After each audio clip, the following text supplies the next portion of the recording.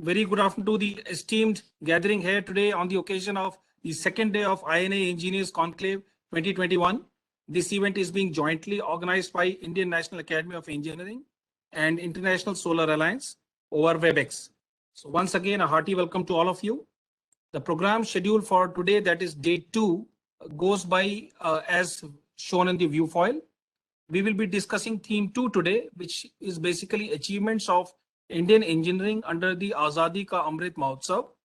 So the first session, technical session 1, starts now and will be chaired by Dr. Mango Singh. He's been kind enough to be here today, followed by a short break, then technical session 2, wherein subject of mechanical and chemical engineering would be discussed. And finally, technical session 3, wherein electronics and computer engineering would be discussed. This would be the final session would be on the strategic sector, followed by a plenary talk by Professor V.M. Nayak of IIT Bombay. And in the end, we'll conclude with a valedictory session. With that, I come to request Professor A.B. Pandit, Vice President INAE and Vice Chancellor ICT Mumbai, to kindly make his introductory remarks. Professor Pandit, sir. Thank you very much, Colonel. And I'm very happy to introduce the second 2, where we will be celebrating 75 years of India's engineering achievements. And to celebrate these, as pointed out by Colonel, we have split these engineering achievements in the form of 4 broad key core engineering sectors. First is civil engineering, where India has shown its capability in these mega structures, be it tunnels and bridges, as well as metro rail and other activities where India has developed significant expertise and have demonstrated their capabilities. In the second section, from a point of view of India being mostly agriculturally intensive economy, the 2 components which were extremely responsible and have a significant contribution in the world trade is in the chemical sector. And these 2 chemical sectors are mainly agrochemicals, be it insecticides, pesticides, herbicides, fertilizers, and which has resulted into India being a food surplus country from a net food importer earlier. And the second sector, where also India is considered as world pharmacy, is in the pharma sector, where India has been responsible for supplying major drugs, be it HIV or be it currently the vaccines which India has supplied to the world in COVID-19 period. The third section, or a third part of these achievements, is of course in the electronics and telecommunication. India, as again you know, is the largest mobile base holder in the world, which are the largest mobile connections, cheapest mobile services, and that has made a huge difference. And a supporting infrastructure for that also involves a significant level of electronics involvement, electronics innovations, and this particular sector and the panelists will address that, which will be held by Professor Shastri. The fourth section, of course, is the strategic sector, which will be chaired by myself and Dr. Kamachi Mudali, who was CEO of Heavy Water Board. And here, India's contribution in the strategic sector, be it space, nuclear energy, so on and so forth, will be discussed, followed by the talk of Sri Nayak, V.M. Nayak. Essentially is whatever we have done and doing needs to be done following engineering ethics. And this is what Dr. Nayak will be talking about, followed by an overall view during the valedictory function. I forgot to mention that the first session is going to be chaired by Dr. Mangu Singh, and the second session, which is on chemicals and fertilizers, will be chaired by Sri Bimal Gokul Das, who is the Vice President of Indian Chemical Council, which overlooks the entire chemical industry in India. So with these few words, may I take permission from the Colonel to introduce Dr. Mangu Singh before I hand over the charge to Dr. Mangu Singh to conduct the first session. Let me briefly introduce Dr. Mangu Singh.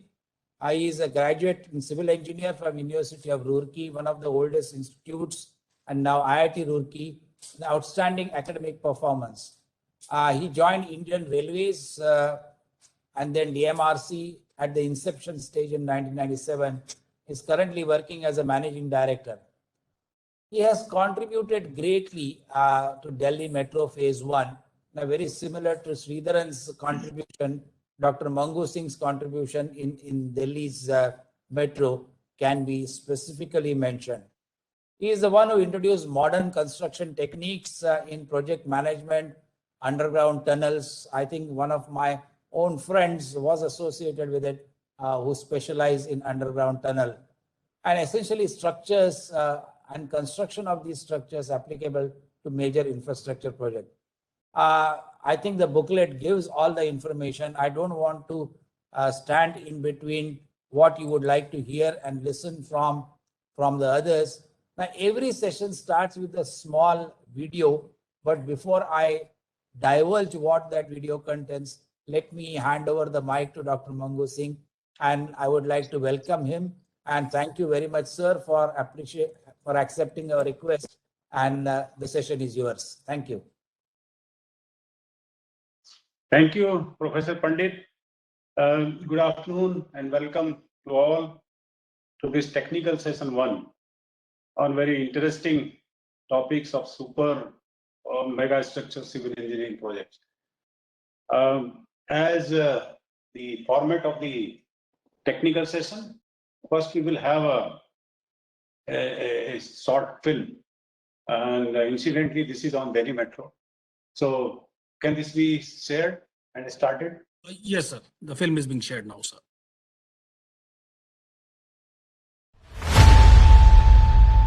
It's world class, comfortable, secure, economical.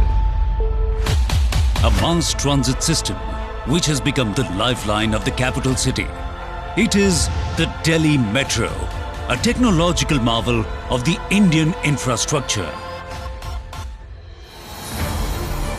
Delhi Metro, one of the largest metro networks in the world, is spread across the arterial ring road, outer ring road, and many satellite towns in the national capital region. At present, on a single day, for 18 hours, about 360 train sets with a peak hour frequency of about 2.5 minutes travel about 1.5 lakh kilometers daily. The DMRC opened its first corridor between Shahadara and Tees Hazare on 25th December 2002. Subsequently, the first phase of construction, worth 65 kilometers of metro lines, were finished 2 years and 9 months ahead of schedule in 2005. Under the second phase, DMRC added another 125 kilometers of metro network in only 4.5 years. Another expansion of about 190 kilometers in phase 3 has brought the Delhi Metro on the world map, and it has become an incredible tale of time which has been successful in providing quality services.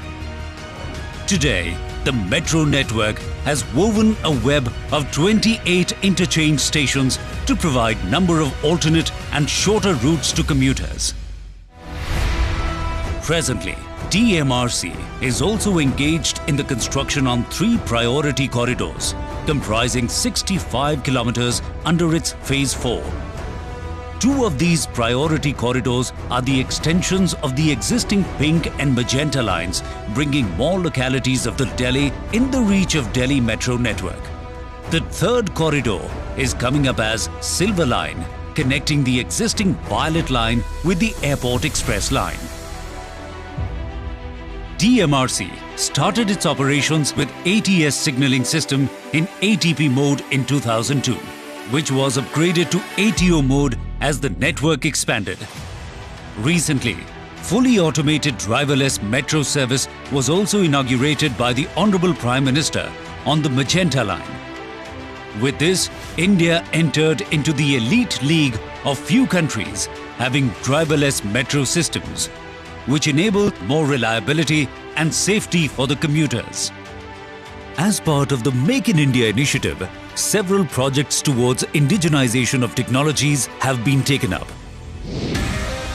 Recently, DMRC took a major step towards development of an indigenously built CBTC-based signalling system for metro railway with the launch of IATS, which is an important subsystem of the signalling system.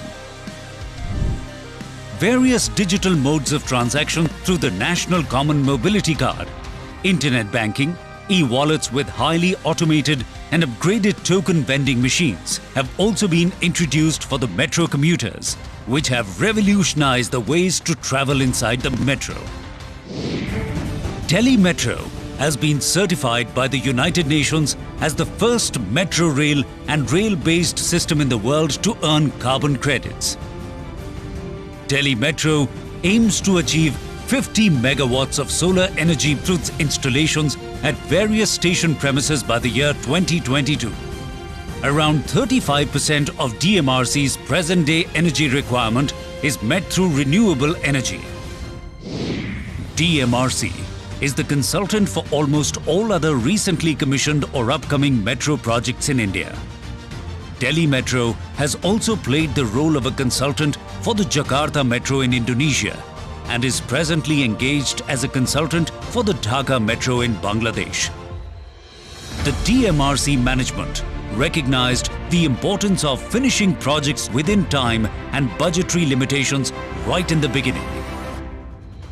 And today, DMRC is viewed as a symbol of modern India with safety, reliability and punctuality as its hallmark.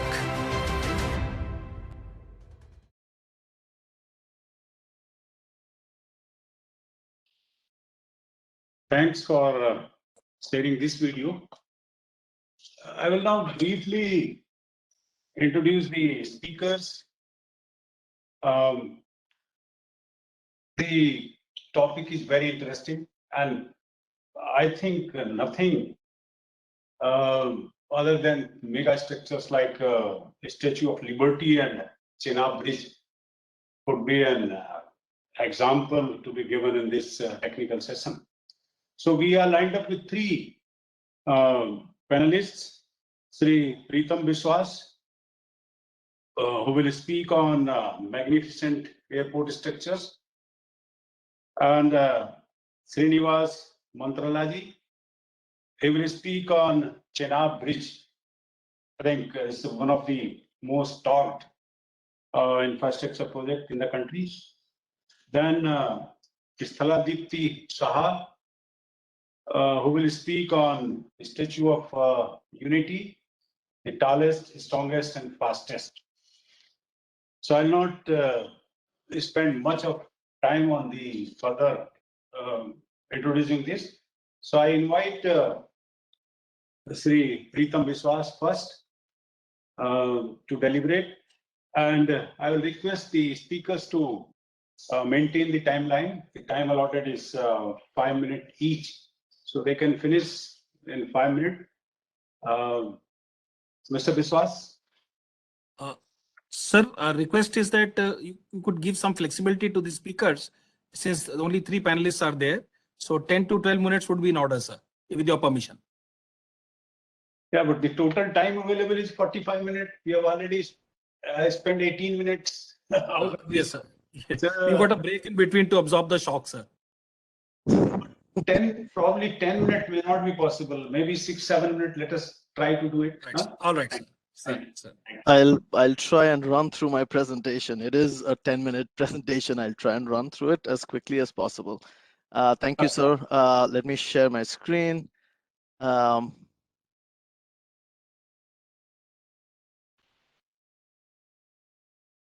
you see it? Yes. Yes, please. Thank you. Good afternoon to everyone. I wanted to present airport structures, a true architecture engineering integration as a topic through the example of Mumbai Airport, Bangalore Airport, and beyond. We at SOM are a collective of architects, designers, engineers, and planners building a better future. And through one of these things we do is a global transportation practice, which is building airports or designing airports all over the world, including New Zealand to the west coast of United States. And many of these are airport projects, and a lot of these airport projects have been constructed and built over many years. And many of these are magnificent airport projects all over the world. On a personal note, my own involvement has also been on many projects worldwide, including the Auckland International Airport. But my most prized involvement has been leading the Chhatrapati Shivaji International Airport Terminal 2 and the Kempegowda International Airport Terminal 2 in Bangalore, which is under construction right now. And I'll primarily focus on those two projects. Challenging aspects of an airport structure is the complex planning with site constraints, usually sometimes when it is not a greenfield project with active airport functioning. Special building systems, baggage handling, scale and span, phasing requirements, and sustainability goals that we have now imposed on ourselves. And usually what we do is we create structural design drivers based on those that we implement early on in the design and carry it through the design of the projects. The first project, the Chhatrapati Shivaji International Airport, was given to us as a challenge to capture the spirit of Mumbai and the essence of India as the new gateway to India. That was the design challenge given to us by MIAL, our client, and we concentrated on that. The first thing about airport, as I was mentioning, is the challenge that there are various different functions, and baggage handling is a huge function that requires specific dimensions to work and be efficient. So the building structure, the primary base structure of the building, which is concrete, is catering to that spans. And the roof structure, which is above that, which is in structural steel in this case, caters to different functions of check-in halls, large column-free spaces so people can move their trolleys around, to retail spaces which are more intimate. For the purpose of this talk, I'm going to actually concentrate on the big roof, which we called the mega roof, that spans over the check-in hall and the retail spaces, and security and immigrations. And the primary shape of that roof structure was devised based on just the basic forces that one would see and keeping the depth more where necessary. And that resulted in a structure that had 30 mega columns, but spans which were pretty generous, 34 meters in one direction, 64 meters in the other direction, with a cantilever span of 45 meters. And each of these composite columns, hence, had a column pod at the top to reduce these spans to be more manageable to around 30 meters. That pod, the design, was not a code-based design because there were no codes anywhere in the world that would tell you how to design a column and what would its buckling loads be and the stresses that you would see. So for that purposes, we actually built a nonlinear model and did a nonlinear P delta analysis and a nonlinear buckling analysis to understand exact dimensions and buckling loads. For each of the connections, we designed them using three-dimensional solid mesh modeling, finite element modeling, that could collect the forces appropriately and hence design the structure as efficiently. So only the amount of structural steel that is required would be there. And of course, that meant a huge roof.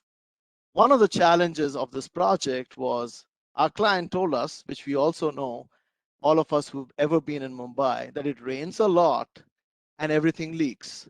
So can you eliminate or reduce the number of expansion joints on the roof to eliminate as far as possible the leakages? We took this challenge and decided, okay, is it possible to do one roof that spans the entire head house region. What you see in the diagram of upright is below, it's actually 6 different structures, 6 individual concrete structures, but the roof spans all over it and covers it. How we achieve that is keeping the roof completely independent from the base building structure and having it all the way down to the foundation as an independent structure that would thermally move independent of the base building. Of course, that was celebrated by architecture. Through all of the apertures through which these mega columns go down are actually showcased through different areas in the architecture. And that results in a roof, which is one of the largest roof that covers an internal space anywhere in the world. It's 17 acres, 70,000 square meters, supported on 30 mega columns with no expansion joint. Of course, this thing of doing an independent roof structure, which is independent from the base building, provided another challenge. How do you do the cladding system that connects between the two? The answer to that we found is designing a flexible solution called a cable wall, which wraps around the whole building, but allows each of the buildings to move independently. Getting the forces from wind tunnel loads, we designed this cable wall that wrapped around the building, jumped over expansion joint, and turned around corners. It is a glass cable wall, which between the two levels, arrivals and departure, is 1.1 kilometer long. And it is the longest cable wall, again, anywhere in the world. And that cable wall at 15-meter max height allows the flexibility. At the same time, it allows the transparency, so the interior of the building feels like a part of the exterior at the curbside. The other challenge was phasing and constructability. The entire airport was constructed over an active terminal, Mumbai Airport, Terminal 2, the original one. And all of these meant that we had to take into consideration aircraft movements, which meant that locations of tower cranes had to be only at one single location and not all over. So we devised a method which would eliminate that. And Larsen and Toubro, along with the steel contractor, actually implemented a method which was slightly different, but the same idea of designing and actually constructing this airport roof structure without any tower cranes in the active airport zone. And as you can see, through it, it was really created as a structure with complete transparent cable wall for the Gateway of India. The next one is the Kempegowda International Airport here in Bangalore, which is under construction. The Terminal 2 is being constructed only the phase 1 right now, phase 2 in future. And one of the things was this terminal was considered a terminal in a garden, which was a terminal for the Garden City of India. And all of the architecture revolved around bringing the garden into the terminal, having gardens and green spaces part of the roof, but also a huge garden space within the two parts of the terminal, the gate and the check-in lobby. But how could we say that we're going to design a terminal in the garden and not think about the structural materials and think about it from a sustainability point of view? So we chose very modest spans in this particular project, 18 meters, so that we actually could create an airport roof structure, which is one of the lightest anywhere in the world. It's about if you scale it with the London Heathrow is 2.3 times as heavy as Bangalore Airport. And if I've compared it even to one of our SOM projects, my project.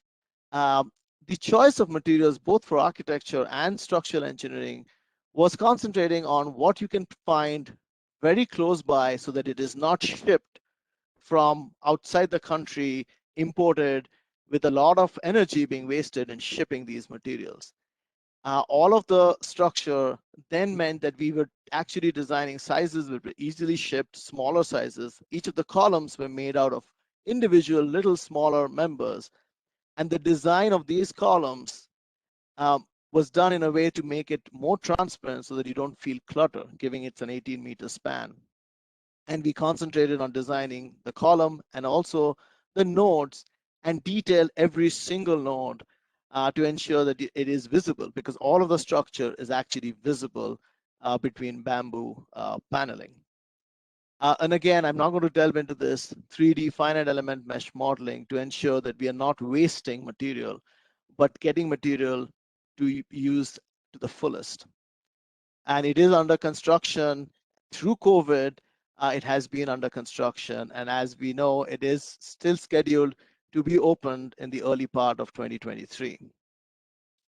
And just before I leave, I wanted to just talk about one single airport, one image, which is from Kansas City Airport, another project of mine, and leave you with a quote from Bill Baker, who is my mentor and the structural engineer of Burj Khalifa. And his saying says an engineer should design a structure that an architect would be ashamed to cover up. And this has been my motto in the design that I've been doing all over the world. And I've been designing projects such as airports and other projects globally for the last 18 years as a proud Indian citizen. Thank you. Thank you, Mr. Biswas. Now I invite Srinivas Mantrala.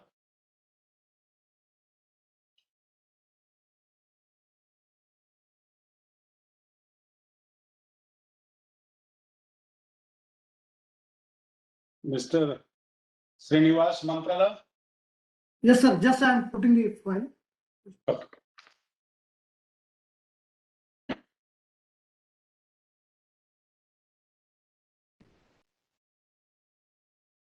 So can you see my screen? Yes. Good evening, sir. And I'm here to present Chenab Bridge, a marvel in the making. And I'm proud to say AFCONS is part of complete construction engineering of this project.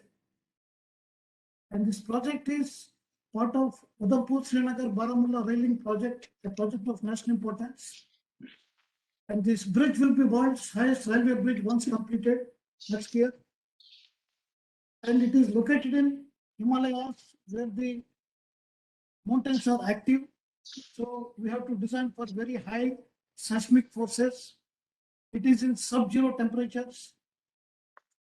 And it is difficult to access. It requires a lot of planning and logistics.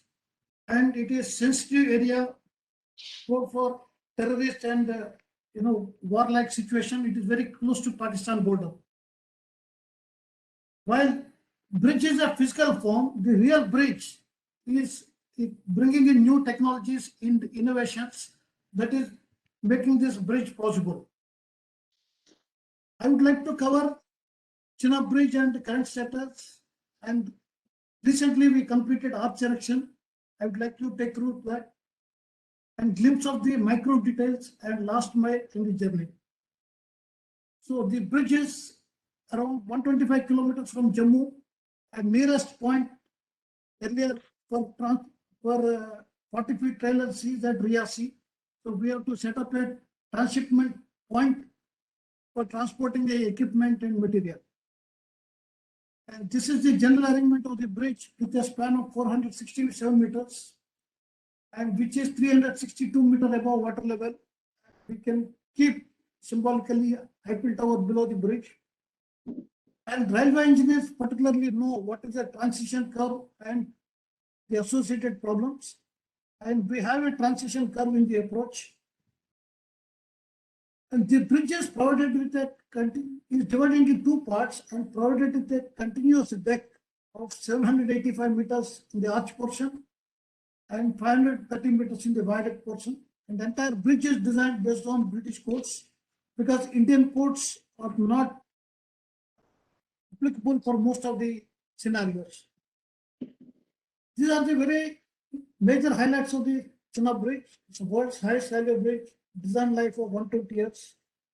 And in this bridge, we have done for the first time in the world incremental launching on a combined circular and transition curve. And we deployed world's largest capacity crossbar cable crane for the erection of the arch. Perhaps this is the first bridge in India where we have done extensive wind tunnel testing for the design of the bridge across the gorge. And again, first time we have done elaborate detailing for fatigue based on British code.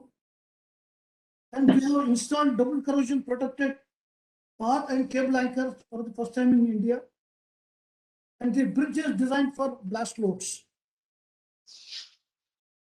And these are the special conditions which we have designed. And most important is the bridge is built with redundancy. Even if one member of the arch bottom chord is removed, still we will be in a position to carry the trains on the bridge. Similarly, one diagonal member of the arch is removed, still the bridge will not collapse and will be in a position to take the trains on the bridge. And even if collapse of one pier because of warlike situation, the bridge will not have total collapse. This is the very unique feature of this bridge. And the bridge involves excavation of around 10 lakh cubic meters on the slopes, concreting 73,000 cubic meters, shotcreting 76,000 square meters, rock bolting around 90 kilometers, fabrication section steel around 30,000 metric tons, and nearly 3 lakhs HSOG bolts have been installed. And this is the deck launched on a combined circular and transition curve for first time in the world. And when the bridge is launched from both sides, at the center, we could launch with an accuracy of 3 mm. This is how the slope was looking before we started slope excavation. And this is how the finished slopes have come. And I'm very happy to say, during this excavation of more than 6 lakh cubic meters of earthwork and so much of work, there is not even a single untoward instance at the site. And this has been done very systematically following top-down method of construction, following the contours. So this is the finished left bank. This is the right bank. This is the finished right bank, where you can see corrosion, double corrosion protected cable and bar anchors have been installed. And this is the arch which has been completed this year. And in the arch erection, these are the steps we followed. First is base module. Then it is cantilever construction. As the arch is progressing, we supported with stay cables, and gradually it has come. And in fact, arch closure itself is a very big job, in the sense it took almost a month to do, and it requires a lot of engineering, and entire engineering for the arch erection and arch closure has been developed by Afghans in-house. And after the arch is completed, now the stay cables have been relieved, and we have filled this arch with concrete to improve its wind behavior. Now the erection of spandrel columns is in progress. This is a typical joint of arch at the top with the various members. And I'm very proud to say that not even a single hole is gasket. All holes are pre-drilled using CNC drilling machines. And having talked about the, large numbers of the project, like kilometers of bolting and all, let me take you through the minute details. When we erected the pier with the 10,000 HSOG bolts, the tolerance is 100 mm in any direction, but the tolerance achieved is 23 mm. We worked within 1/4 of the tolerances provided by design. And similarly, when we brought arch from both sides, the tolerances are permitted by designer is 100 mm, where we did not even cross 40 mm tolerance. This is the level of accuracy and is achieved at site. That was possible due to a tremendous dedication by the team of Aquans, and also at site as well as at head office. And I am very fond of this figure. I always call this is the reinforcement. This is javelin reinforcement. Please see this, all the bars are of different length. So for the construction of this type of arch base, lot of discipline is required. You have to tack the bars, lift them properly and place them in place. And this has been done very nicely. And the whole concept of arch tolerances, they start from the base, how the arch base initially has been positioned. So though there are no guidelines on what is the tolerance required, and the base module is something like 4.9 meters by 10 meters, AFCONS took a decision to that this module should be placed with a tolerance of 5 millimeters to be measured at 12 points. And while there are 4 base modules, out of 4, 3 have been come with 5 mm accuracy. Only in one case, at 2-3 places, the tolerance has gone beyond 5 mm to 7 mm. And after 2.5 days of struggling, we finally decided, okay, we'll work with these tolerances and move forward. The last mile in the journey is now we are erecting the spandrel columns on the arch. Then after that, we will tie all the spandrel columns so that they will be withstanding the launching forces during incremental launching on the deck. And then we will be launching deck on the arch. This launching of deck on arch is again a unique feature in the sense, normally launching is done on solid piers which are on the ground. Whereas these piers are on arch, which is an elastic structure. It is like you are doing incremental launching on a floating system, and which requires proper planning of cambering and management. And we have done complete engineering of that, and we are quite confident that this will be completed as usual with all the necessary accuracies in the due days to come. And this bridge will be slated to be opened next year. And that's how we converted a big challenge into an engineering marvel. And I thank the organizers to give me a chance to share what is Chenab Bridge with all of you. Thank you. Thank you, sir. Mr. Mantrala. And thanks specifically for giving so much details of such huge, interesting mega structure in just short time of 10 minutes. I must thank you.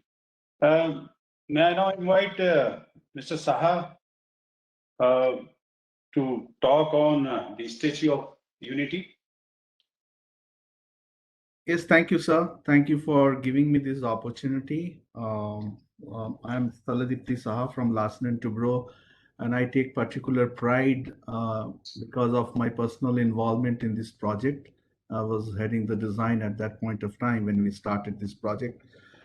This is, as we stand today, the tallest in the world, and I will try to do as much justice as possible to take you through within 10 minutes. Quickly go through some of the key features of that. This is a slide which gives you a perspective of the statues which have been from time immemorial been constructed by humanity. And if you look at the last statue which was built before the Sardar statue was at 153 meters with again a base of about 40 meters. So, literally it was about 110.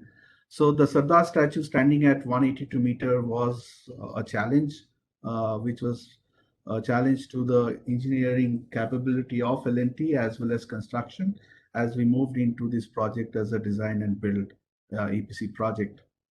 I will just take the audience through some of the key things what we went through, because it will not be possible to take us through the entire thing.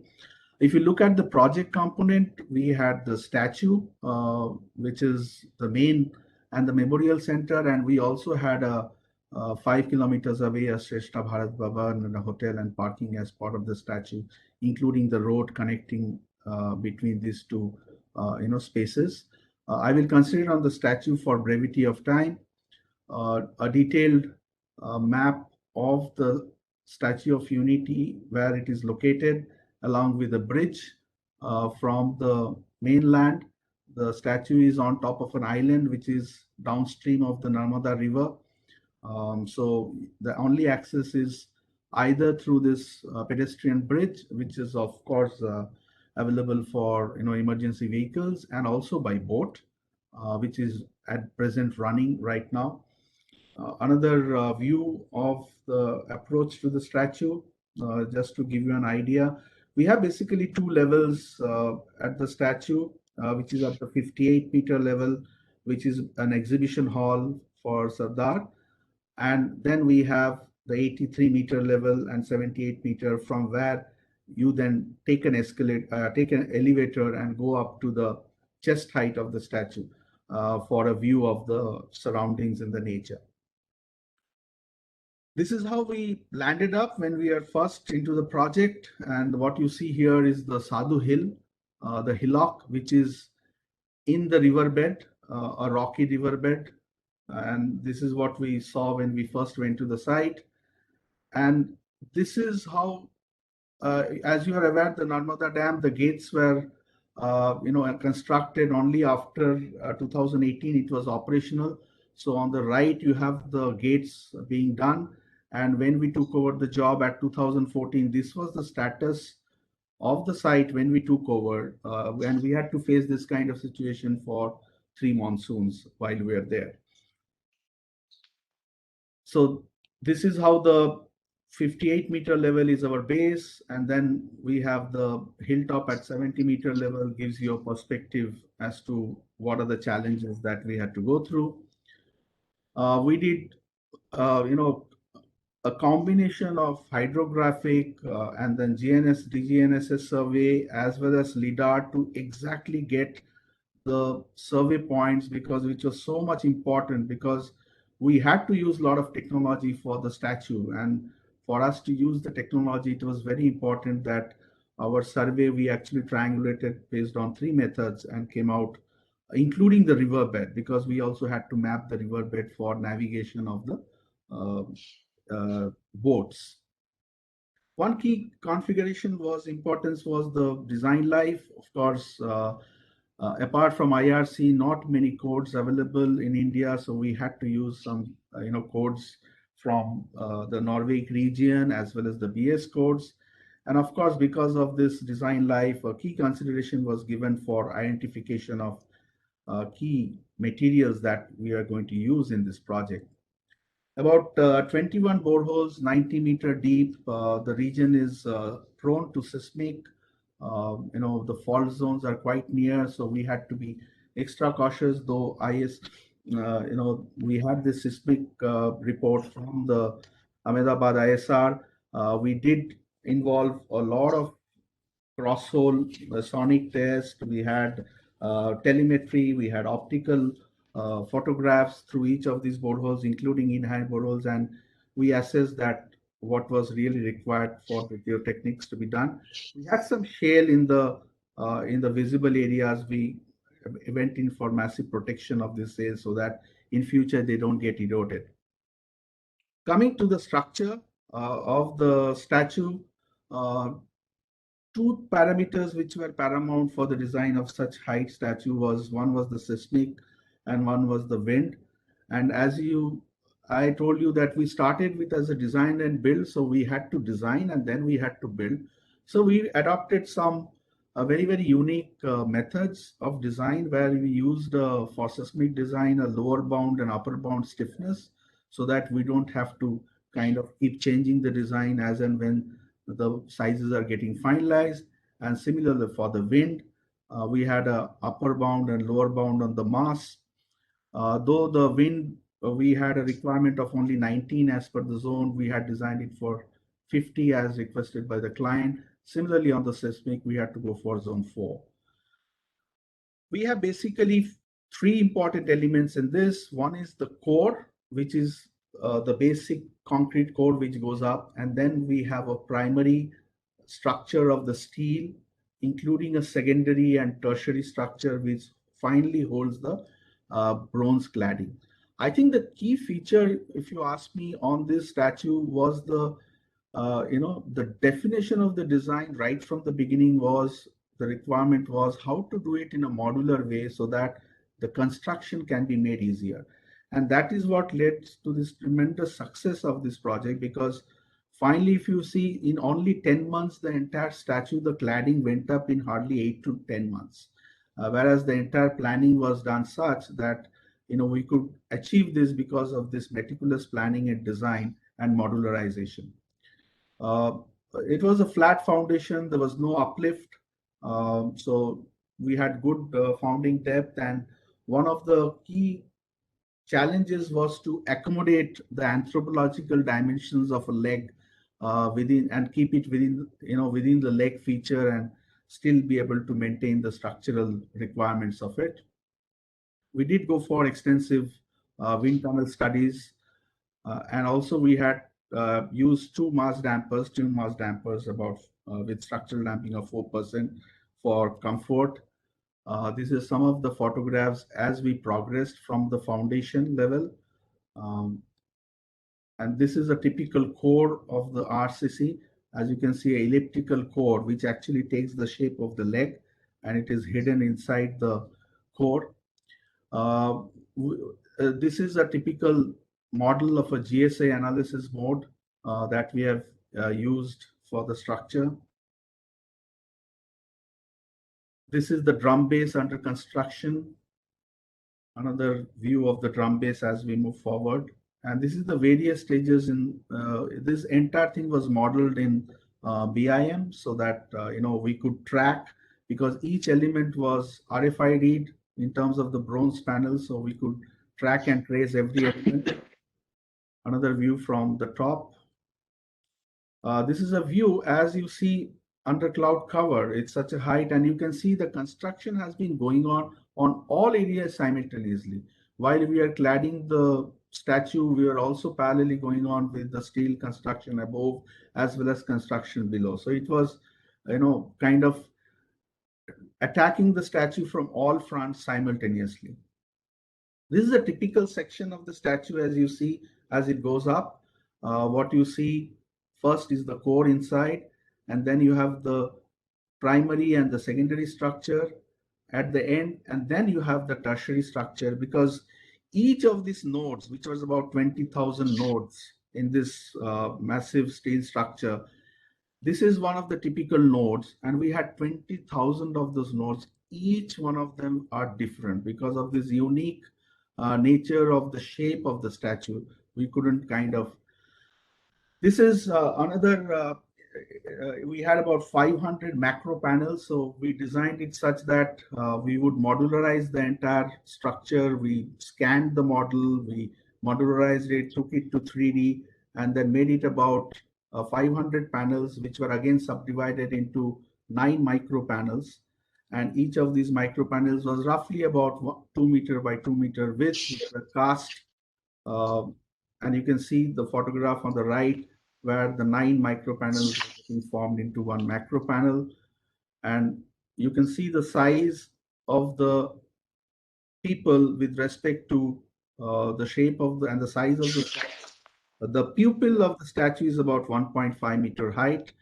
And this gives you various ways we have modulated the statue in terms of requirements for MEP.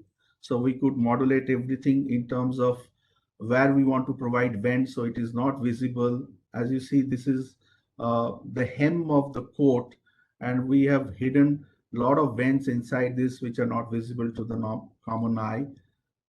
This is the viewing gallery. Again, to the left, the bronze is shaped such that you don't see it, when you see it, but it is fenestrated. You have MEP openings below the statue.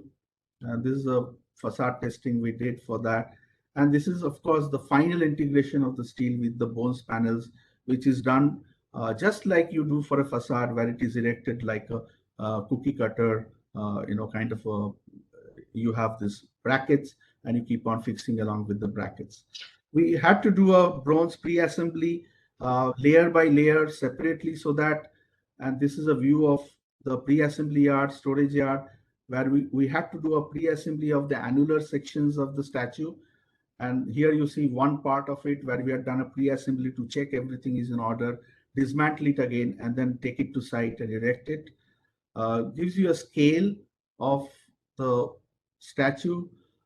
You can see the intricacies of the waistcoat again built into the casting of the bronze. Mr. Saha, I'm sorry to interrupt you. Yeah, we are just running short of time. Please wind up. So this is the last leg of the statue with only the head to be done. This is the fingers, and this is the final shape of the head. This was the last element that we erected for the statue. This was designed for accidental loads, including some small aircrafts where it was designed not to collapse into a Learjet.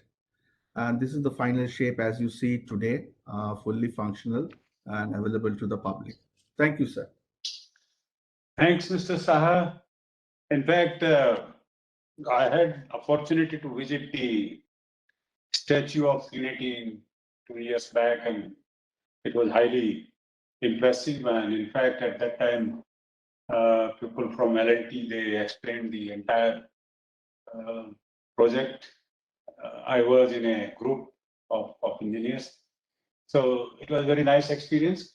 I'm sorry, the mega structures probably cannot be described in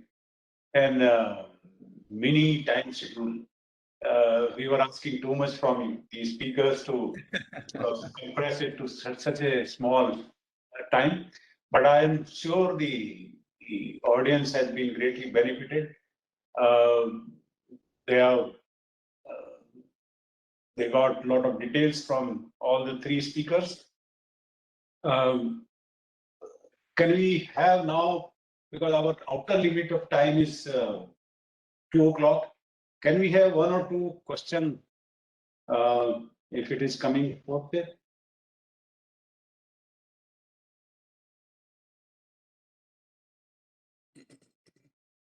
Can I take a liberty of asking questions generally to the panel? All the three panelists, please. Yes, sure, please. Yeah. Please. If you don't mind, I mean, this has been absolutely outstanding.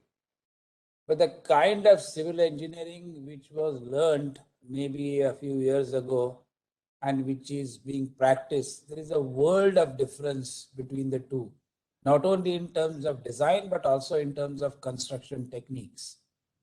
Now, according to being an academic, my basic question is, are these techniques essentially taught in our syllabus of civil engineering courses which are in the country? Anybody has any idea? Yeah, if I may answer you, Please, sir. please, sir. A lot of, in the Statue of Unity, actually, we used a lot of technology, which actually, if you ask me, the typical civil curriculum is not taught. But I think we are also engaged with the academia, at least from our side, like at least the IIT Madras, the Suratkal, where we are also kind of giving them inputs on what are some of the, because there is a lot of integration of civil engineering with other services which is happening. Which is probably missing, the interfaces with other disciplinary services, and that is what is probably little bit of gap is there. And we are giving this input to the educational institutions wherever we are engaged, and I'm sure this will get bridged. But if you ask me, that is one area where this gap in inter-services coordination between civil and other services, where some appreciation is probably required. Excellent. I think that you couldn't have given a correct answer. Is this integration or interdisciplinary approach is the one which is most important. Thank you. Yeah, if I could add just one. Yeah, please. I'd like to say something. It is a multidisciplinary program as far as Chinna Bridge also concerned. And we had tie-up with all premier institutions of India like Building Research Institute, Indian Institute of Science, Bangalore, IIT Roorkee, IIT Delhi. All these institutes are involved in this work, including DRDO, since we have to design the bridge for blast loads. Yeah. And our consultants are spread over across the globe. So we have to be continuously in touch with them. In fact, arch erection and arch closure, it is almost 24/7 touch with them. Yeah, I could see that. It is fantastic. I mean, the kind of tolerances over that span of 40 millimeters or 100 millimeters is outstanding and unbelievable. We can't even do that while constructing a Diwali lantern. We get stuck up even on a scale of 1 foot, but getting that level of accuracy is phenomenal. Thank you. One of the things I just wanted to add is, Yeah, you know, yeah, Pritam. it's true that architectural and all the disciplines, the integration is a really key aspect to achieving any project, you know, success, and that should be taught. And I think it is taught. A lot of that is taught in a lot of curriculum. But the other aspect that is almost not taught anywhere, I mean, I wouldn't just say the Indian universities, is the concentration on performance-based design, the aspects that the performance should initiate the design aspects of it, both for seismic, wind. There's a whole lot of things of the research that is being done, and that can back into the curriculum. And if you can, you know, India is building a whole lot of tall buildings, and tall buildings should not be just designed for codes. Codes are really meant for 99% of the buildings, not for tall buildings. And tall buildings have a huge aspect. I think there should be a lot taught in the tall building aspects as well. I think the only thing, I think let Dr. Mangu Singh conclude or make concluding remark if he wishes to. Yeah, we have already consumed entire break time also. So I have nothing much to add except that I thank all the three speakers. They have very nicely presented in a very short time. I also thank all the audience who have listened to these talks very patiently, and thank the organizers to give me this opportunity to chair this session. So thank you very much, and let us close. Yeah. Thank you. Thank you. My personal thanks, Dr. Mangu Singh, for your participation and excellently conducting this first session. It's very nice to see that academia and industry are getting engaged. That is the whole objective of NEP 2020 anyway. So I see this nice simile and joint effort which is coming together. Thank you again, all of you. Thank you. Thank you. Thank you. Thank you, sir. Thank you. Thank you.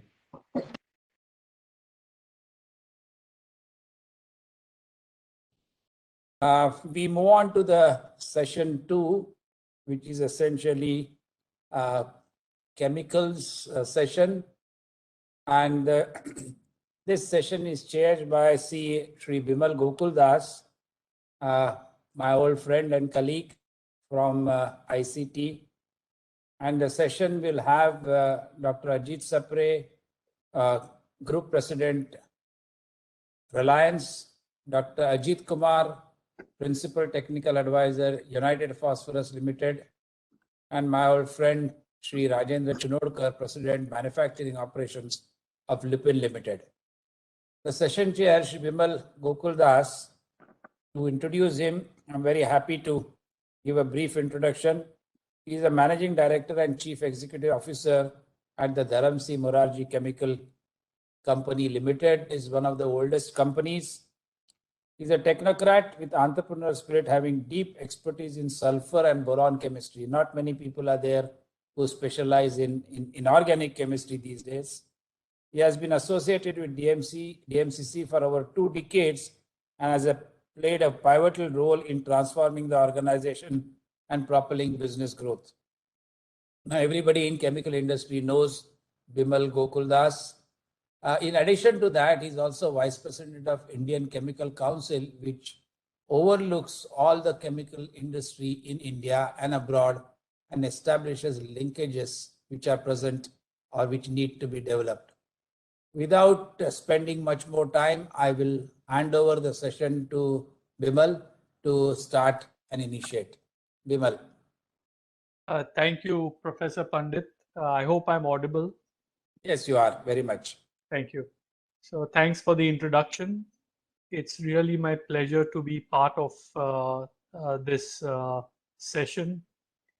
You know, chemical industry has historically played an important role in India's development. And being biased as a chemical engineer myself, I think that chemical engineers are part of all fields. We play a big role. Of course, today's session will see some wide-ranging applications, and particularly while the general audience may not realize, but within the core of almost every industry, you'll have some chemistry or some chemical engineering background. And today we have with us three wonderful speakers. Actually, the topic itself, Amrit. The chemical industry is at a point where we are really starting to take our rightful place in the world. For a long time we have been, lagging behind, even though we have the knowledge, we have the technology, the ability to create technology in the country, but we haven't achieved our place in the global order. I think now is that time is changing. I think we are growing. We hope to grow from about $150 billion today to about $300 billion in a few years. Whether it is 5 years, 7 years, time will tell. But certainly doubling and being one of the fastest growing industries in the world, it's a good place to be because of the global geopolitical position. India is well placed to get a major part of the global growth, and many countries are looking at India to provide support for their own industry, whether it is the pharmaceutical industry, whether it is energy, whether it is specialty chemicals. And that brings us really to some of the key topics today. We've got some great speakers. What I will do is I will briefly introduce our panelists today, and maybe give them a few minutes each to talk from their industry perspective, and then pose a few questions and then open it up to the audience, time permitting. Professor Pandit, is that sound okay to you? Yeah, that sounds fine. Okay. So I think first, let me introduce Dr. Ajit Sapre. He is Group President, Reliance Industries Limited. R&T is probably the Research and Technology Division. He's a PhD chemical engineer from the University of Delaware. He's got 4 decades of experience in the oil and gas refining, petrochemicals, and he's contributed to innovative technology developments and commercialization. Apart from being technically qualified, he also has a PhD from Cornell University, and he has a strong background in, of course, catalysis. Delaware is the home of catalysis, and but apart from that, process development, reaction engineering, biotechnology. Now he has more than 100 technical papers, 1 book, and more than 50 US patents to his credit. So, he was going to talk to us a little bit on sustainability. This is a very key part of our industry. I think if we are not sustainable, then we will simply not survive. It's that serious. And without anything further, I'd like to invite Dr. Sapre to give us a few words from his perspective. Dr. Sapre, please.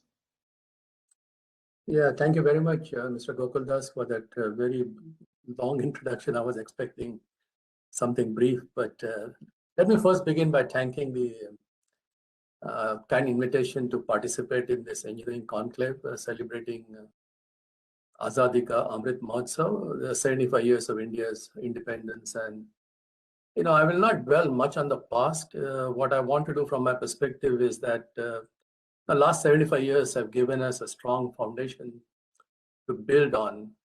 And rather than talking about the past achievements, I want to focus on the future. Future ideas and actions that will make us a true global superpower when we look back 25 years from now at the centennial celebration. And maybe some of the finer details we can discuss during Q&A. So I've put together a brief thoughts, and there's no presentation, just the ideas that come to my mind. And there are three key themes that are absolutely essential, not just for the chemical industry or the energy industry, but really for the society.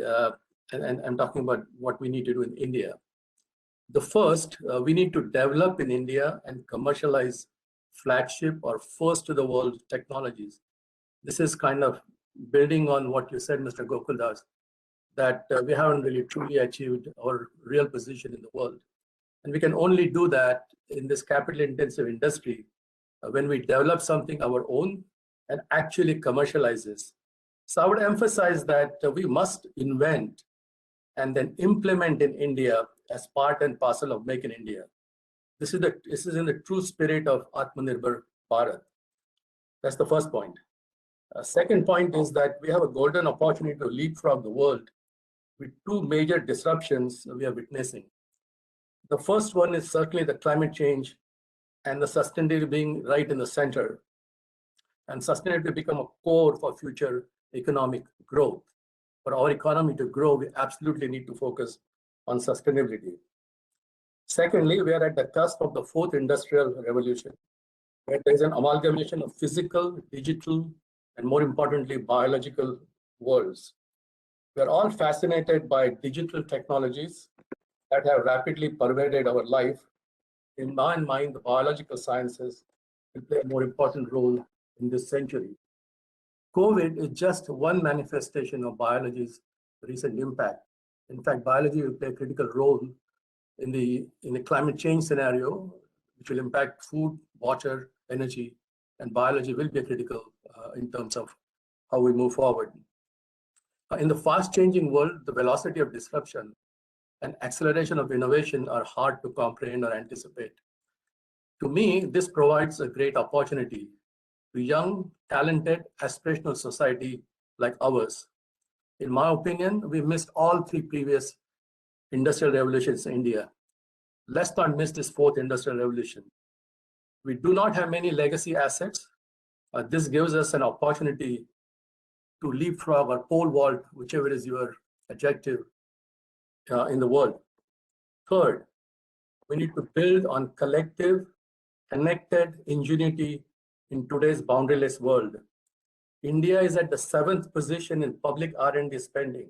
We spend more money on R&D than countries like Israel, Canada, UK, Sweden, and others. But our innovation index is just 52nd globally. We've been publishing quite a bit of papers. We're now third in terms of number of papers behind US and China. And we also started patenting. But to me, that is just the beginning. If we don't implement our own ideas, if we don't commercialize on our inventions, it is not what is completed in terms of our ability to make an impact. So to me, this is the part of the translational R&D that is a weak link in India. We do not invest enough in terms of commercializing our own ideas. So we need to develop an ecosystem of ample supply of risk capital, strong R&D infrastructure, and I'll emphasize more on D part, that is a translational R&D, convert ideas to commercialization. You know, UDCT or ICT now has had significant impact in terms of many small-scale chemical and even medium-scale chemical and organic chemical industries in terms of ability to innovate and commercialize. But when it comes to one big mega billion-dollar type of projects, we have not done them on our own, but I'm quite sure we will pretty soon.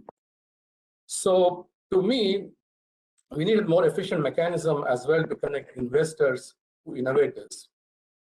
We need a very strong public-private partnership, and Indian industries need to take greater risk on homegrown technologies as their balance sheets get stronger and support local inventors and entrepreneurs.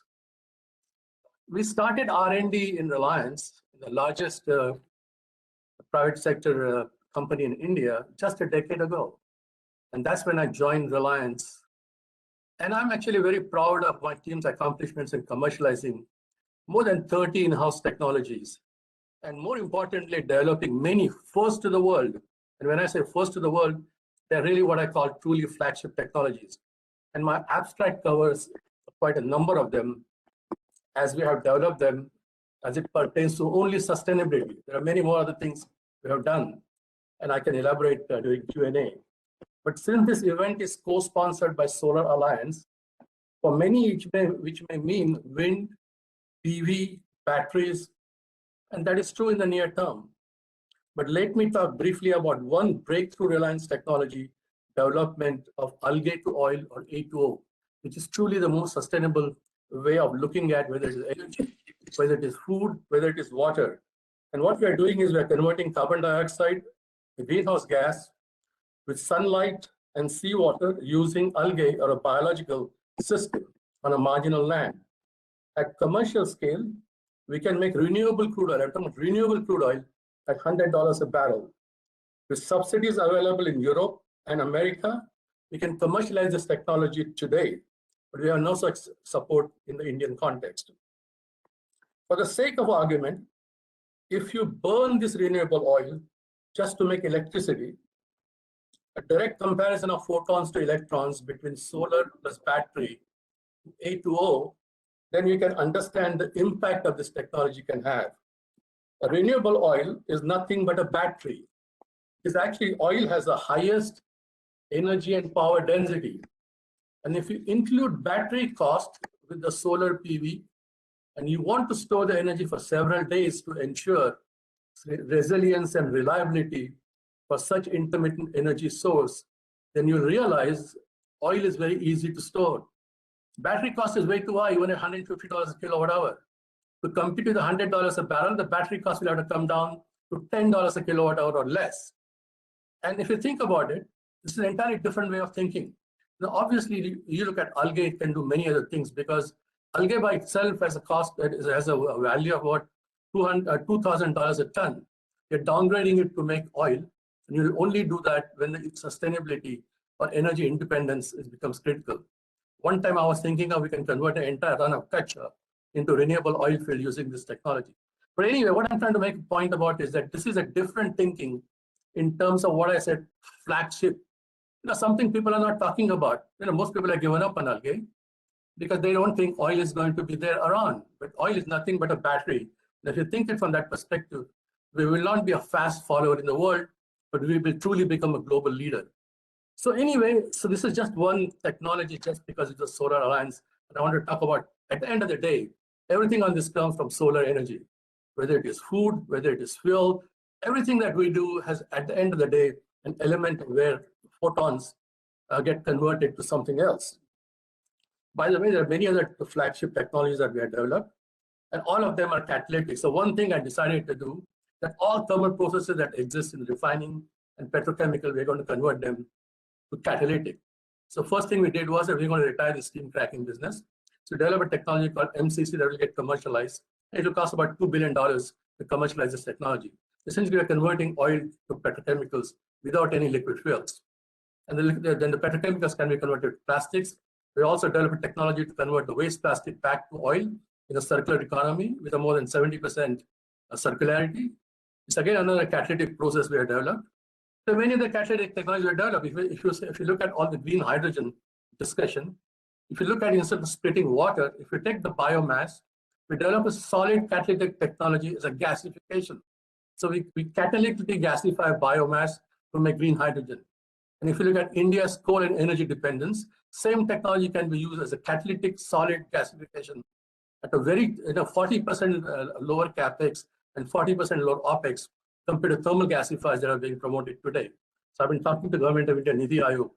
You can actually, and we also have technology developed to capture CO2 from flue gas. So you can do coal gasification catalytic at much cheaper cost than anywhere in the world. You can capture the CO2 at much lower cost than anywhere in the world, and you can sequester the CO2. So whatever syngas or hydrogen you make is completely clean, if you will. Similarly, we have done a direct conversion of crude oil to petrochemicals that I talked about. But see, all the downstream technologies when we are importing technologies before licensing, we are slowly actually Indianizing almost all of them. We have done that for majority of the cattle and some other processes as well. So just to give you a glimpse of what we have done, there are many other things I can talk about in a Q&A. But the point I want to make is that if you take these 3 points and look at this as an opportunity for us in India, then we can actually deliver and become a true global superpower.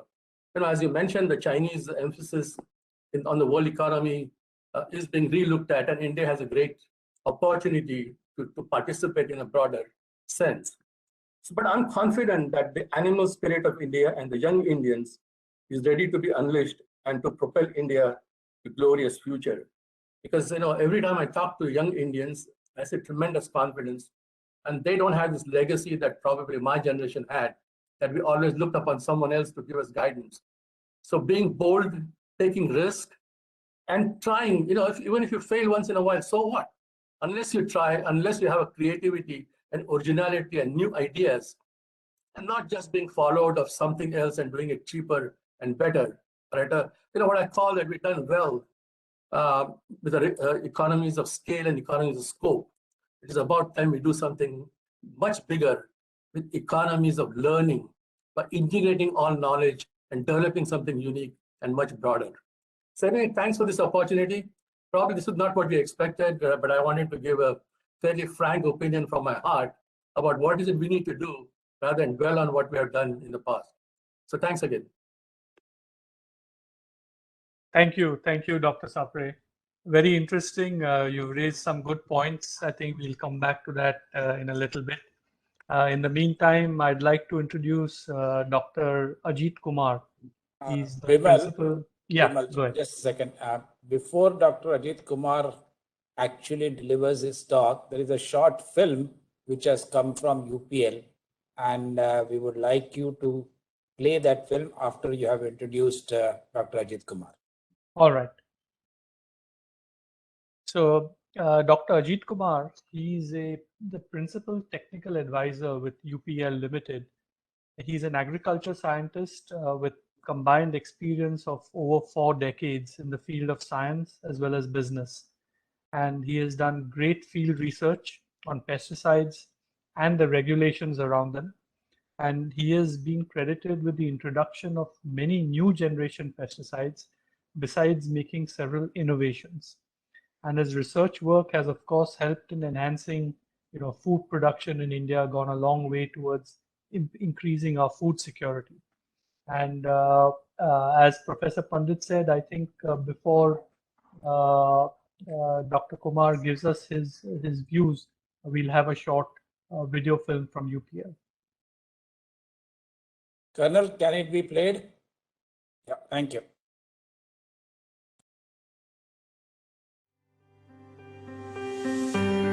In the 1960s, my country, India, began to change into a self-sufficient food economy. My father was a 25-year-old chemist with an idea. Together with my mother, he built UPL into a crop science company. UPL would protect crops with science, creating sustainability in food production and supporting local farmers. And that's how the revolution started. Since then, UPL has grown into being one of the leading crop solutions company in the world. Sustainability in agriculture is one of the most important subjects, and UPL will be a leading player in the food systems to make agriculture more sustainable. Até 2050, existirão 9,6 bilhões de pessoas na Terra. As práticas agrícolas atuais não serão capazes de sustentar essa população. Por isso, temos que mudar. Like by increasing biodiversity and biosecurity. How we deal with climate change and natural disasters. And how we reduce waste and be more efficient. 技術と情報をすべての人、すべての場所へ。Nós aproveitamos esse poder para criar um mundo melhor. We call it Open Ag. Open Ag has no borders, no limits. Open Ag is an agriculture network. No. Cho chúng tôi. 也是为了我们。Together with distributors, manufacturers and retailers across the world, we can create groundbreaking initiatives for sustainable growth. Our fundamental belief is simple. Nothing is impossible. UPL and Open Ag is where the people and the future come first. Because without communities and people like me, we have no company. OpenAg creará sostenibilidad para todos y eliminará desigualdades sin concesiones. OpenAg is how we can all challenge the world's food system. 過去にとらわれない新しい働き方、新しい農業。To meet the challenges of the future, we have a new purpose, OpenAg.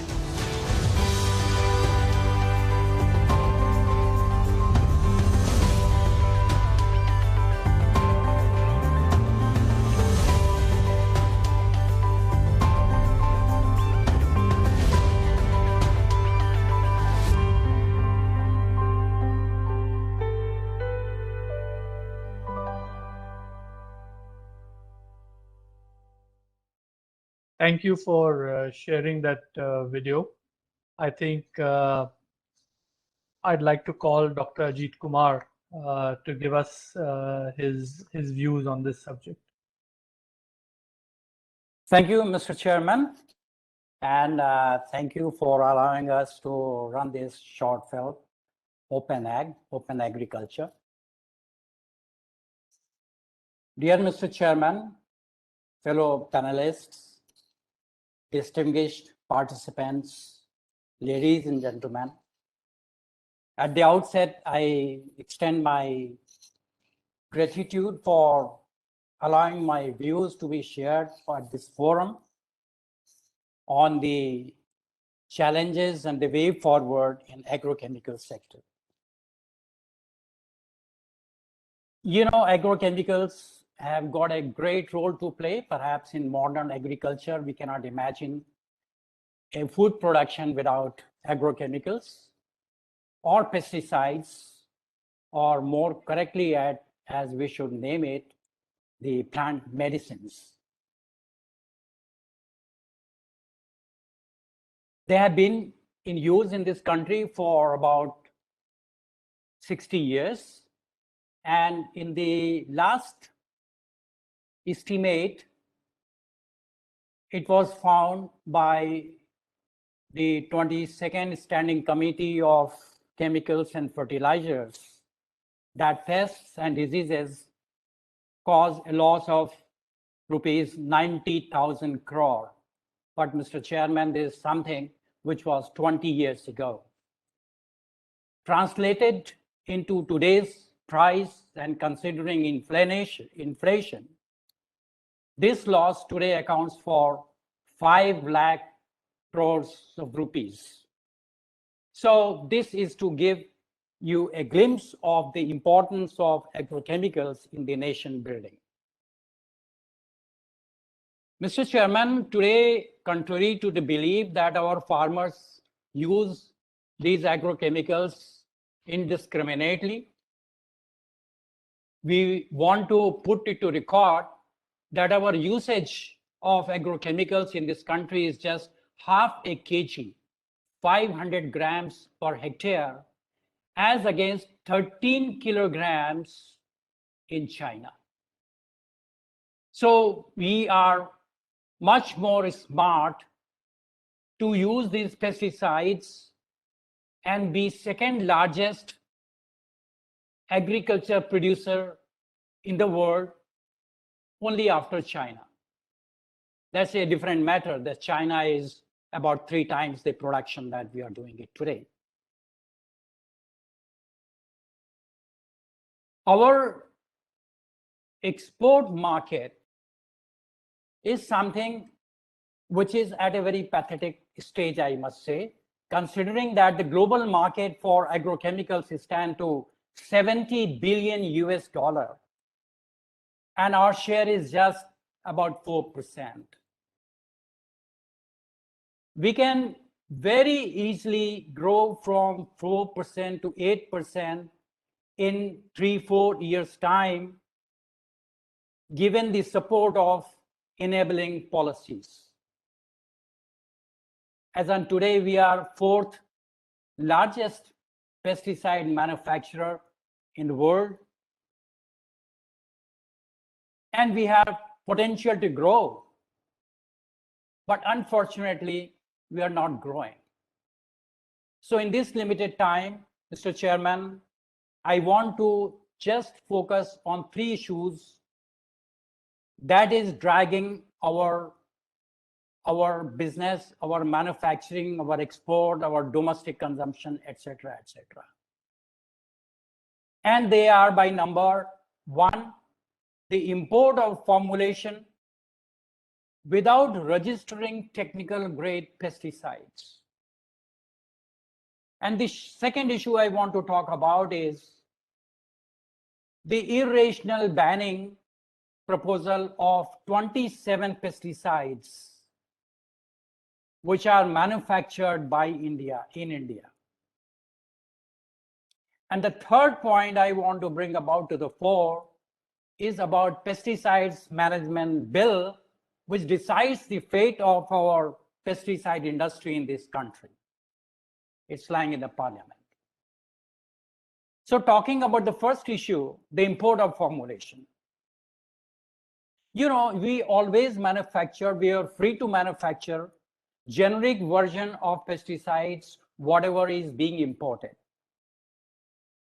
And we will provide it to the farmers at the 50% cost, 60% cost, 70% cost. That has been our track record. We have sold 70% cheaper product than what is being imported, and ultimately import got shut. Sulfosulfuron is a case in point. Thiamethoxam is another chemical. Cypermethrin is another product. I can go on listing you several products, but that was about 20 years ago. From year 2007, Mr. Chairman, a policy was brought in this country by way of which it was not mandated to register technical grade pesticides, and one was allowed to bring ready-made formulations into this country. And the result happened that if the technical grade pesticides are not registered, their generic version cannot be created. And therefore, from 2007, our industry has come to a screeching halt. There is no manufacturing, generic manufacturing of even except 1 or 2, there is no generic manufacturing of any pesticides. Such has been the impact of this policy. Now, what is happening the other way by not registering this technical is that a lot of technical which are manufactured in the overseas, they are formulated into the formulation and brought to India, and most of the time they are formulated out of the date expired technical grade pesticides, and it's not regulated. If I have to export a formulation from India to USA, we have to give all details to EPA. Where are we manufacturing? What are we manufacturing? We are allotted some number of the unit, and that is subjected to any inspection. What I'm saying is that it is in full control of the country that we are exporting. Here it is not the case. It is free for all. So we are not given level playing field. That's point number 1 I want to make. The point number 2 I want to make is about ban of 27 products. You would have heard of this, sir, that there is a proposal to ban these 27 pesticides. What are these pesticides? They are all generic pesticides. All of them are being manufactured in India. All are farmer-friendly pesticides, very useful. And they are banned in this country only on the basis that some country has banned it. or there are some report on the internet that they are endocrine disruptor, or this or that. I mean, you find any allegation and there's a proposal to ban it. Now, if you ban it, what you are banning actually? You are banning 131 formulations in this country, which accounts for about 30% of the pesticides used in this country in one go. You don't care for the industry. We are heavily invested in these molecules. Farmers are relying on these molecules. We don't care for them. Just because somebody has banned, let us ban it. That is the point. FAO guideline, Mr. Chairman, is very clear. Banning is a subject of the country, considering the socio-economic conditions of that particular country. So you just can't copy. Somebody bans and then you ban. So that's another issue we are struggling. The third issue I talked about was the upcoming pesticides management bill. Now, there are draconian guidelines in that, there are provisions in that by which our industry cannot survive.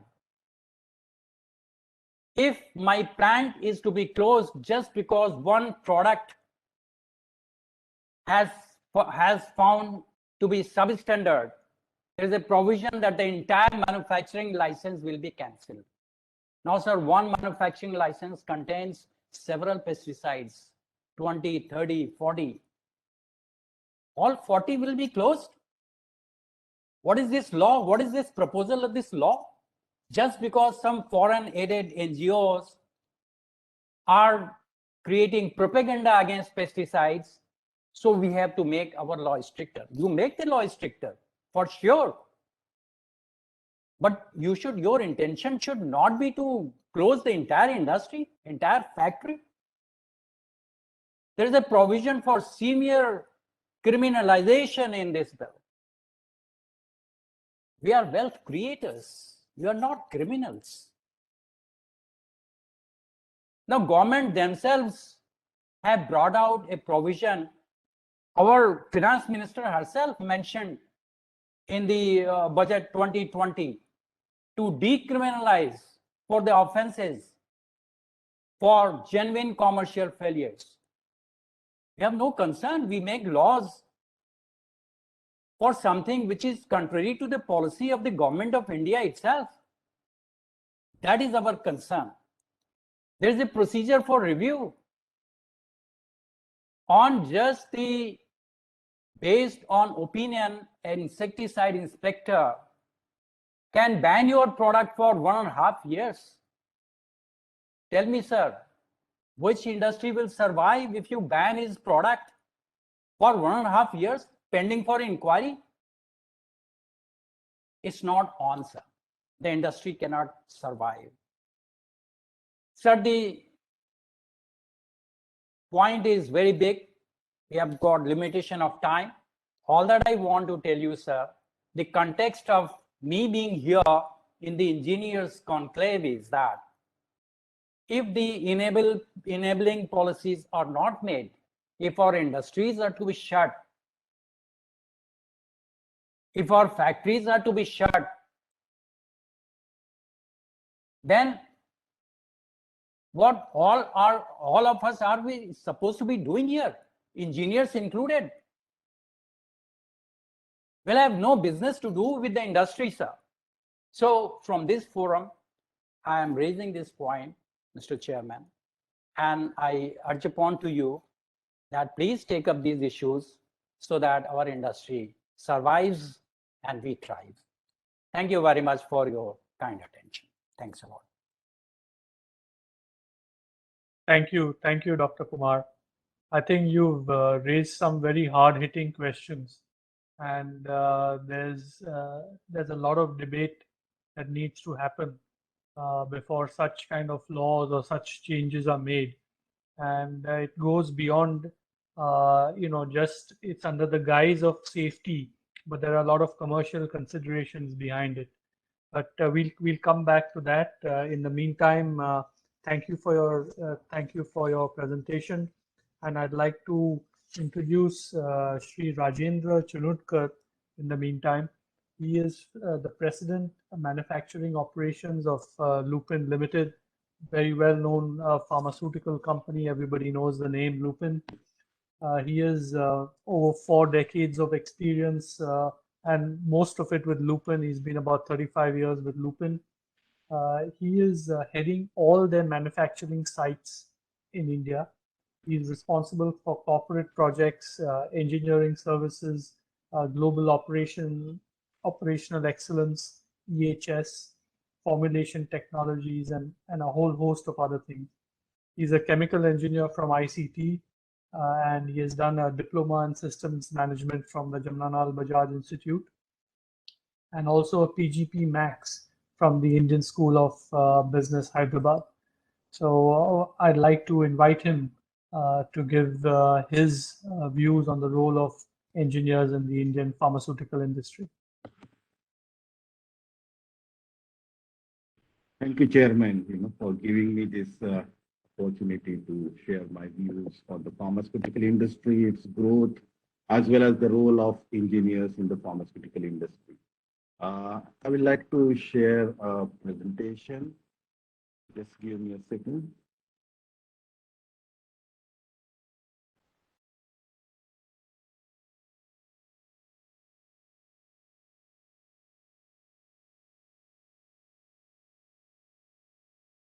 Are you able to see the presentation, sir? No, sir, we are not. Colonel, you may have to give him permission. Already given that, sir. You'll have to just click the share button, sir, and which is onto the bottom of your screen. Yeah. Now, yes, sir, it is starting. Yeah. Yeah.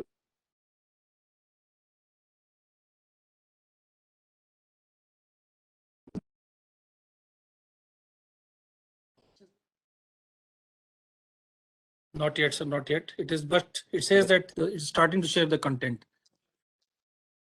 Okay. What I would recommend, sir, if you would cut your video, probably the bandwidth would be utilized in the presentation. No problem.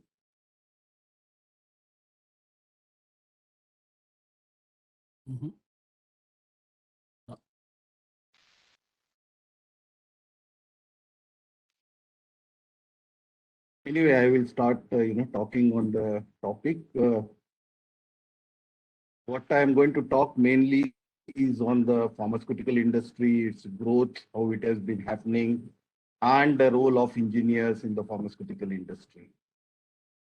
I think if we look at the Indian pharma industry, how it has grown over a period of last 12 to 13 years, what we see is in 2008, we were around $10 billion industry. And today we have grown 4 times to $42 billion. And considering, the importance of the Indian industry in a global world, what we are looking is a growth, which is a phenomenon in the next few years. What we look at is basically, say 2030, we are talking about almost tripling this, the Indian pharma industry total revenue, going from today, say $42 billion to say $130 billion. Apart from that, what we are growing in India as a pharma industry, what is most important at heartening is that the role of Indian pharma industry in the global market. Now the global market, what we were there, say in 2006, we were only say $2 billion export as a Indian pharma industry to the global world. But what today we are looking at, this has almost gone to almost 12 times, and we are now exporting $24 billion. Another point which I want to, stress here is that India has been growing its export, and now almost each and every country where each and every continent, the Indian medicines are reaching. And that's what, is the strength of our Indian pharma industry. If you look at, 34 For years back, there were only multinationals who were operating the Indian pharma. And now what you see is all the top companies in Indian pharma are Indian companies. And now we have become, global companies and exporting and having our operation across the world. Apart from that, what we see, is that in the last 5 years, government is spending on the health sector.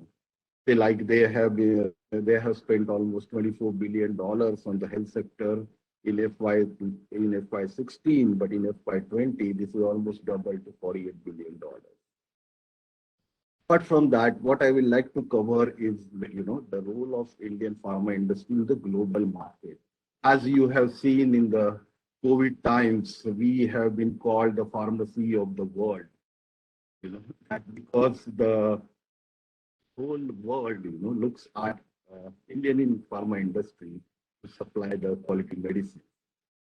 By 2030, the global market is going to reach, $1.3 trillion, and out of which, what we are targeting as an Indian pharma industry totally is around 10%, around $130 million.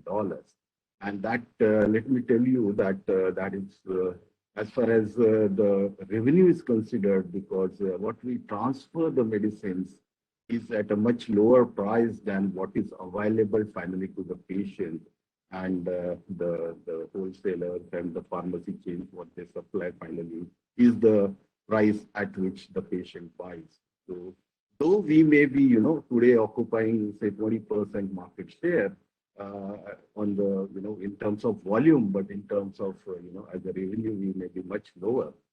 In terms of vaccines, I don't have to tell that we are, 62% of the global demand of the vaccine is now coming from India. Also, India ranks third worldwide production by volume, but only 14th by value. The pharmaceutical industry in India offers, 60,000 generic brand across 60 therapeutic categories.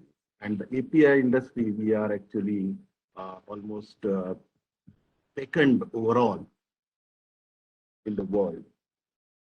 Also, India has almost 3,000 pharma companies with a strong network of over 10,500 manufacturing facilities. That's really a great figure. 40% of the drugs consumed in the US are now manufactured in India. So I think one third of the pill which is consumed by the patients in the United States is supplied by the Indian pharma industry. 51% of our generic new drug applications have been coming from the India manufacturing side.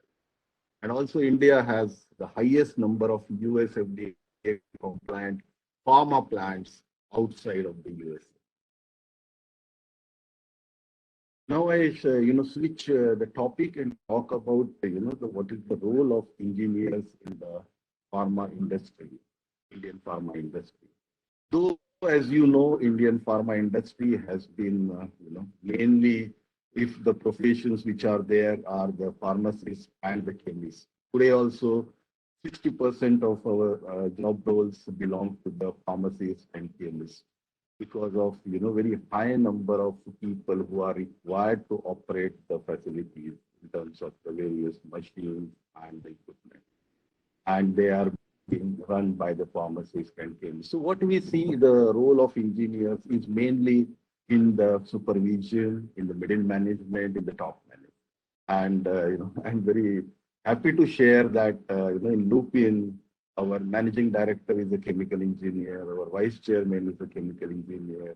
Most of my API manufacturing sites are headed by the chemical engineer. And a few of our the formulation sites are managed by the mechanical. So though we, as a percentage of the engineers, we are probably 7%. Out of a total 10,000 people who work at various of my manufacturing sites, I have around 1,400, 1,500 engineers, but still 700 engineers. But they are occupying very good position. If I look at the distribution of the engineers which are there, in the Lupin, and that will be representative of the other pharma industries also is that we have civil 60%, chemical engineering, on which the today's discussion is there, which is 44% of the engineers what we have are the chemical engineers, and 26% are mechanical engineer, 4% are instrumentation, 9% are electrical, IT, and the electronics are 11%. This number was very low, say 1 or 2%, but in last few years, the digitalization has taken the front seat, and that's why we see the IT as well as the electronic engineers, the percentage is going very high. Also, we have biotech and fermentation facility, so that's why we have the biochemical engineers also. So, what is the role of chemical engineers, especially, and other engineers in pharma industry? The most important thing what gives us the growth, the Indian pharma industry, is the new product.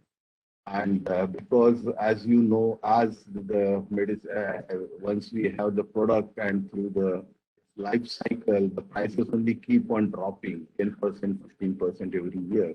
So the growth which is going to come is going to come from the new products. Like I will like to share that in India, in our Indian market, we are, I will look in, we are almost bringing 200 SKUs every year. And similar is the case as far as the other generic markets are considered.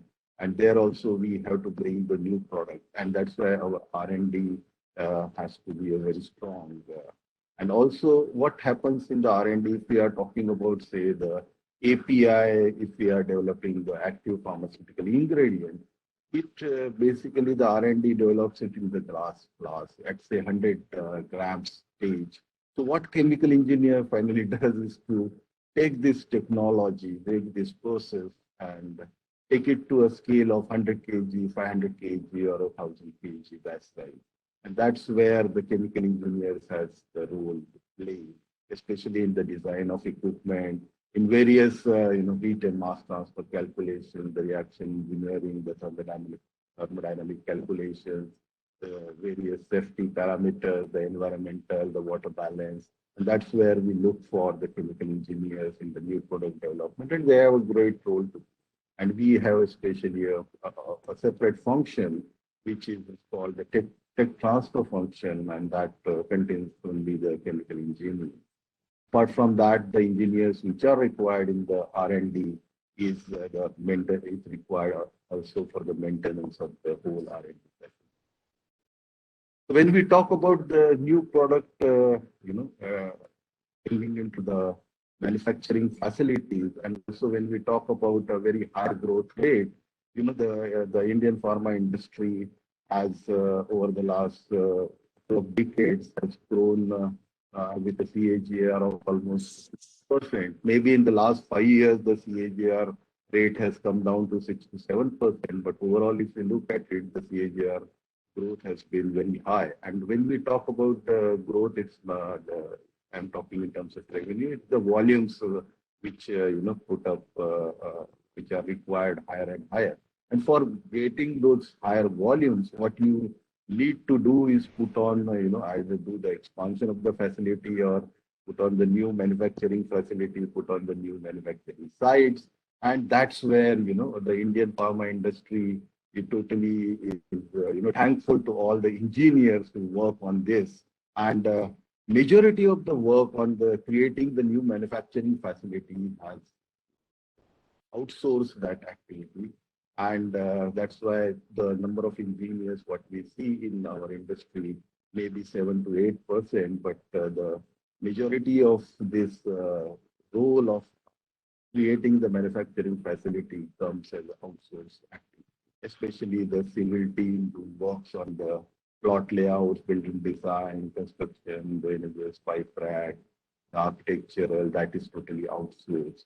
Another ancillary industry, the whole ancillary industry is developed today to supply, the equipments for the Indian pharma industry. And we have very specialized equipment whether we talk about the granulators or when we talk about the compression machine, the coating machine, the bottling lines. So these are very specific equipments, and you require the engineers for the design, fabrication, installation, commissioning, and the performance qualification.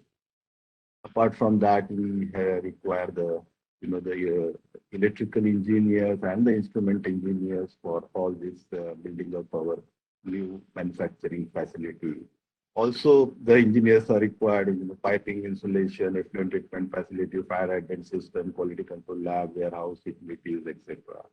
And that's why the engineers inside our pharma industry really work much less on creating manufacturing facilities. It is mainly the other ancillary industry and the consulting on which we depend.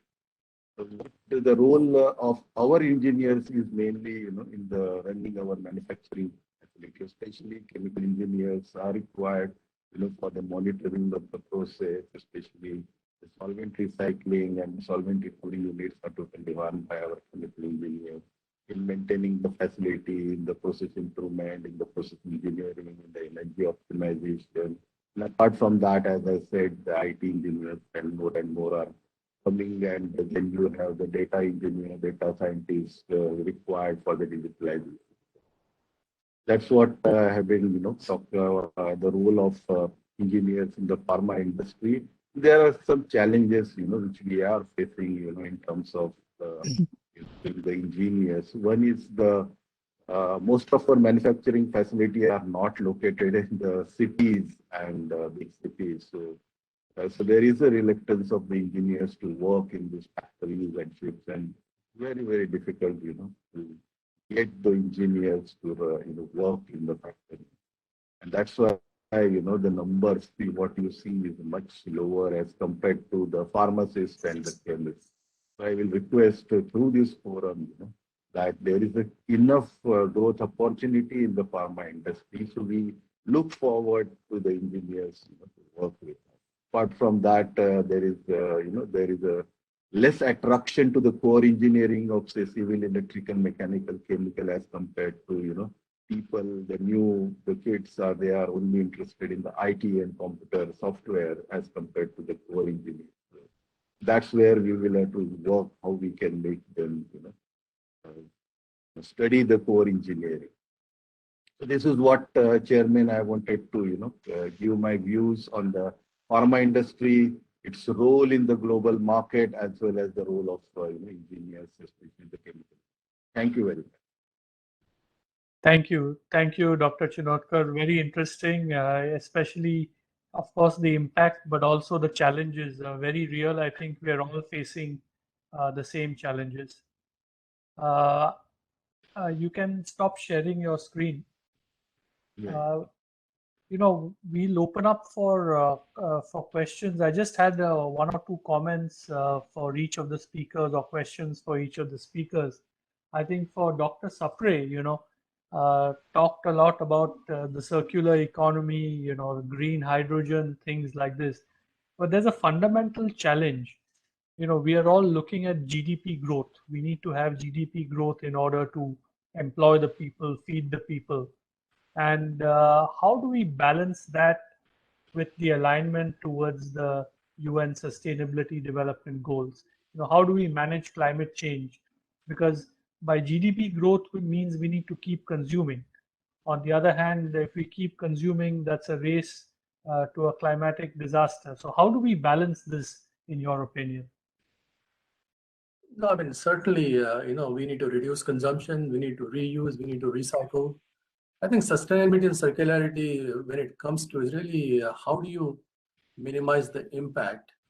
I mean, look, energy is going to be absolutely needed for any economic growth. And as a result, you need a sustainable, renewable energy. So there's tremendous emphasis on solar energy in the near term. But, we're trying to electrify almost everything, as that's what the world thinks what we need to do. But certainly how to make green electricity with a reliable, stable grid, it's not going to be easy, and you need some storage. And in my opinion, there are multiple ways you can store energy. And that's why I was talking about this algae to oil. Oil business has been around. It's primarily because it's a very high energy density, substance. So what we're trying to do is replace old fossil oil with a renewable oil. And that itself will become critical. Now, if you think about, we have a tremendous amount of coal, but very high ash coal. Now, our high ash coal cannot be actually used efficiently in the current generation technologies. So the catalytic technology that I'm talking about, essentially it's a solid new catalysis, entirely new science, if you will. And that can convert at a much lower cost, at a very low temperature, our coal. You can capture the CO2. And in an oil industry, since we know how to take oil and gas out of the ground, we can put the CO2 back in the ground in aquifers. So that way it is not really impacting the climate issue, right? Now, if you think about it, at the end of the day, it's a nexus of food, water, and energy, right? And the climate change is going to affect countries near the equator much more. So when people talk about 1.5 degrees centigrade global temperature rise, the temperature rise in India would be much higher. And our water tables are dropping. And although we have had a good rains this year, our rain patterns have not been that consistent. Okay? Our agriculture will get affected. And that's where biotechnology will play a major role. I mean, you will be surprised as a chemical engineer, I spend a lot more time in understanding biology and spending time on all kinds of aspects, everything from agriculture to human health. Now, you may not understand why we are capable of doing $100 a barrel of algae when no one else is doing it. Because as an engineer, I asked my scientist that I want to understand photosynthesis. Photosynthesis is the most basic reaction that is going on this planet Earth for the last 3 billion years. And at the end of the day, it's a quantum physics, because you're converting photons to electrons to carbon bonds. And we don't even have the mechanism to understand the rate at which this happens. But we as an engineer said, I want to understand photosynthesis, that's the only way I can build plants with a known capex and opex. So we put tremendous amount of effort into understanding how these photons get converted to electrons, how do they form carbon, hydrogen, oxygen bonds. Okay? And so once we understood the photosynthesis kinetics, we're able to build these facilities, whether they are related to ponds. And at the end of the day, actually, what is algae? Is nothing but a food. I'm converting food to oil. It's a stupid thing to do. The food itself, I can make anything I want. I mean, today in my algae, I can make any protein you want. I'm making the same protein that Impossible Burger is making in the US. India is an iron deficient country. We're a protein deficient country. So the first products I'm going to make in a large scale are really proteins. Right? It's going to affect the way we consume food. So if you think about from a sustainability perspective, our agricultural productivity is only 3% efficiency in a C3 plant, and maybe 4.5% for a C4 plant like sugarcane. In algae, I can make it at 15% efficiency of photons to food energy, okay? So that will reduce the land use, it will reduce the water use, it will reduce the fertilizer use, everything that you're talking about. And that is what the impact of biology is. And at the end of the day, the human species will have to think about adaptation. You're not going to achieve 1.5 degree or even 2 degree arrested at no matter what, because every country is going to go and look after how do you grow the economy. And it is consistent that we have to make sure our population gets a fair share of economic growth. But how do we do it sustainably? And that can be done by new technology, new science. And that's what I was talking about. You need to have entirely a different way of thinking about things. And that's what I call about a flagship development, not just doing things bigger, faster, and because that's just being a fast follower of whatever is going on. You're doing just a little bit better. Can you do it a step out? Completely different. And that's when, I think about, we talk a lot about innovation. To me, if you don't have inventions, innovations don't matter. And so that's where we need to focus entirely differently on the way we educate people, the way we develop things, and way we implement things. Take some risks. And so that's the only way our economic growth will be sustained. That's the only way our population will be climbing the ladder of prosperity. And this will happen if we collectively look at entire ecosystems. We need a revolution at every aspect of our life, to be honest with you. Maybe it's a very short period of time. I can give an entire 1 hour lecture on any subject that you want to talk about. On what we'll invite you, Ajit. We'll invite you separately. Yeah, thank you.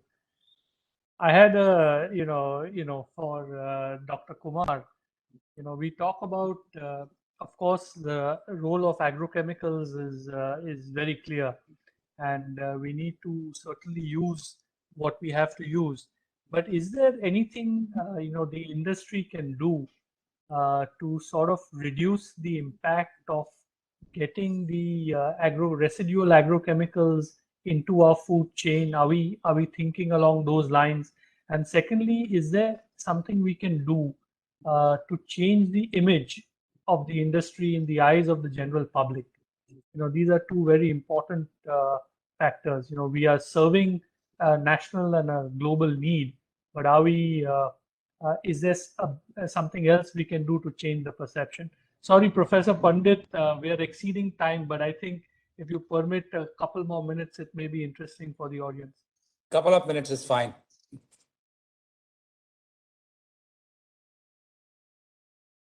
Is Dr. Kumar there? Let me unmute. Yeah, sorry about it. What I was saying is that you have raised the right point. The image is something that is damaging us a lot, and perhaps all these faulty policies are coming in place to, arrest the growth of pesticides. But if you look at the situation holistically, pesticides have got a role to play. And if you analyze the data, the food contamination or residues, etc., that you read in the newspapers is one of the lowest in the world. But there'll be residue if you use a pesticide. There is no way you can avoid residues. You will have residues, but residues have got something to do with the MRL, called maximum residue limit. So the moment it exceeds the residue, the maximum limit, general feeling is that it has become toxic or it is detrimental to the environment, which is not the case. There is 1,000 times safety factor built in when the evaluation of these pesticides are concerned. And therefore, even if you get the residues, they are not at the level which cause the harm. Now, there's something, this promotion has to come. I mean, we keep talking. People don't believe us because we are interested party. It is for more to government who approves our product and declares the maximum residue limit in that. So it is for them to give the clarification. As far as our stand is there, we always are telling whatever bad side of pesticide that is, perceived to be bad. We always keep saying, residue is one. People talk of, cancer. People talk of environment, this, that. Can you believe that there is not even a single pesticide registered in this country which has got carcinogenic potential? Do you know pesticides are the one chemical molecule which goes through a maximum number of the studies, especially with the carcinogenicity, with the teratogenicity, with the mutagenicity. Now, having tested all these things, some foreign funded NGO says that XYZ is carcinogenic. You tell me, is it not the fault of the policy that government also should stand up and say, no, you're wrong. This is what we have evaluated and we have approved. It is all fine. So, sir, what I'm saying is that... Yeah, actually, this is also a forum which at the end of the conclave is supposed to provide some advice to the government. So all your viewpoints which everybody has discussed will come out in the form of a booklet, and that booklet would be forwarded to the government agencies, the policy makers, in terms of what are the general perceptions, requirement of an industry. So it is not only a discussion forum which decides the future direction. Whatever Ajit said or whatever you are saying or whatever Rajendra said definitely will be communicated to the government. Thank you, sir. Thanks a lot. Thank you. One last point for Shri Chanotkar is, pharmaceutical industry has proved itself, especially during COVID times. The growth rates are fantastic, even for the last decade, 15 years. One weakness, if I may call it that, is still our dependence on the imports of the APIs. And what can we do as a country to reduce that dependence? Because ultimately, the pharma industry without the APIs can't really do anything. So what is your view on that? So I think if we look at the Indian pharma industry, I think first we started with the the API, the Indian companies, not so much multinational. So always the emphasis of the Indian pharma industry has been to develop the API. But because of the various regulations, some of the API production we had to stop and depend on the China. I'm very happy that with the PLI scheme which the government has now introduced, there is more and more emphasis on manufacturing not only the API, sir, but also the key sourcing starting material, the KSMs. And those KSMs are today coming from China large. But hopefully with the newer plants coming up, we will be less and less dependent on China for the API. Thank you. I think we've exceeded our time, but very interesting discussion. Thank you to all the panelists. I'll hand it back to Professor Pandit. Thank you, Vimal. I think you have exceeded the time, that's okay. But I think we were addressing certain issues which need to be closed or which need to be concluded anyway. So thank you very much, all the panels as well as Vimal for beautifully conducting this particular session, showing what we have done so far and what we really need to do in future, because this is equally important. Thank you very much again, and I hope we will be circulating the sort of a policy document to you for your comments before it goes to the government. Thank you. Thank you, Vimal, again. Thank you, Rajendra. Thank you, Dr. Ajit Kumar. Thank you, Ajit. All the best. Thank you. Thank you.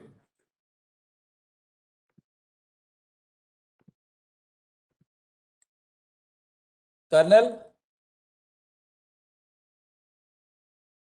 Yes, sir. Yeah. So shall we move on to? Yes, sir. We should, sir. We should. Yeah.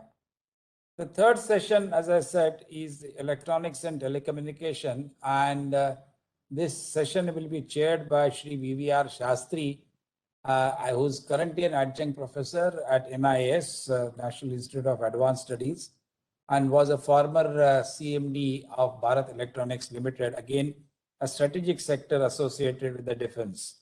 He has significant contributions to his credit in terms of wireless secure networks, gigabyte passive optical networks, next generation 4G networks, so on and so forth. But I think the most important thing to be recognized or to be specified here, that he was conferred with the prestigious Electronics Man of Year Award by ELSINA, which is Electronic Industries Association of India, for the year 2007-8, which clearly recognizes his contribution to the electronics and telecommunication industry. I'll hand over the mic to Sri Shastri to conduct the third session. Thank you very much. Thank you, Panditji, and it's very interesting to see the other sectors, what were the Amrit movements. Now coming back to our basically electronics and computer engineering, there were so many innovations during this last 75 years, and the subject matter is so wide, and in order to consolidate or to identify and put some 3-4 Amrit movements or major achievements in different sectors was a real task. I think basically, we selected 4 sub-themes. One is the mobile communications. The other is which has impacted the common man's life, the way the elections are being conducted, how the electronics have changed the way the Indian elections were being made, and how it has transformed into a sort of totally a digital system. So that is the other area. And the third area was a strategic subcomponent level. That is the development of the terabit routers, which are of very importance in the networks of the today's keeping in mind the type of security, network security, cyber security issues, etc. So that is the other subject which we have there. And then we have come on to the education side, the way our students are getting admitted into the colleges and the way they are being selected, and the need for transparency, the need for what can I say, compliance with the rules, etc. How a sort of a software package has been developed, and how it has made a change or made a paradigm shift in the method of what can I say, selecting students into the colleges. I think these are the 4 subjects which we have chosen in this area. And in my panel, I have 4 distinguished professors. I think 3 of them are professors, and one is a great, telecom expert, Mr. Upadhyay. And basically, first we will go ahead with Mr. Ashwin Gupta. Ashwin Gumaste. So he is from the Department of Computer and Science Engineering at IIT Mumbai, and he is the professor there. And then he worked with Cisco Systems and Fujitsu, and traveled very widely all over India, and he has almost around so many patents to his credit. And then he has led a family of telecom transport products called carrier Ethernet switch routers. I think that is his basic core strength.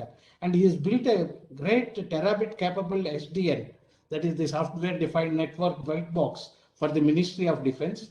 And he has been having had around 26 US patents and published around 200 papers in this area.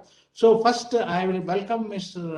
Ashwin Gumaste to deliver his lecture on the indigenous telecom routers for the nation's cyber security structure. I think this is really one of the Amrit movements which has made India self-sufficient and capable of producing the state-of-art terabit routers in the country. I think to you, Ashwin, please go ahead. Ashwin?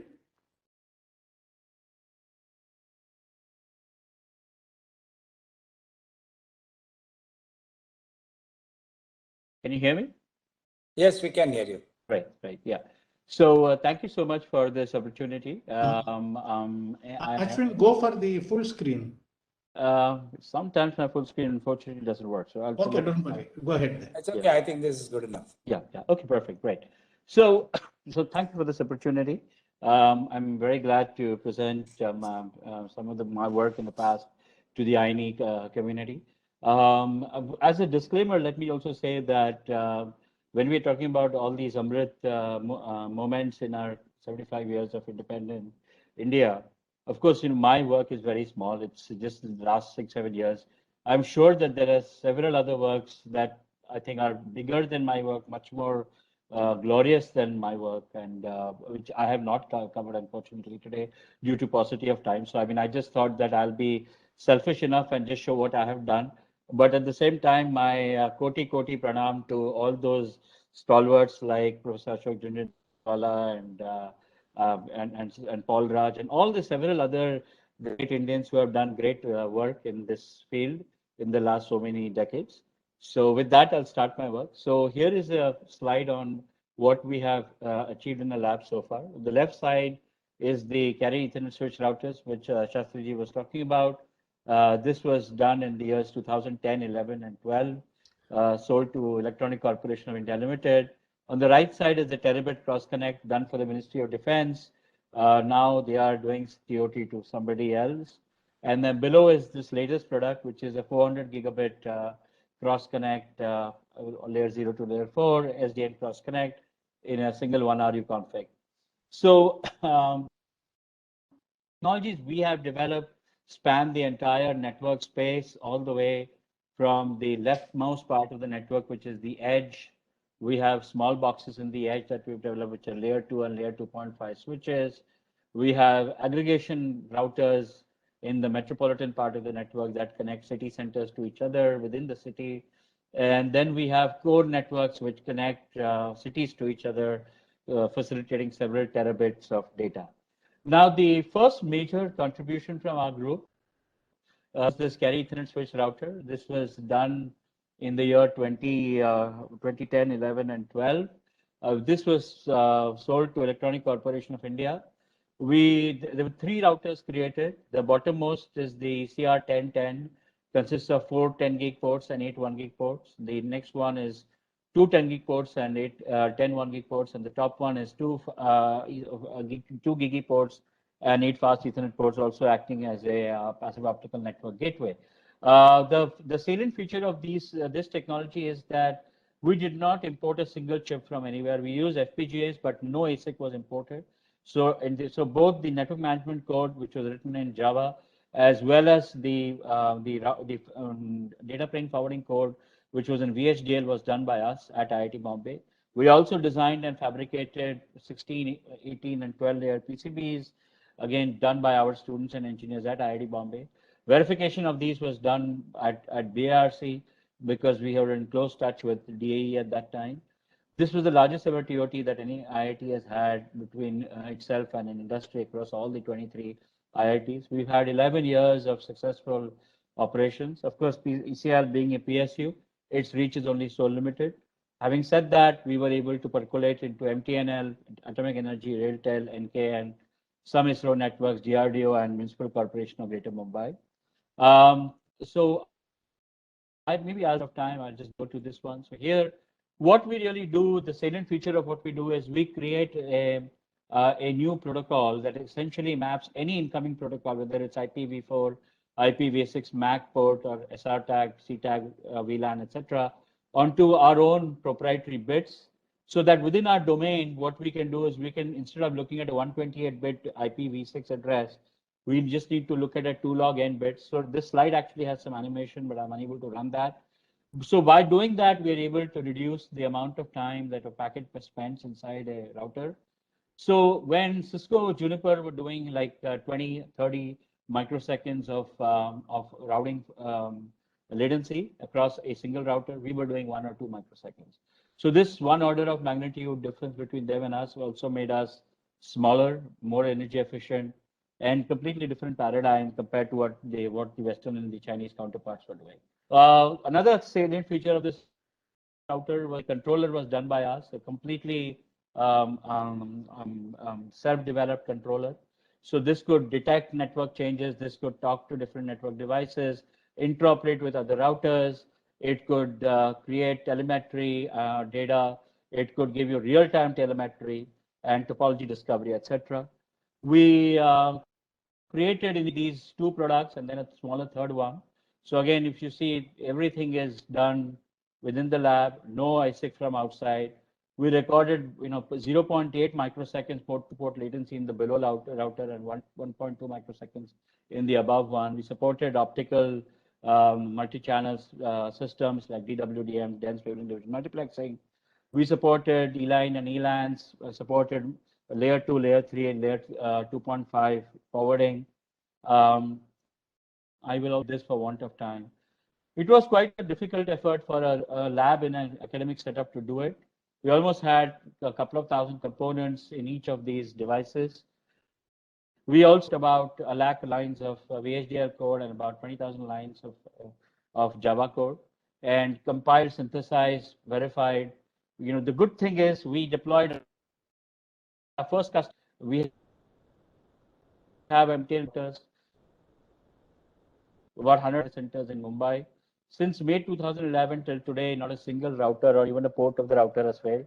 In some sense, that's not good for business because usually we want to change equipment of just every 7 years, but here things have lasted for almost 11 years. We also went outside across the city of Mumbai, deployed a 1.5 terabit network. This was existing till 2019 and then was replaced with a higher end technology. And we were able to do things like bandwidth on demand, changing the traffic between North and South Mumbai between the morning and the evening, depending on the traffic. This was commercialized by Electronic Corporation. We have some user reports on this. So for example, MTNL at some point said that they have not a single router has failed. Similarly, Municipal Corporation of Greater Bombay used this in some of its enterprise networks, in hospitals actually, as a communication system for video learning as well as telesurgery. Next, we developed very recently, about 3 years ago, This was a 20-layer PCB-based design with 2 FPGAs. So here you see these are the 2 FPGAs, and we have 2 SerDes. Again, no other chip on the router, no Broadcom, no chip, no external silicon was used, and this was part of a DRDO project. We for a full country kind of a setup. We could do 1,500 kilometers without regen, 5 microsecond port-to-port latency. With a small 10.5 terabyte testbed of these routers. And again, the thing that I want to show is that we gave very deterministic feedback latency. So if you look at the top right figure, so here essentially we start with 2 microseconds for a single hop, and then it just kind of increases very linearly and across all different protocols. So it's not just limited to layer 2 or layer 3, but you can even do a combination of layer 2 and layer 3, which is the third protocol, which is MAC plus VLAN plus IP. So those are difficult protocols to do, but still our latency impact is very deterministic. Whereas in typical IP routers, it's extremely probabilistic. We could do 50 millisecond restoration, the 5 equipment failure. We can reroute the traffic across a node and edge disjoint path within less than 50 milliseconds. In fact, we can do even better than that, but those numbers have to get classified right now. We did come with Cisco Juniper routers. Left side, the rack is Cisco and Juniper, and the right side is our routers. The view graph shows that the bottom line is our routers in terms of latency, and the top one is Cisco and Juniper respectively.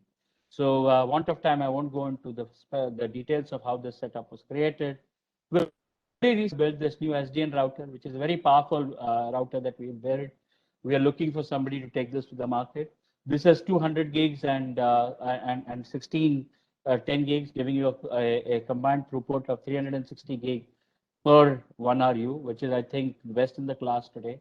We are also coming up with a more intense product of about 800 gig in a 1 RU. What's typically for the BFSI and the enterprise as well as service provider application. We conform to the latest protocols in the field like YANG and RedNetConf and RESTConf, etc. And this is, in fact, just about a week ago, this became critical. We have completed all the testing, and now we are looking for a party next level. So that's all I really have. Happy to take questions. I hope I was within my time. Hello. Thanks, Ashwin. Thanks, Ashwin. And I think any 1 or 2 questions can we take for Ashwin? Otherwise, I have a few questions for you. The first thing is that, why do you think that such a good developments are not going really into the field? And the complete networking today, if you see, is full of imported, sort of routers and all that. Any specific point you would like to bring out? So I think, sir, just like every other major high-tech technology, we are still averse to buying anything that is Indian. I think that stigma remains. So I think that's the single point. Government policy is now very good. I mean, it is not the way it used to be 20 years ago. Things have improved. So and we are seeing continuous improvement. So government is supporting, but it's just that it will take time for the sea change to happen. And as a sort of academic institutions, are you not able to get tied up with some manufacturing company, at the beginning itself, so that a product can be sort of marketed or projected and things like that? So the thing is, there are 2 kinds of companies we could do, or rather 3 kinds. One is we could work with the PSU, which we did try with ECIL, as you're aware. That was reasonably successful. But then the PSU always has its own constraints in terms of taking it to the market. How much can they do? Then there is this issue of working with a startup. And then with startup, of course, the funding becomes a challenge for something like this. And then there is the issue of working with a larger company. And then the larger company will generally, my observation is with larger companies, the goalpost keeps changing. They themselves many times have never been into this sort of product development. So they don't know exactly what is required or what the market needs. So it's reasonably difficult to work with them as well. So in the sense, it's not a great situation, but I think with time this will improve. Okay, just last one, this one. What do you see the future trend in this segment? What next? So I think that's a great question. So I really think that, you know, one of the things that we are doing in some level is we are always playing a catch-up job, you know. So, you know, when we so for example, when we did the carry thin switch router, we were ahead of our time. But when we did the terabit cross connect, we were somewhat not exactly up to speed. Now what we are trying to do is we try to ensure that we are always up to speed. And in fact, that's one concern I have with Indian, indigenous players as well. They're doing a lot of catch-up job. So we need to really define what the right technology is. So today, for example, in the West, we are seeing that there are 400 gig interfaces with ZR and ZR Plus standards. We are seeing, chips like Silicon One from Cisco, which is a 25 terabit single chip, and we have nothing that competes with that. So, so significant integration, and of course the main mantra seems to be power. You know, cutting power consumption significantly. So we are looking now at things like less than 0.12 watts per gig of power. So we're getting to that point, and I think, and that's where I think there will be a lot of research happening in the future. Okay, thanks, Ashwin. And if we have no more questions, I think from anyone else, so we'll just anything else, please. Sastry, if you allow, I have one question for Professor. Please, sir, please. It was a real nice talk from Professor Maste. I just wanted to bring to this professor as well as others that CDOT is also developing various kind of routers. And we supply our routers to DRDO. We have also supplied our terabit routers.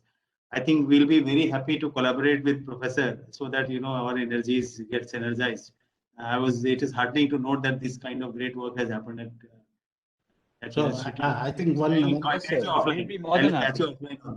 Yes, one real benefit of this seminar is that I think both of you are going to talk to each other. Yes. I will look forward. Yes. Okay, good. Thank you so much.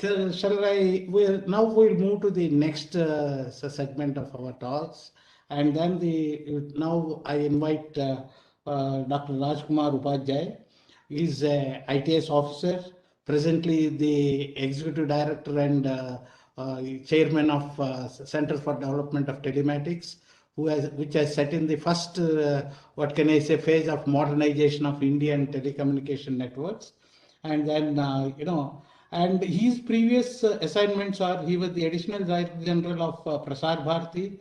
Then he was the advisor telecom in the telecom tribe. And then he has worked in various capacities in BSNL. And then, he holds a PhD degree in corporate strategy and policy, and MBA from IIM Bangalore, MTech from IIT Roorkee. And then he's a winner of several awards, JC Bose Award from Ministry of Defense, National E-Governance Award, etc. And presently is looking after the basic total R&D activities of CDOT.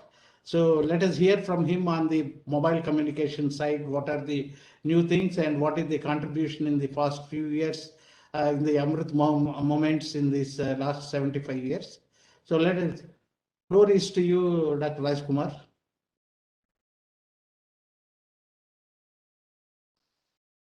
Please go ahead.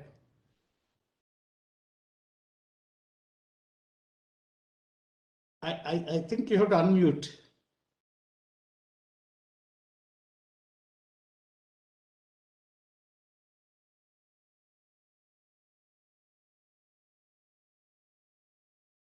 Am I audible now? Yeah. So thank you for this opportunity. So I'm going to, my screen is visible, right? My screen is visible. Yeah. Thank you so much for providing me this opportunity. So I'm going to talk about 4G, 5G, what we have been doing in CDOT. So I was given a template, so a little bit I have tried to cover as per the template given to me by Professor Sastry. So important milestones in telecommunication, right from 1876, when the invention of the telephone was done by Graham Bell. Then, the calls made in 1926, beginning of semiconductor era in 1950, which, led to a lot of new developments, miniaturization. Then in 1973, first modern era mobile phone by demonstration was done in Motorola. In 1983, commercial launch of mobile cellular service happened. 98, we launched mobile satellite handphones. 2003, VoIP telephony was introduced. And all these developments actually led us to a great revolution in the mobile era. And by 2014, we had achieved a mobile phone subscription of 7 billion. So with respect to, how primarily the whole telecom landscape has been, dominated by the mobile telephony. And this has, really progressed very well with each stage. If we look at 1G, when the first analog system came somewhere in 1980s, it led to some improvement in 2G that led to 2G, where digital voice calls were possible. This was further improved by GPRS and Edge for data. Since the data rates were lesser, so further development led to 3G, wherein the broadband actually started from 3G primarily, and smartphones also started coming. We had speeds, then these speeds were enhanced by HSPA, HSPS plus. Then when the 3G came, we thought, oh, it's a really great thing, but slowly, demands kept growing. And the 4G came, which really changed quite a bit, especially in our country. The data rates are so less. In 2014, if you look at data rates were 220 rupees, 220 for 1 GB. Today it is 11 rupee per GB because of the 4G and the enough competition in the telecom market. So 4G gave us another good speed of up to 1 Gbps, led to many new applications like HDTV, IPTV, digital video broadcasting. And then now we are talking about 5G. Many countries have launched 5G. Primarily 5G has been launched using 5G non-standalone mode. And some of the operators around 8, 9 have launched with standalone. And while 5G is evolving in release 16, 17, 18, there are already people have started talking about 6G. There are a lot of, I read a couple of papers from 6G from Samsung, Deloitte, and some of them claim that we have demonstrated some of the 6G applications. So, 5G is definitely going to be a very different technology compared to 4G, because it allows you network slicing, network function virtualization, so many facilities, which is going to open up lot many possible ways of not only connecting for voice and data, but it is opening up not many applications for the industry part also. So this 5G is going to go by, if I go by the timeline, every 10 years, one more G comes. So given these the Gs are moving 10 years, we expect 6G to come up by 2030. As regards CDOT, CDOT has been premier R&D telecom institute of Government of India. We got into glory by indigenizing the racks and max telephone exchanges in the country, and which brought very ruggedized telephone equipments to our country, which was actually touted as a telecom revolution. And post that, many new things came up in terms of optical technology. Our optical technology is powering BharatNet.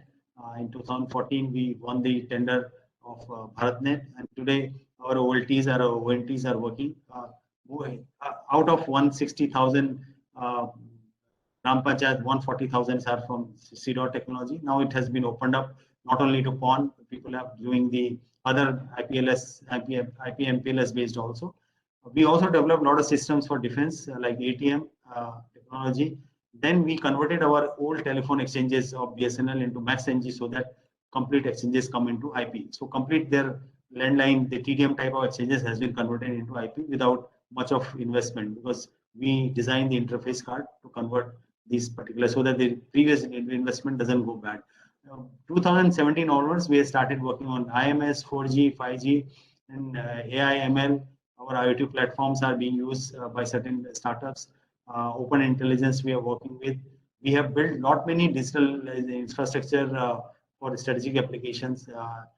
Not many security applications has been developed for the government because the security needs are growing day by day. So cyber security and security of infrastructure, law and order has been one of our focus areas where we have been supplying our solutions to the government.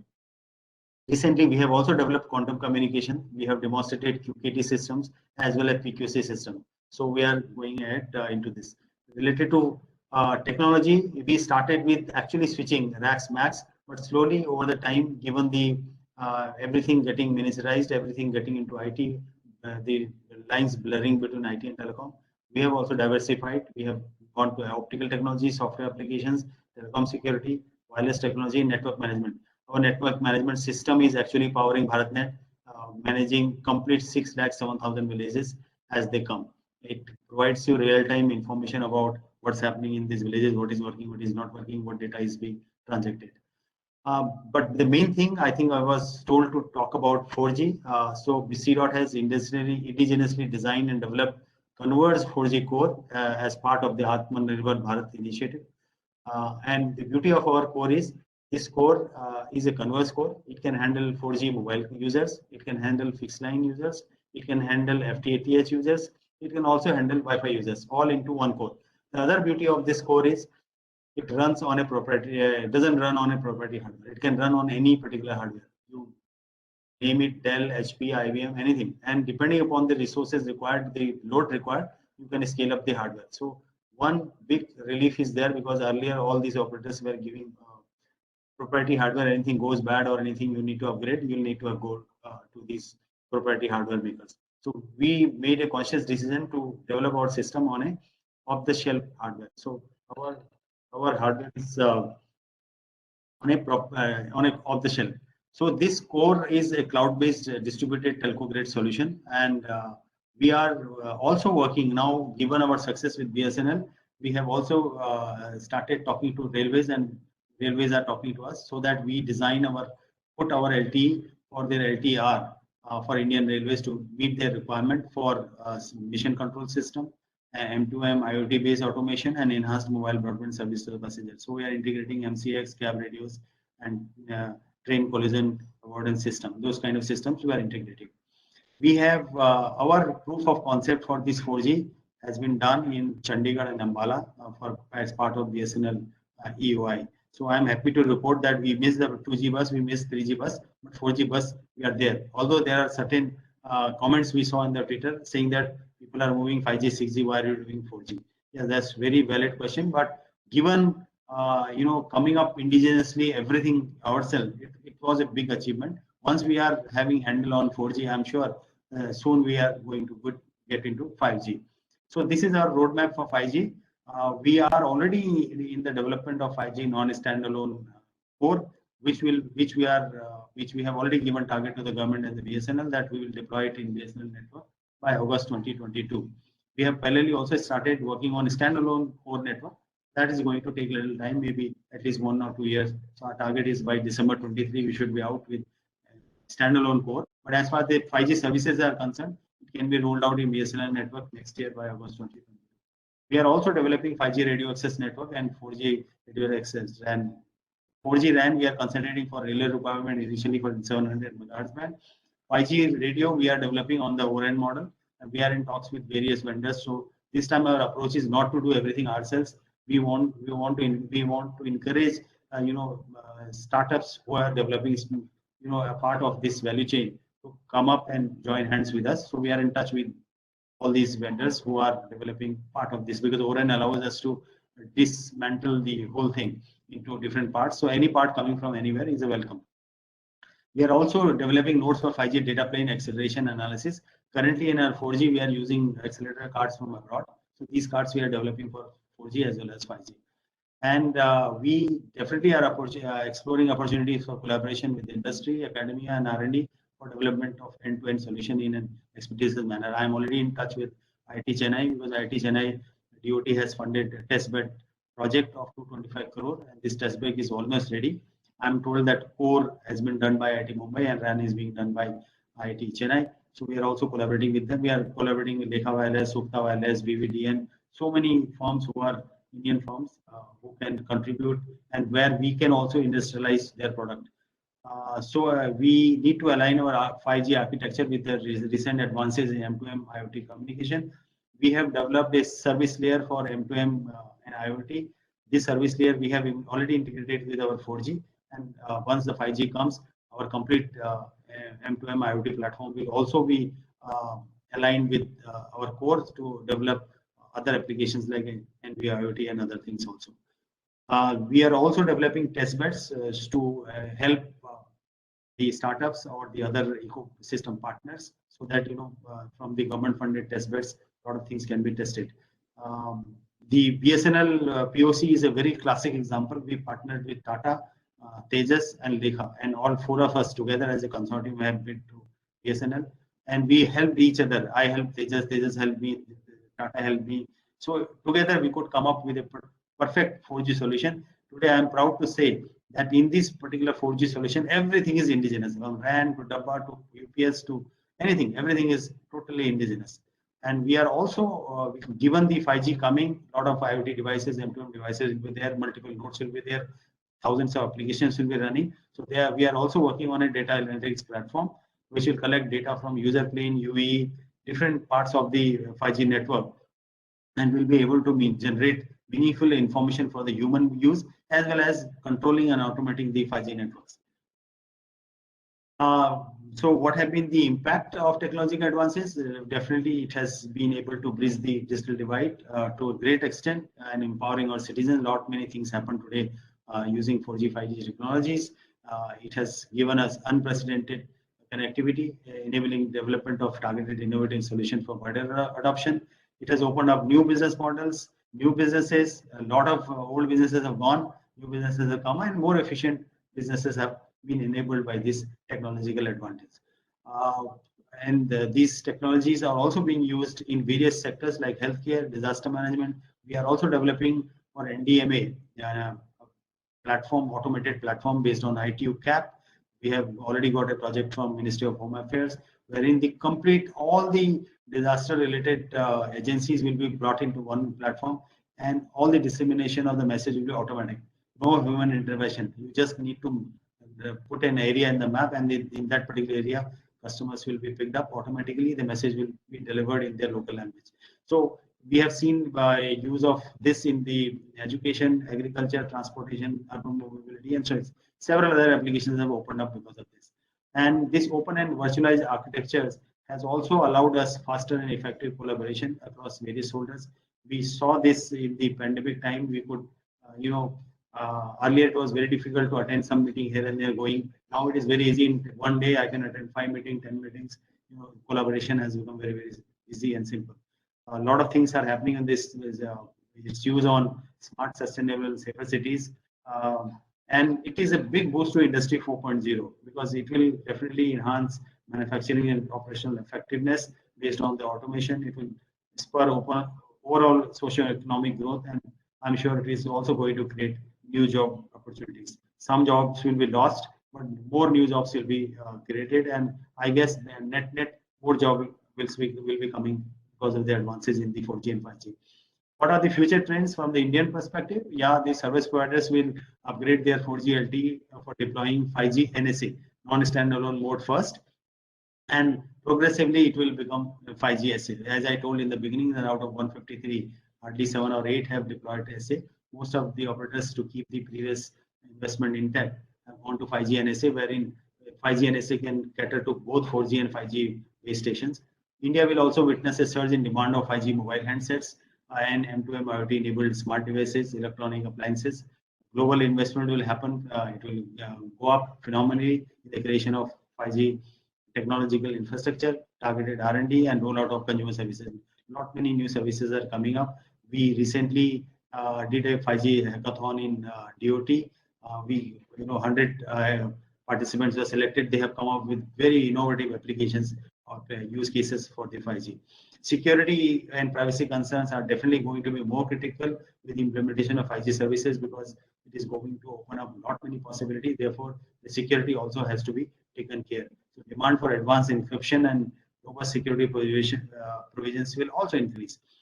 There will be many cutting-edge innovative use cases in various dimensions. I'm sure that it is again going to lead to a drastic transformation in the business model. Not many things are going to come in after the 5G comes, especially after the 5G comes. Now, the other thing is that significant thrust is being laid on the indigenous development of beyond 5G and 6G technologies. Government of India came, at least forced BSNL to tender that only indigenous core will be used, and that we have been successful. So now there is a point that I'm sure the combined might of our academic institutions, R&D institutions, and the industry, there is no doubt that we can actually produce 5G and 6G for our country if we do it together. TSDSI in this regard is also doing great job. 5GI is one great example wherein we could get 5GI approved from ITU. So there is a great potential that the technologies for 4G, 5G and 6G radio and core will be developed in our country.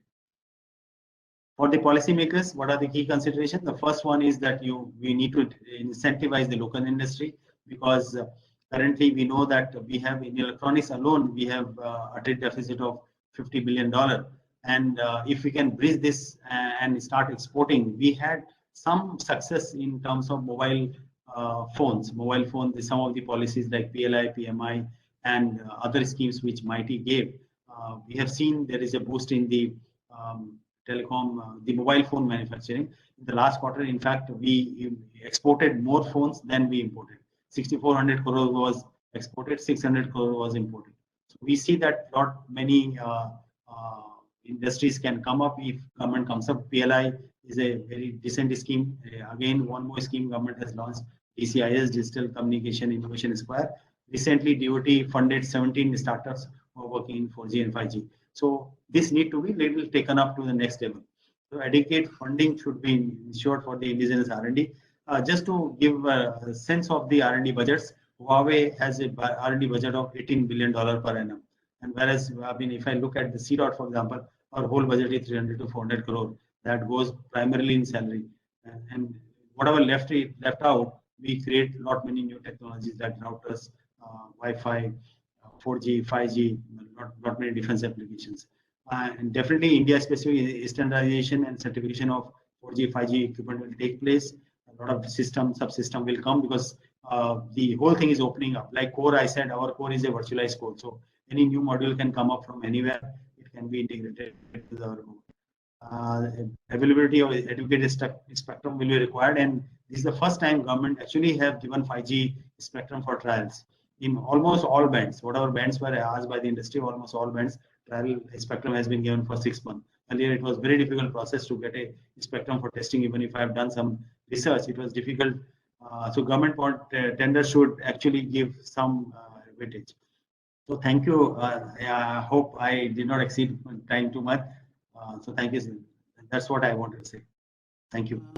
So thanks, Rajkumarji. I think you have done a. I'd like to ask a couple of questions. Please.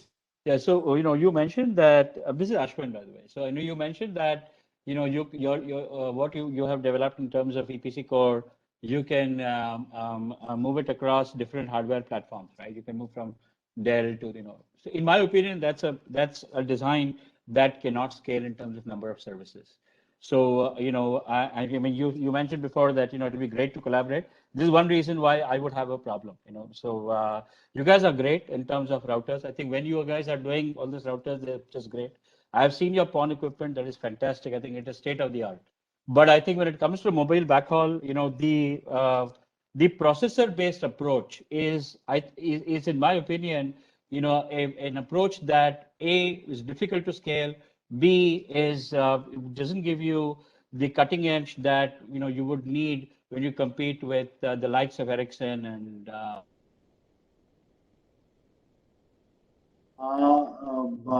as far as the scale is concerned, our solution is independent of hardware. Like what I meant was, even if you put a very small server, it will work, but it won't give you scale. For example, for 10 million attached detach and 100 GB throughput in what we have shown to BSNL in Chandigarh, we have around 18 Dell servers. So if you need more scale, you need to more computing resources. So it is just scalable. You keep adding your server farm, the load will be taken care. As far as the acceleration part is concerned, we have currently used the data accelerator cards in the server. So the only hardware we put in the additional in server is the accelerator card. And this accelerator card currently we are importing, and we have already started developing this accelerator card ourselves. By another 6 months, our own accelerator cards will come. So I don't find any reason right now for scale up, because the conditions of the BSNL tender are very, very stringent. And we have their requirement was 50 GB throughput on the data plane. We have shown them 100 GB. And they had asked 10 million. We could show 10 million attached detach. We couldn't show more than 10 million because these testers are not capable of. So putting two testers back to back, aspirant testers, creating 4 instances of 2.5 million each, we have been able to show 10 million attached tests simultaneously. Ashwin, one compulsion may be the market penetration. I think if you have to really get into the market. Again, don't get me wrong, but I always feel that CDOT has a potential of becoming the Huawei of India. I mean, I think that's what it is. Yeah, that's and correct. I've heard Upadhyayji's comments in other forums. I think he is the right leader to take this to becoming Huawei of India. I mean, if there is anybody who can, then it's him. Okay. And whatever help he needs, we are all there. Okay, good. I think can we move to the next one, please? Sorry, because of the time, this one. I think your presentation, Rajkumarji, is perfectly, covered all the aspects, and very happy to. I felt very happy when you brought out all the issues, especially what is, what is the future, what are the inputs for the policymakers, and what is that it has been developed. And only one question I have: are we becoming a part of the 6G standardization committees, India, in that sense? Sir, actually, our standardization efforts for the India are driven by TSDSI, and we are member to TSDSI. So TSDSI is the body which takes the standard forward, and all the ecosystem partners, industry partners, academic partners actually converge at TSDSI. We come to a particular thing, and then we represent the 3GPP. So it is individually we don't go, because we go through. Yeah, that's the way. That's the way we should. And I wanted to thank you. You said you covered all points. You provided me the template. You said this template presentation should. I'll try to align to your template.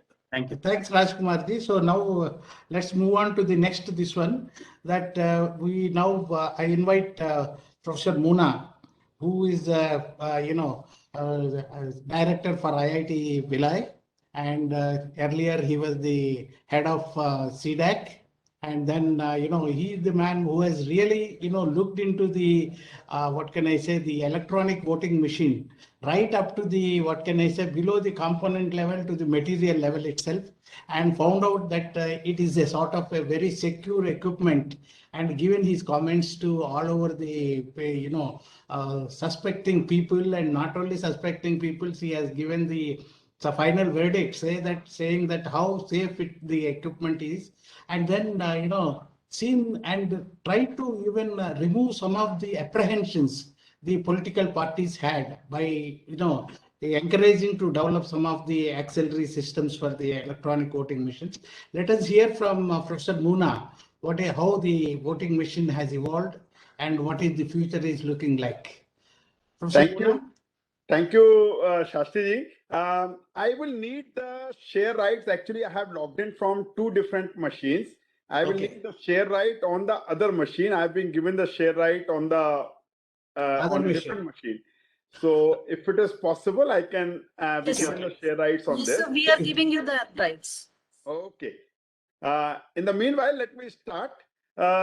See, Indian voting machines are basically often people actually, and I will probably start with this one quote, which says, when no advanced country is putting the election voting machine or elections on voting machines and they are failing, why is India going into the voting machine?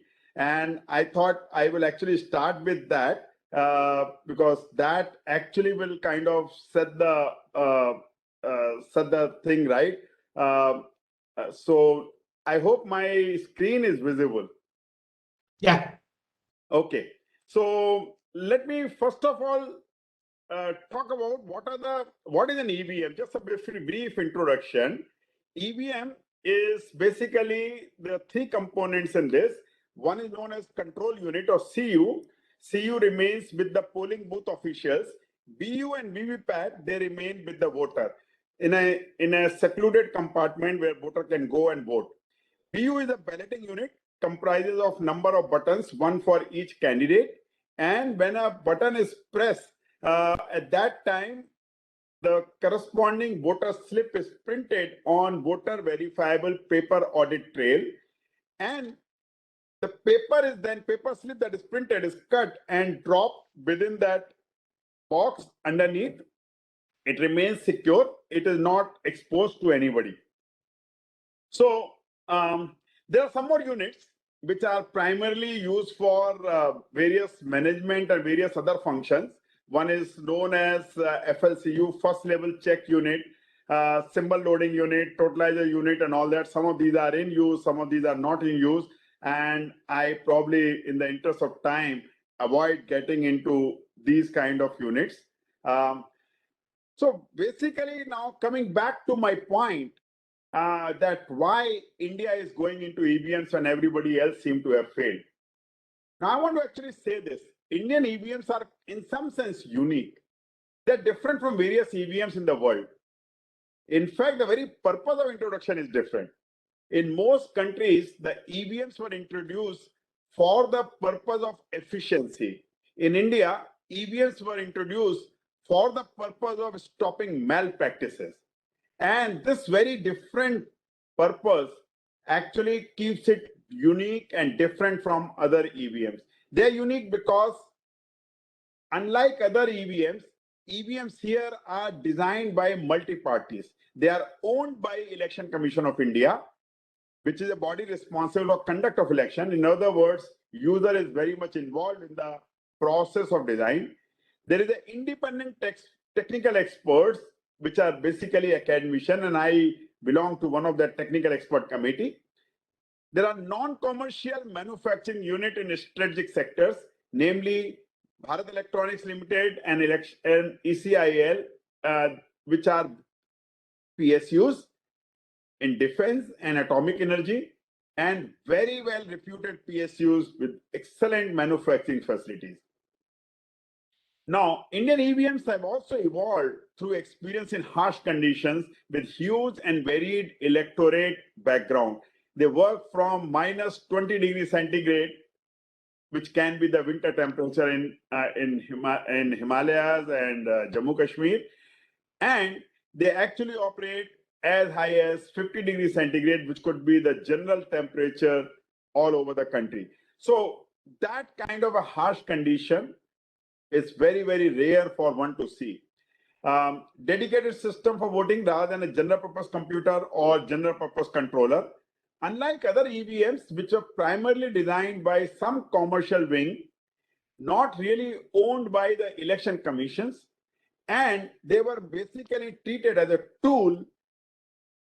And since these were not non-commercial manufacturing units, they had the commercial interests also available, and therefore everybody would cast an eye of doubt right there. And there were many shortcuts which were done, and these kind of things which were done, which were actually made it often not so secure.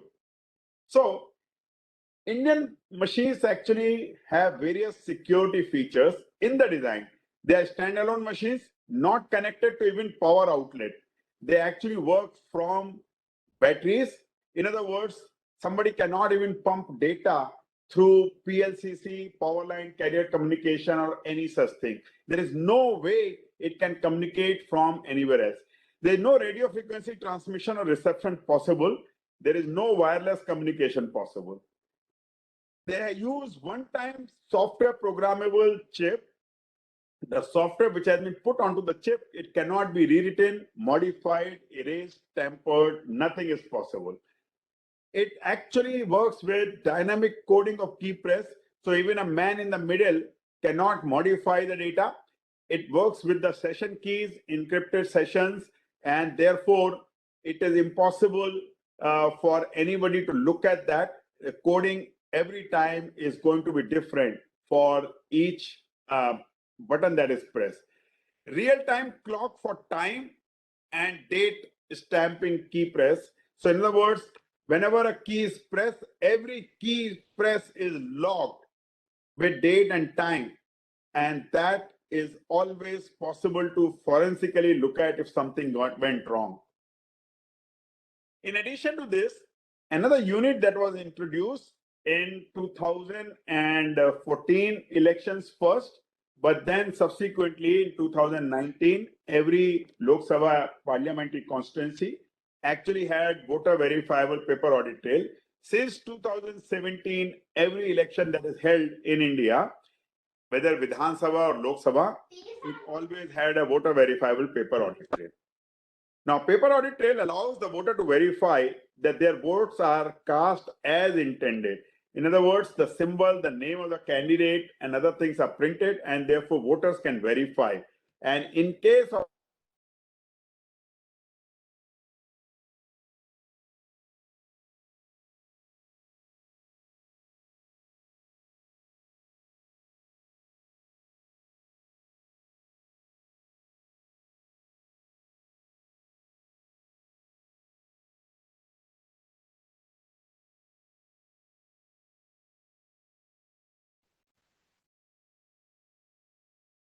Hello.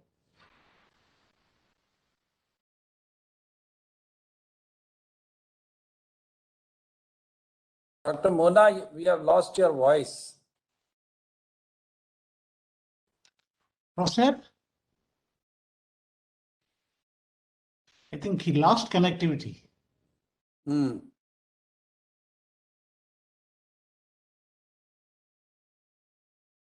Monaji?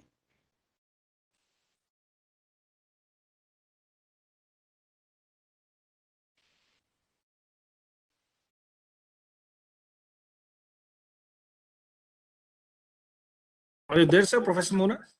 okay, yeah, okay. I'll just try. Please. Am I audible now? Yeah. Yes, you're audible. Okay, sorry about that.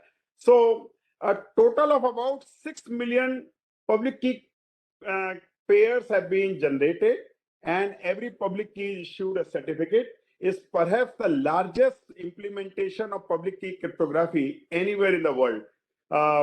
It was the second largest, possibly being the finance sector, which is much less than these many certificates or these many public keys.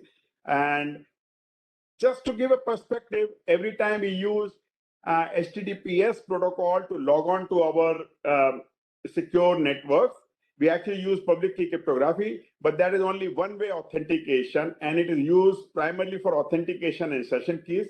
Here, public key cryptography is used for two-way authentication and to identify whether the unit belongs to the same generation or not. This is actually a very, very important thing. Key generation that is carried out by units, unlike other places where key generations are carried out and public key and private key both are at some point at the time of generation are available. So one can actually say that at that point in time, private key could have been smuggled out.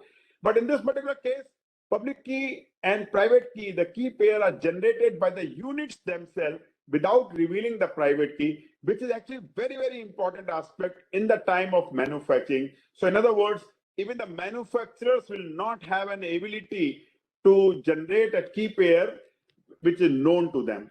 And these keys are used for mutual authentication as well as session key establishment. Going forward. So,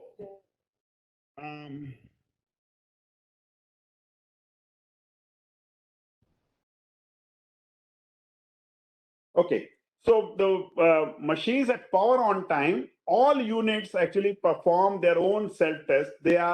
It's impossible for machines to be opened, and therefore all machines actually carry out their own self-test. After the self-test, the control unit actually goes through a discovery cycle to find out which all components are there, which all units are there. And if those units are not found, which are needed to be there, then it actually fails to operate and does not allow machine to operate. However, if all units are there, there's no extra unit, the machine actually goes on for operation. Therefore, any device which is connected later or removed from one point to another point will go out of sync for the symmetric key exchange and will not function even after power on time. Rajat, you have another 3 minutes time. Yeah, sorry for the time restriction. I'm done. Okay. Actually, it is the largest PKI implementation that I was talking about. Yeah. During the manufacturing, the units go through a very, very stringent test of manufacturing, including components, material, functionality, and other things. And only after all that passes through, it goes through a certificate generation step. And in that time, the units actually generate a key pair using a true random number generator, not a pseudo random number generator, which is a special device which uses all kind of noise sources, including cosmic and cosmic radiations and these kind of noises for generating random numbers. And then units actually generate the public key, private key, and certificate is generated and installed on the machine. And after that, the machine basically becomes independent to run at any point in time. So this is my last slide. Just want to say what is that we are likely to see in my opinion, these are the kind of things that can be done. We did introduce something known as electronically transmitted postal ballot system. This was basically because some of the service voters who would be on the front line or on duty, maybe election duty and these kind of things, could not actually be at their polling stations, and therefore they could not vote. For them, the Election Commission had a postal ballot system where the ballot paper was sent to them by post. Unfortunately, many times the ballot paper did not reach them within time, and therefore they could not actually take part in the voting. ETPBS was a system that was developed where postal ballot paper was electronically transmitted in a secure manner, and it was impossible for anybody to duplicate the postal ballot. And therefore, they could actually, after that, they could mark and return the vote using the post services. The second thing that we have been looking at and seeing whether it is possible for those voters who cannot vote from their polling booth because migratory laborers or migrants or people going for some other place for their work, can they be brought into the voting framework and increase the voting? So this is a technology that we are trying to look at and how we build upon it.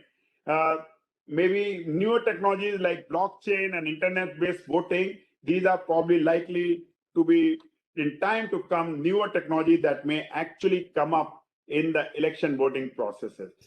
With this, I come to end. Thank you very much.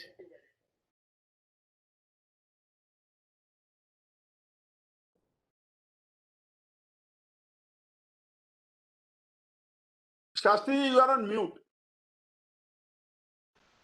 Thanks, Rajat. I think I wanted to ask a question, what next, but you have covered that. I think thank you very much. Now we go to the next this one, Professor Surendra Baswana.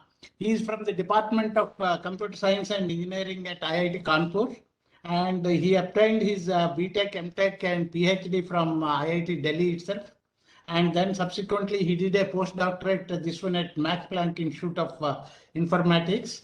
And then he has got a Young Engineer Award from the INAE in 2009. He received a fellowship for experienced researchers from Alexander and Humboldt Foundation during 2018-20.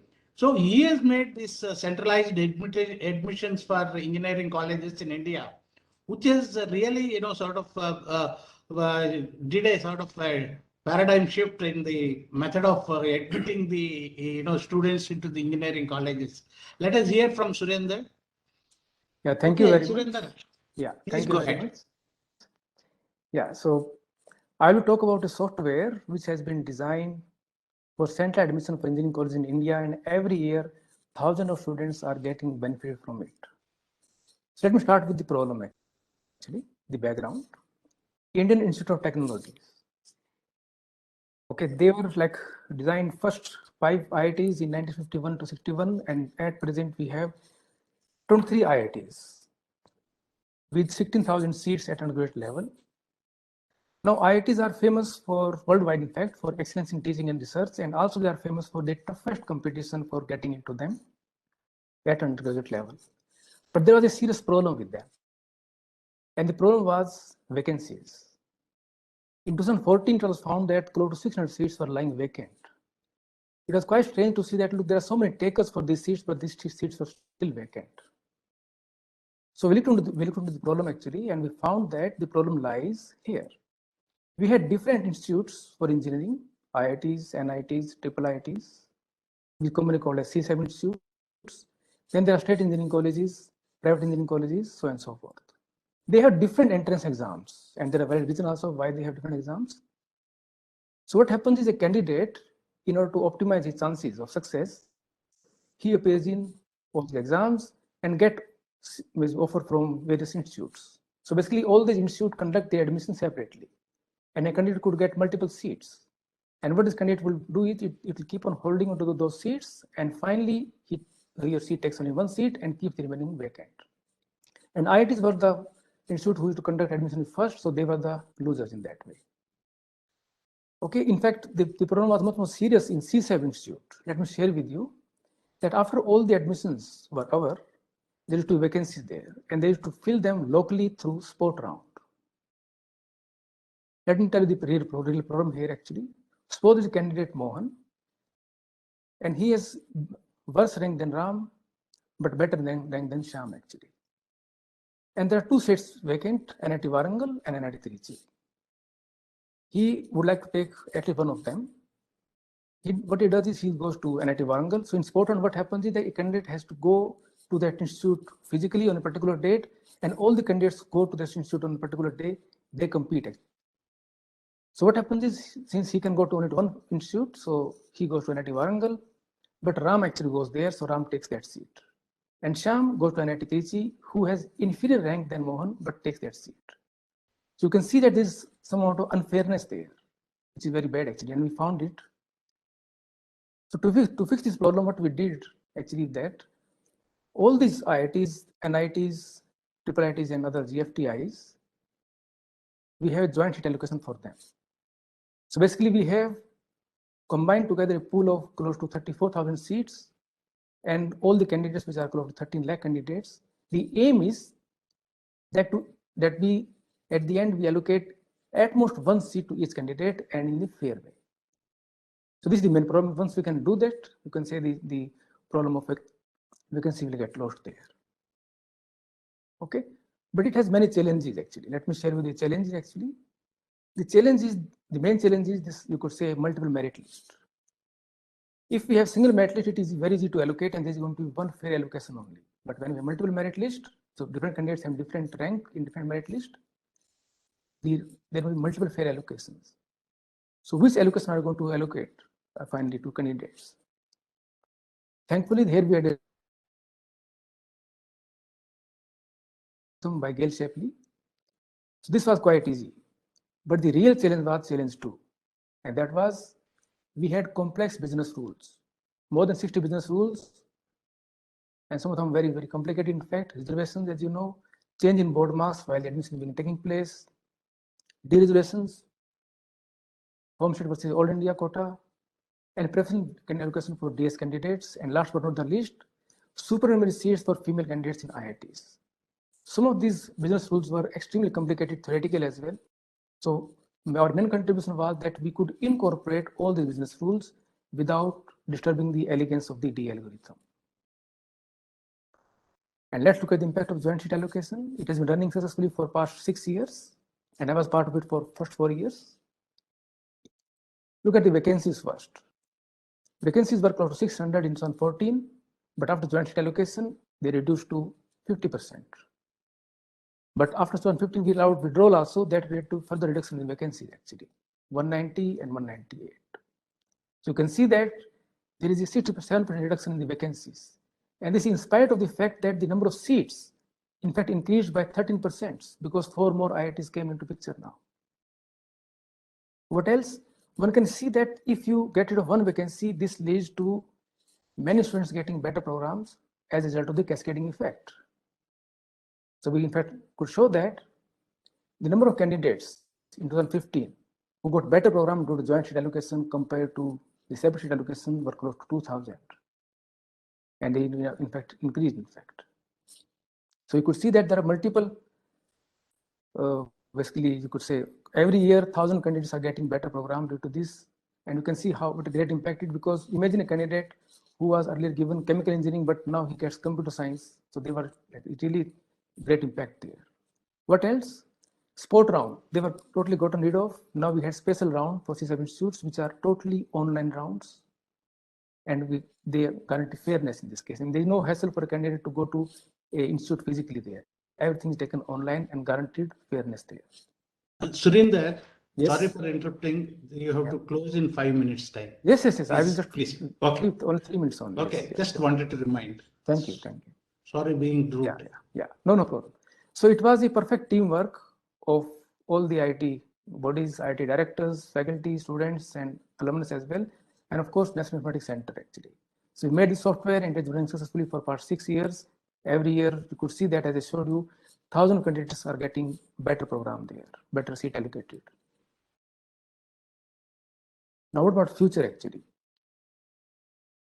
Okay, one could see that we had this software for admission into engineering colleges. We had this software because you could say that we are facing engineering problem there, right? Because this is engineering problem and we solved it. But that's not the only scope for this. In fact, all admission processes in India which are there, which involve multiple merit lists, they have the ideal solution based on joint seat allocation only. And we have the technology right now. But unfortunately, there are, I would say, due to various reasons, there are still various streams in which admission is taking place, you could say, using different merit lists in a local manner. And there are places where, in fact, we have this sport round, which is unfair. For example, PG admission in medical colleges in India, there is sport round still going on. So I hope the policymakers will take note of it. We have the technology, it can incorporate all the business rules. We have shown that, in fact, working there. So I hope it will be taken seriously by policymakers, and we will be able to have bigger impact on the future. Yeah, thank you. That's all.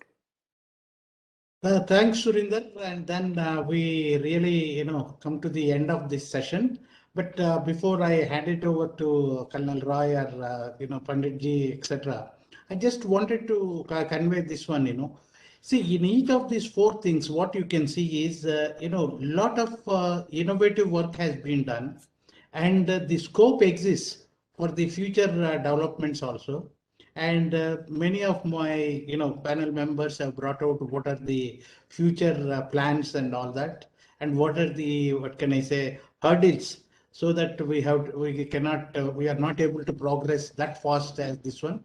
I hope, the government takes care of these things and then see that in these areas, especially the electronics and communication, when it is widely opening up, especially thanks to basically the impact of China, and then the type of encouragement, financial encouragements the government of India is doing, is about to take off in a, vertical takeoff. So during this time, if sufficient encouragement and the, incentives are given for the local development of products and, sort of manufacturing industry, I think electronics and electronics industry, especially manufacturing industry, is going to see a better future in the coming years. With that, we close this technical session 3, and I hand it over to Panditji.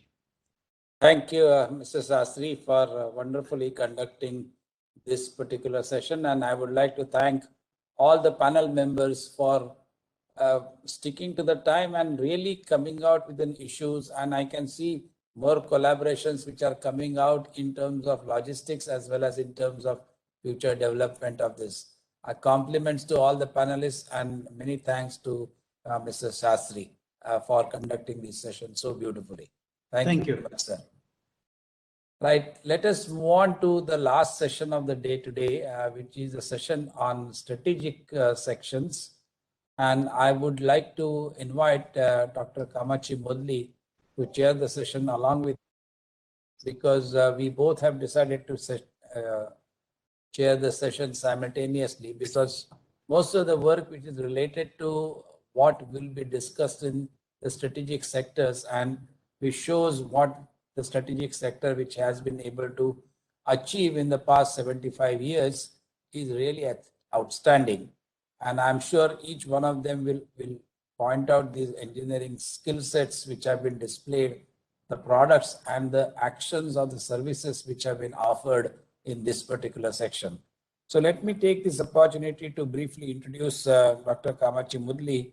Dr. Kamachi Mudli is currently a Vice Chancellor of VIT Bhopal, and was prior to that, he was the CEO of Heavy Water Board, and he's essentially a metallurgist by training, and he is a fellow of Indian National Academy of Engineers, has also received multiple awards such as Vasvik Award, and has contributed to the material science group of BARC as well as IGCAR significantly.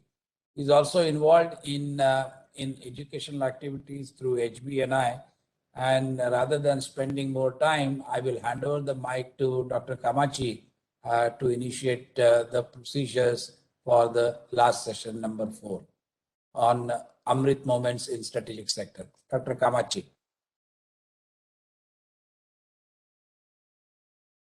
You are muted, Kamachi.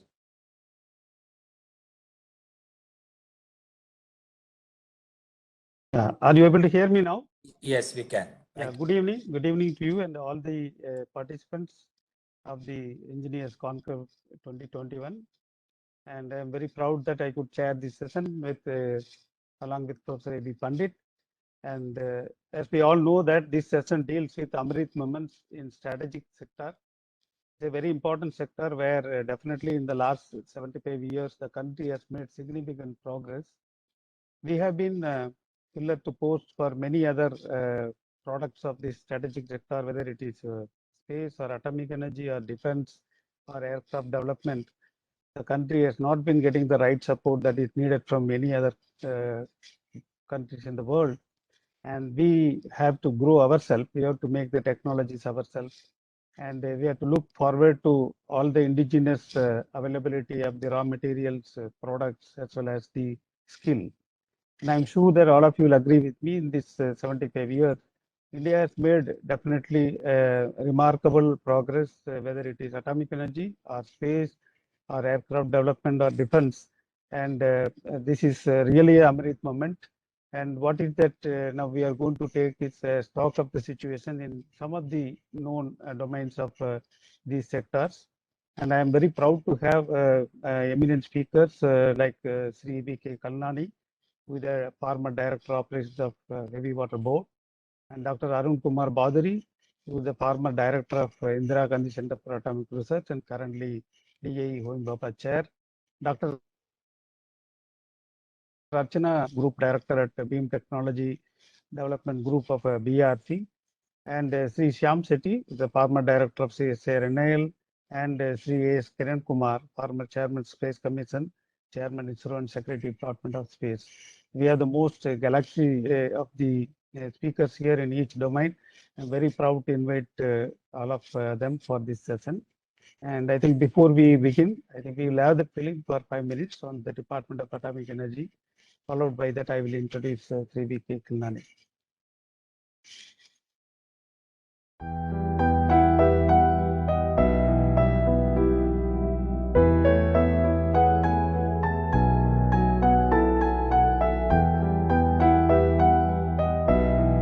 India attained independence on August 15, 1947, after a prolonged struggle for self-rule.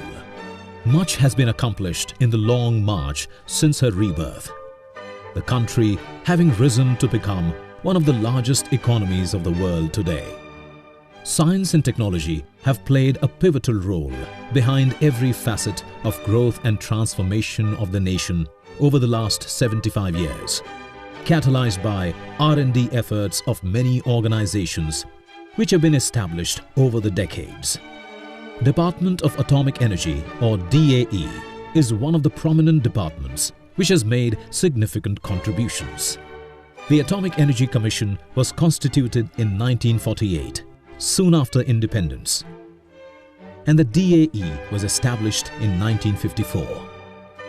Thus began India's journey in harnessing atomic energy for peaceful purposes under the far-sighted leadership of Dr. Homi Jahangir Bhabha, the great scientist and visionary. Elected president of the first International Conference on Peaceful Uses of Atomic Energy at Geneva in 1955, Dr. Bhabha played an important role in creating awareness and fast-tracking the use of atomic energy for peaceful purposes all over the world.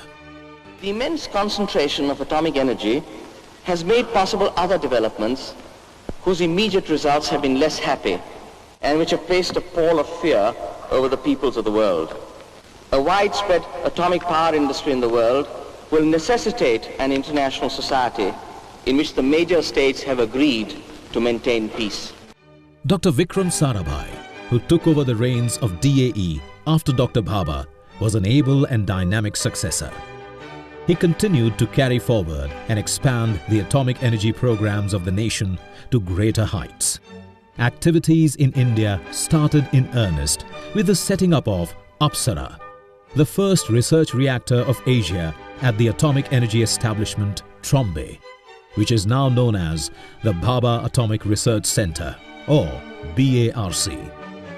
A second 40-megawatt research reactor, Cyrus, was commissioned in 1960, followed by a 100-megawatt research reactor, Dhruva, in 1983, and a recently built Apsara U reactor in 2018.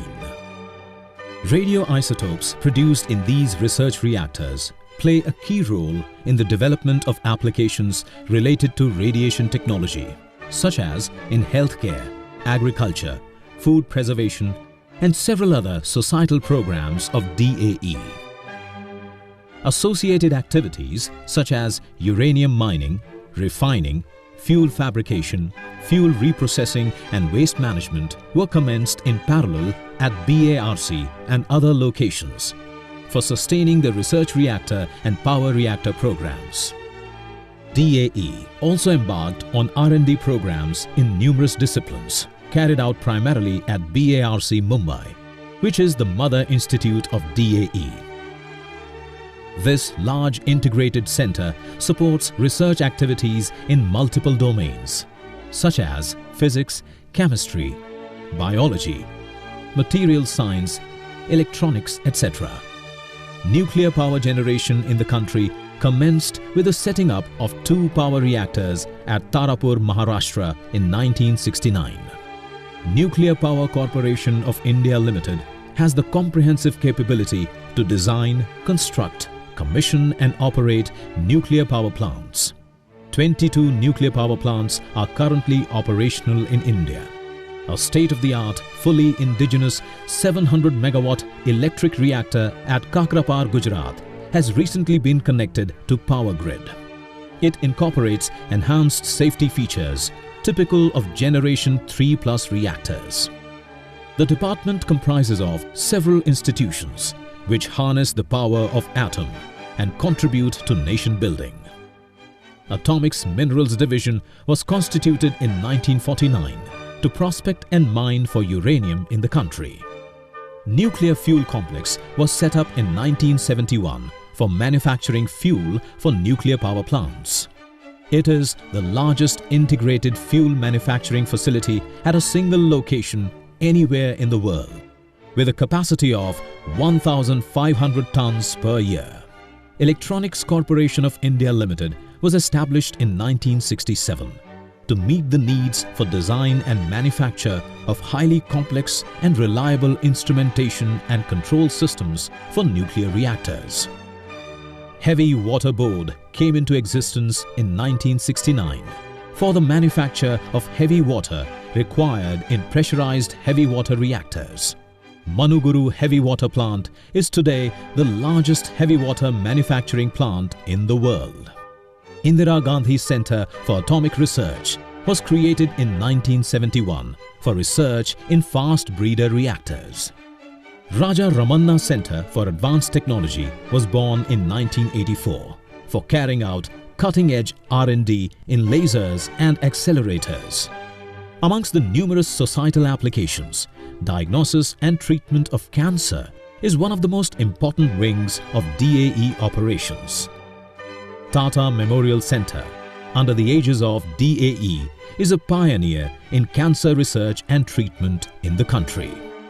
About 500,000 patients, including thousands from outside the country, receive treatment every year at an economical cost. More than 240 hospitals across the country have been linked into a National Cancer Grid, or NCG, to share knowledge and resources for uniform and better treatment outcomes. One of the recent noteworthy contributions of DAE in cancer treatment is an eye plaque using radioactive ruthenium for treatment of ocular cancer. DAE formulates radiopharmaceuticals, coordinates clinical trials, creates harmonized protocols, and provides imaging services. Millions of procedures are carried out at DAE centers every year. DAE has an extensive program on mutation breeding for developing improved seeds for various crop varieties. 49 Trombe crop varieties including groundnut, rice, mustard and pulses with improved characteristics like higher yield, early maturity, improved disease resistance, drought tolerance, etc. have been developed and are being cultivated extensively in the country. DAE has also developed irradiation technology for preservation of fruits, vegetables, pulses, spices, seafood, etc., which reduces wastage, thereby improving the viability, profitability and availability of these products. Food preservation is also served by the liquid nitrogen-based reefer system developed by DAE for refrigerated transport of vegetables, fruits, seafood, etc.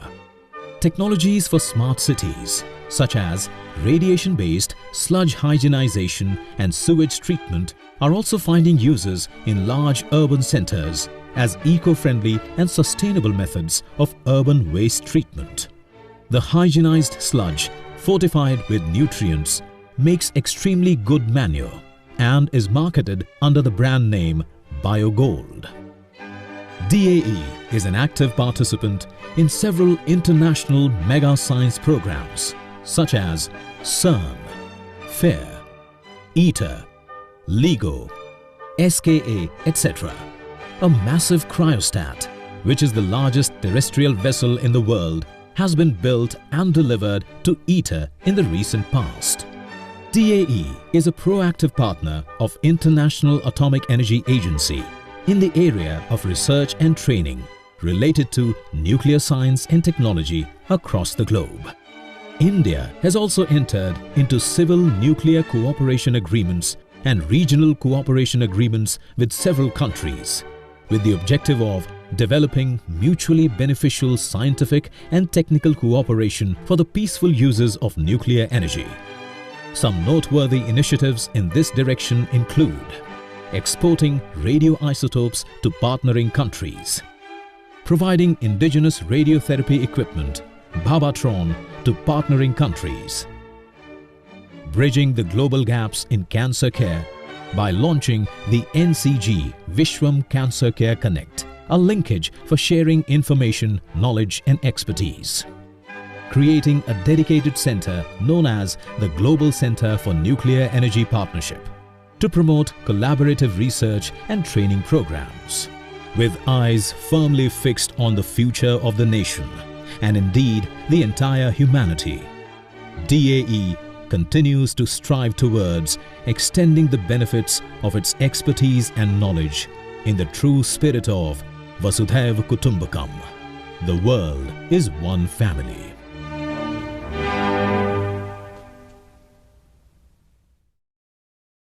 Thank you. One request, Dr. Kamachi, and to all the panelists. We are running about 30 minutes late.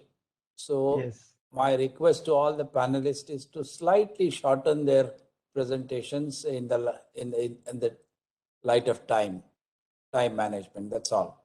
Thank you. Thank you. Thank you, Professor Anirudh. I think let us begin the session quickly. The first speaker is Sri V.K. Kilnani, the former Director, Operations Heavy Water Board. The title is on the Dreams to Drums and Beyond, Journey of Heavy Water Program in India. In late 1960s, India was running from country to country for even a drop of heavy water. But something happened in 70s, 80s and 90s. India became self-sustained in the production of heavy water. And today, India is the leader in the production of heavy water with more than 400 metric tons produced every year. The world's biggest heavy water plant is now located in Managuru, which is operating successfully. Not only that, heavy water separation, India is also now becoming slowly the leader in other isotopic separations, including oxygen 18. We have with us Sri V.K. Khilnani, he was former distinguished scientist and former director operations of Heavy Water Board, an industrial unit of Department of Atomic Energy. He is a chemical engineer from the University of Roorkee, today the IIT Roorkee. He is a design expert and he has made pioneering contributions towards the design of complex isotopic separation systems and technologies, notably the deuterium separation and oxygen 18 isotope separation. He has been recognized with the prestigious awards like the Homi Bhabha Science and Technology. And I now invite Sri V.K. Khilnani to give his presentation. Mr. Khilnani.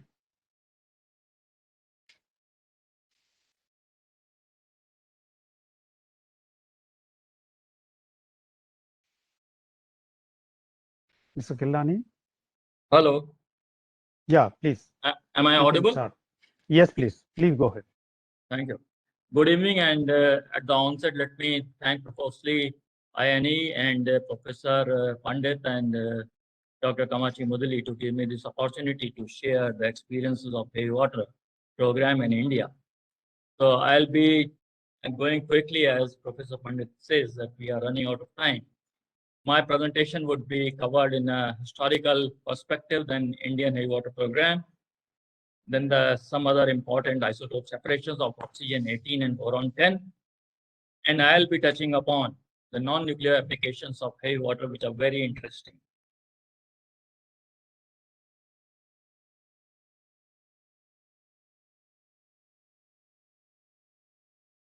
While receiving the Nobel, Dr. Urey has said, the work on deuterium is only the beginning of a very interesting scientific development, and we would see what he really envisaged in 1934.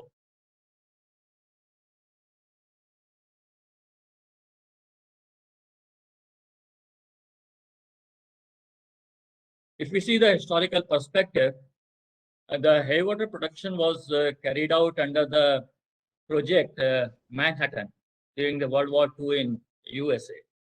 And you would note the importance of this heavy water at that point in time, because it was considered as a probable route to produce the plutonium, which was required for the strategic purposes.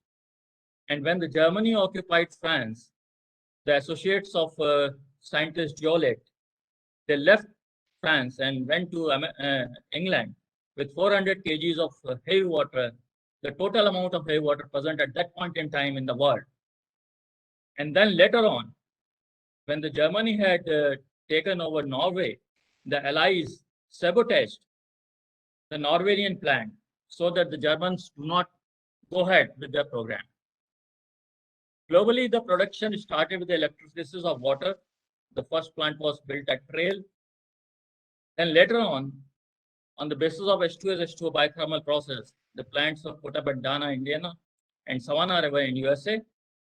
And the second generation plants were put up at Gillespie, Port Hawkesbury, and Bruce in 63, 66, and 1971. A small pilot plant was put up at monothermal process at Mazengaud, France. Now we come to the journey in India. If we see the electrolysis of water, it is very highly specific energy consumption, and it comes to around 800 gigajoules per kg. And when we compare this with the ammonia production, which comes to around 0.05 gigajoules per ton, so there is a magnitude of difference. But electrolysis of water was considered that time when the plants were put up during the World War II, because the requirement was different, and it was not considered as any other thing rather than the viable production. Later on, the work was carried out on distillation of water, and then the H2 as H2O isotopic exchange and hydrogen ammonia isotopic exchange, which had a moderate specific energy consumptions of 32 and 26. Indian heavy water program, we see, we will divide into the 3 phases as any of the developing technology comes to. The first phase was learning phase, which was starting from 1950s to the mid 80s. Then the capacity addition was 80s to 90s. And then the consolidation and maturing was 90s to 2000. That's a 10 years. So roughly it has taken us 5 decades to come from start to the maturing of the complete technology. We have number of plants all over the country, 7 plants put together. The first plant was put up in Nangal at 1962, which was 14 tons per annum. Then the first H2S based plant was put up at Kota, and that's what it is. The second plant, the second generation plant was put up at Manuguru, which is the largest plant as we saw in the film, operating in the world at the moment. This was the first plant on monothermal process at Baroda. Then it was at Tuticorin. Then we came to second generation plant at Thal and Hazira. And then at biothermal process, we put up a plant at Talcher. Now let us appreciate this technology development in the perspective of industrial stage at that point in time. Let me tell that even the basic materials like carbon steel required for the manufacturing of the columns was to be imported at that point in time. The stainless steel used for the nuts and bolts were also imported. And we had a very limited infrastructure available for the fabrication. On top of it, when the program started in around 17s to put up the large scale commercial plants, we had a first peaceful nuclear explosion testing done. And then there was a global embargo and everything was put as a reset mode.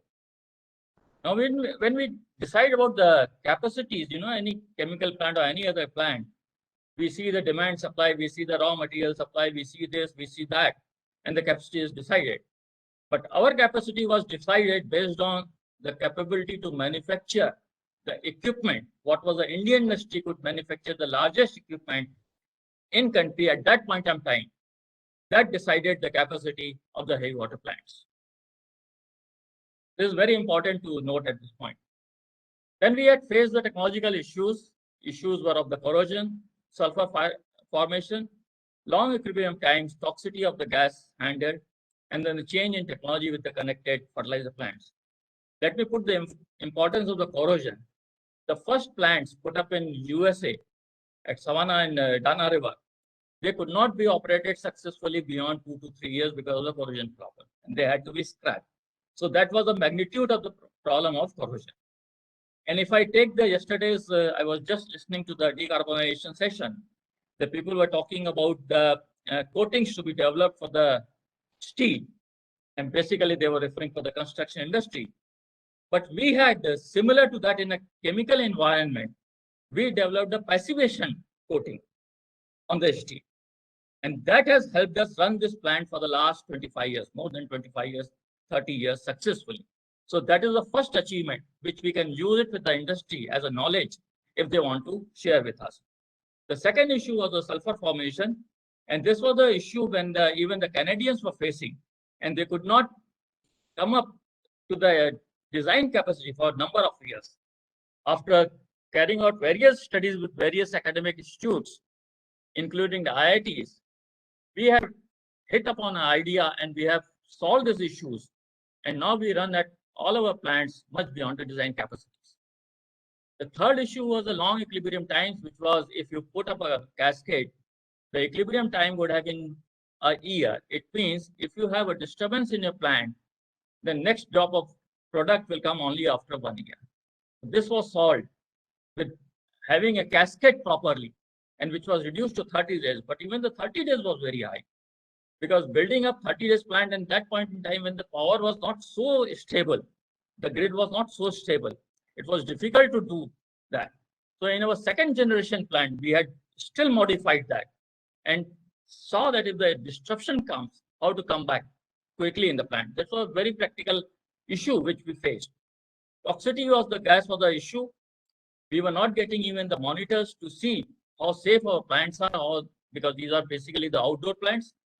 The monitors and all the analyzers were in-house developed by VARC. Then top of it, there was a change in technology of the connected fertilizer plants. Fertilizer plants, which were earlier operating at around 600 bars, came down to the operation of around 120 bars. And that reduced the capacity of heavy water to 1/5. And then we have to develop a technology which could suit and still maintain that schedule. I'll just compare how we and our first generation plants progress vis-a-vis the Canadian plants. If we see, the Canadian plant at Glasgow went into the production for 5 years and then it could not be operated because of the various reasons. And the 6th year onward was an issue. That problem was sorted out in the Hawkesbury plant and they could operate sustainably afterwards. But at heavy water plant quota, if you see, though we were little late in the beginning up to this point, but once we solved our issues, then we are now operating at a very much higher capacity than any time the Canadian plants achieved in their lifetime. And now we are operating at much beyond capacity even after operating the plants for more than 25 years, any chemical plants handling the corrosive substances. This is a comparison of the Bruce with the Manuguru, which was the second generation plant of Bruce. If you see here also, Bruce also operated briefly only about 100% capacity.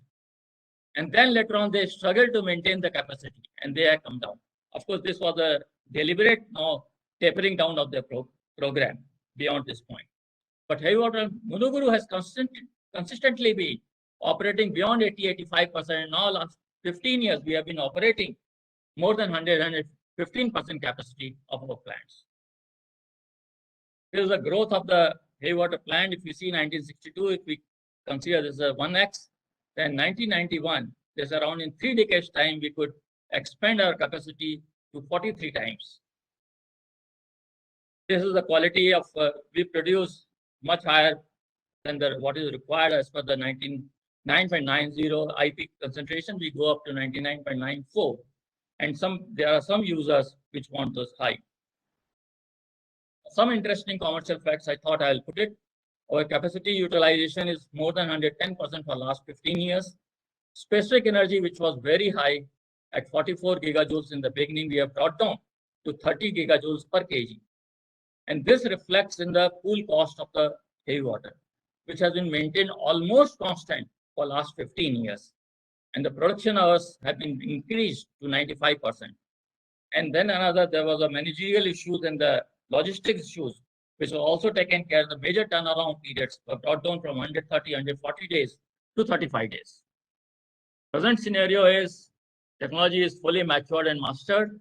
Over 300 plants operating experience we have, meeting the present demand of PSWRs and to meet the projected demand of 2032. And we have been fulfilling the global demands. We are the only country to have operated industrial plants on all viable technologies. Our management philosophy has been very specific in this. We had a core group responsible for all aspects, starting from the pilot plant to the setting of a plant and then later on operating. So there was no passing the buck.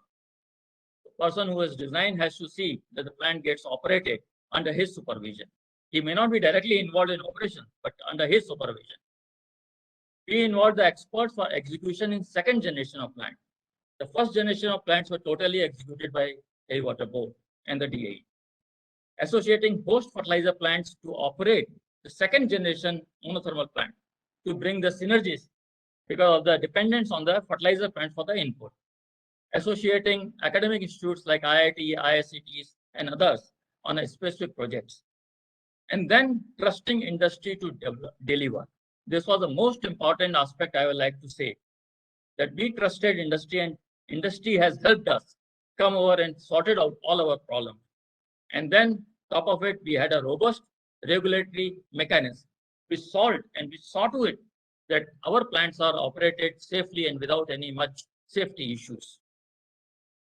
Along the way, we developed the corrosion inhibition techniques. We developed the flow condition monitoring technology, which was patented and has been implemented many of the NTPC plants. We developed the technology to use the wastewater at very low grade heat of 70 degrees for a very high grade refrigeration development, and the commercial plants have been used at heavy water plant. We developed the technology to sweeten the H2S contaminated soil. It was in 1948 when the Jahangir Bhabha, Dr. Bhabha said, the government should explore immediately the possibility of utilizing the cheap hydroelectric power for manufacturing heavy water on one hand for our own requirement, and on the other hand to supply to countries. And truly his vision has come, his dream has come true. Now Heavy Water Board is a credible global supplier of heavy water. We now regularly export high quality heavy water for nuclear and non-nuclear application to many of the countries. And to say that the cycle has come close, the US, where the heavy water was being produced for the first time, we have been exporting to the US the heavy water. Mr. Kilnani, can you take just 2 more minutes? Yeah, I will finish it off. Yeah, thank These are the things. Then one more technology we took up, which is in the field of societal, I like to touch upon that, and that is the oxygen 18. There was one case where the magnitude was very high flows, very high scale up required. Here the requirement is very low. The capacity is something like 10 kg per annum, and the flows handles are in the 0.00 some not kgs per hour. So the technology had to be developed for this. And looking at the isotopic separation, here the theoretical stages required is around 3000. And if we see what I mentioned for the heavy water was equilibrium time was 1 year, here the equilibrium time would have been more than 10 years. And that was reduced with the use of cascades, and we went for a 10-stage cascade. And the complete technology got developed. Now the uses of heavy water, this oxygen 18 comes in 2 ways. One is for the energy expenditure studies, which are being done on the soldiers working on extreme conditions, and another is for the nuclear medicines for PET scanning. There are only 5 or 6 countries, there are 6 plants which are now at the moment producing oxygen 18. And let me just share one interesting fact, that when we took up this work in 2010 to develop this technology, we were importing the oxygen 18, rather the RMC was importing the oxygen 18 for their PET scanning requirements at a cost of around 1 crore of rupee per kg. And when we put up a first prototype plant in 2013, the cost crashing down come to 20 lakhs per kg. So this was the impact of the indigenization or the indigenous replacement. Then we went for a full-fledged commercial scale plant. As I was saying, the flows required are here 0.003. The columns are running in 25 mm dia and 60 meters height, and so we have to develop all the internals and all the cascade and technology. Today we have this plant is operating since July 2015, and we have already achieved the required 95% IP in April 2020. This is the photograph of oxygen 18 plant, which produces around 10 kg per annum. These are the special equipments on the way we developed for producing the oxygen 18. The non-nuclear applications, heavy water finds in life sciences, NMR solvents, optical fibers, deuterated drugs, biological applicants, and many more.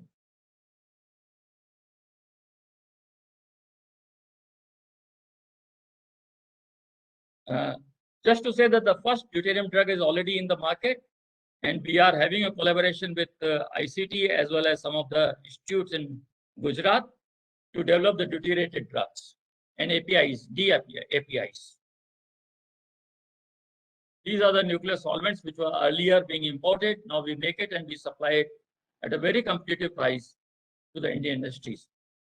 Then we took a very special effort to take a permission from the government to give the heavy water to the Indian industry to the tune of 100 tons per annum. It is a very large quantity, 100 tons per annum at a concessional price to the collaborating industry who will be working on the labeled compounds and deuterated drugs. There's another interesting area is the depleted deuterium water. This finds, it has been seen that DDW, water, deuterium depleted water, helps in arresting the cancerous cells in some of the lines, not all the lines. And this work has been taken up in association with the TMC, and some progress has already been achieved in this. The phase 2 program is going on, and we are hopeful that we'll be getting some result on it. Then GDW, as we are seeing, it finds applications in the cosmetology, where the people are thinking because of the anti-aging properties of GDW, this finds a role in cosmetology. And mind it, these products are already commercialized and are being sold. So that is why we are propagating now industries to take up this work and benefit the country. Kilani, Yeah. is it possible now we can go? I'll be finishing it. Yeah. This is a boron. I'll not be touching. Okay. Then we supply the deuterium gas, which is used for the optical fiber manufacturing. So that helps a lot. Starting with, if you see heavy water, now we have gone to the other societal areas, and we look for the Make in India program, and we want industry to join us for propagating the things. Thank you very much. Thank you, Mr. Kilani, for a very versatile presentation. I think you also make today heavy water. That's what we can say, that earlier heavy water board was known for making only heavy water, but you make so many other products which are useful to the industry and society. A quick question, that what is your roadmap further? From last 50 years you are mentioning about the journey. Maybe the next 25 years, maybe when the country celebrates centenary celebrations of the independence, what will be the situation? Because your plans are aged, that's what you are saying, more than 30 years old now. Can you quickly respond so that we can go to the next question? Okay. As I said, that the present state of the plants is such that we will be able to meet the requirement up to 2032. But for that, we will be requiring some augmentation of some of the plants, and that we have already laid out in that. Then the aging management studies are being conducted on the plants so that we extend the life of our existing plants. And only a very little capital expenditure is envisaged to be made for production of heavy water. That's on the case of heavy water. Thank you, Mr. Kilani. I think let us move on to the next speaker, Dr. Arun Kumar Baduri, who will speak on the Indian Phosphate Reactor Program, current status and the way forward. All of us are aware of the three-stage program that Department of Atomic Energy is pursuing. The heavy water that is required for the stage 1, we have listened from Mr. Kilani. Let us now listen to Dr. Arun Kumar Baduri about the Indian Phosphate Reactor, which forms the second stage of the Indian nuclear power generation program. To be brief, Dr. Baduri is BTech and PhD in metallurgical engineering from IIT Kharagpur, and he is there at Indira Gandhi Center for Atomic Research since 1984, and he has just superannuated as the director of the center. He is currently the DAE Homi Bhabha Chair Professor. He is a research fellow of the Alexander von Humboldt Foundation. He specializes in the field of material joining. To his credit, he has 280 journal publications, and he was the president of Indian Institute of Building and fellow of not only INAE, but the International Institute of Building, Indian Institute of Metals, and Indian Institute of Building. Over to Dr. Arun Kumar Baduri.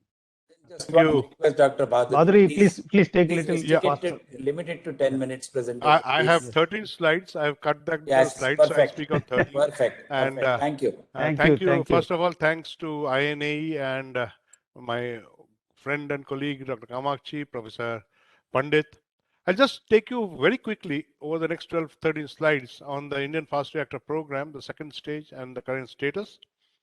First of all, let's look at the need for nuclear energy and nuclear resources, though the film had said quite a few.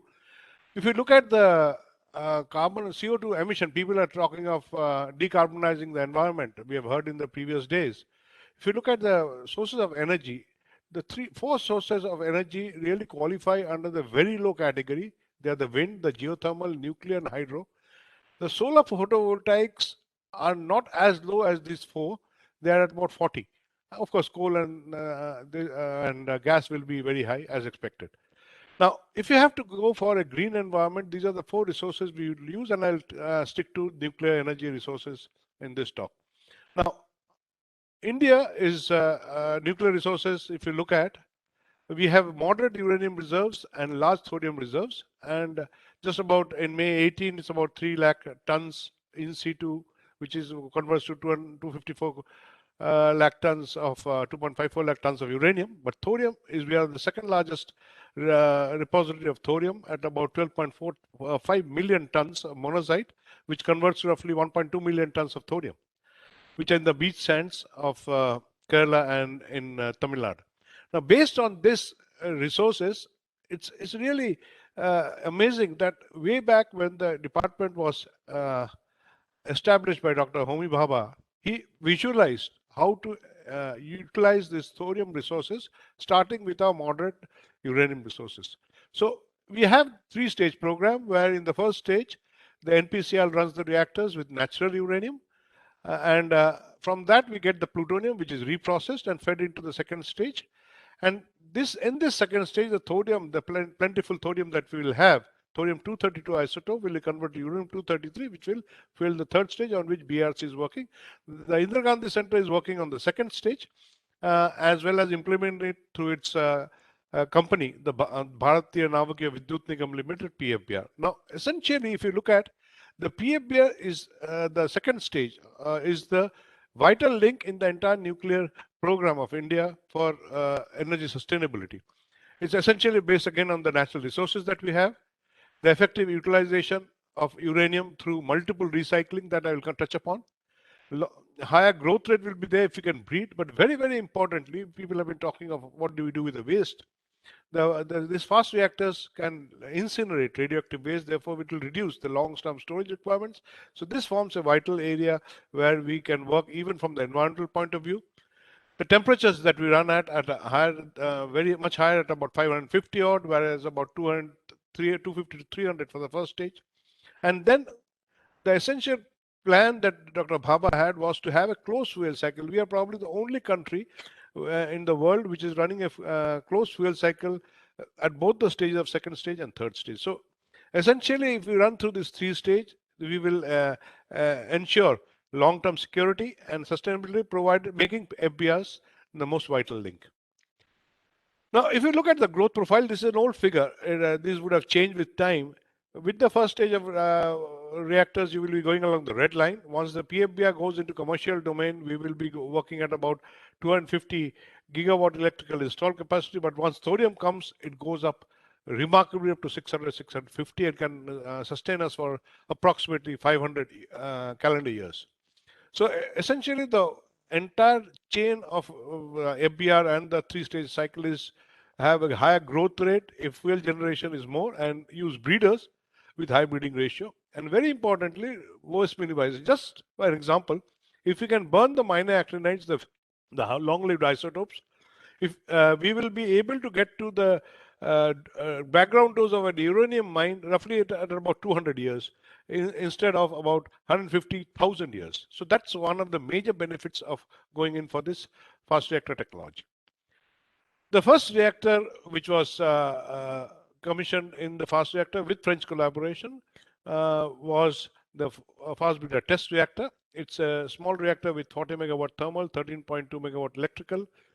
After the peaceful nuclear explosion in Pokhran 1, the French backed out on supply of enriched uranium fuel, but our talent pool is such that BRC immediately came up with an alternate mixed plutonium uranium carbide fuel.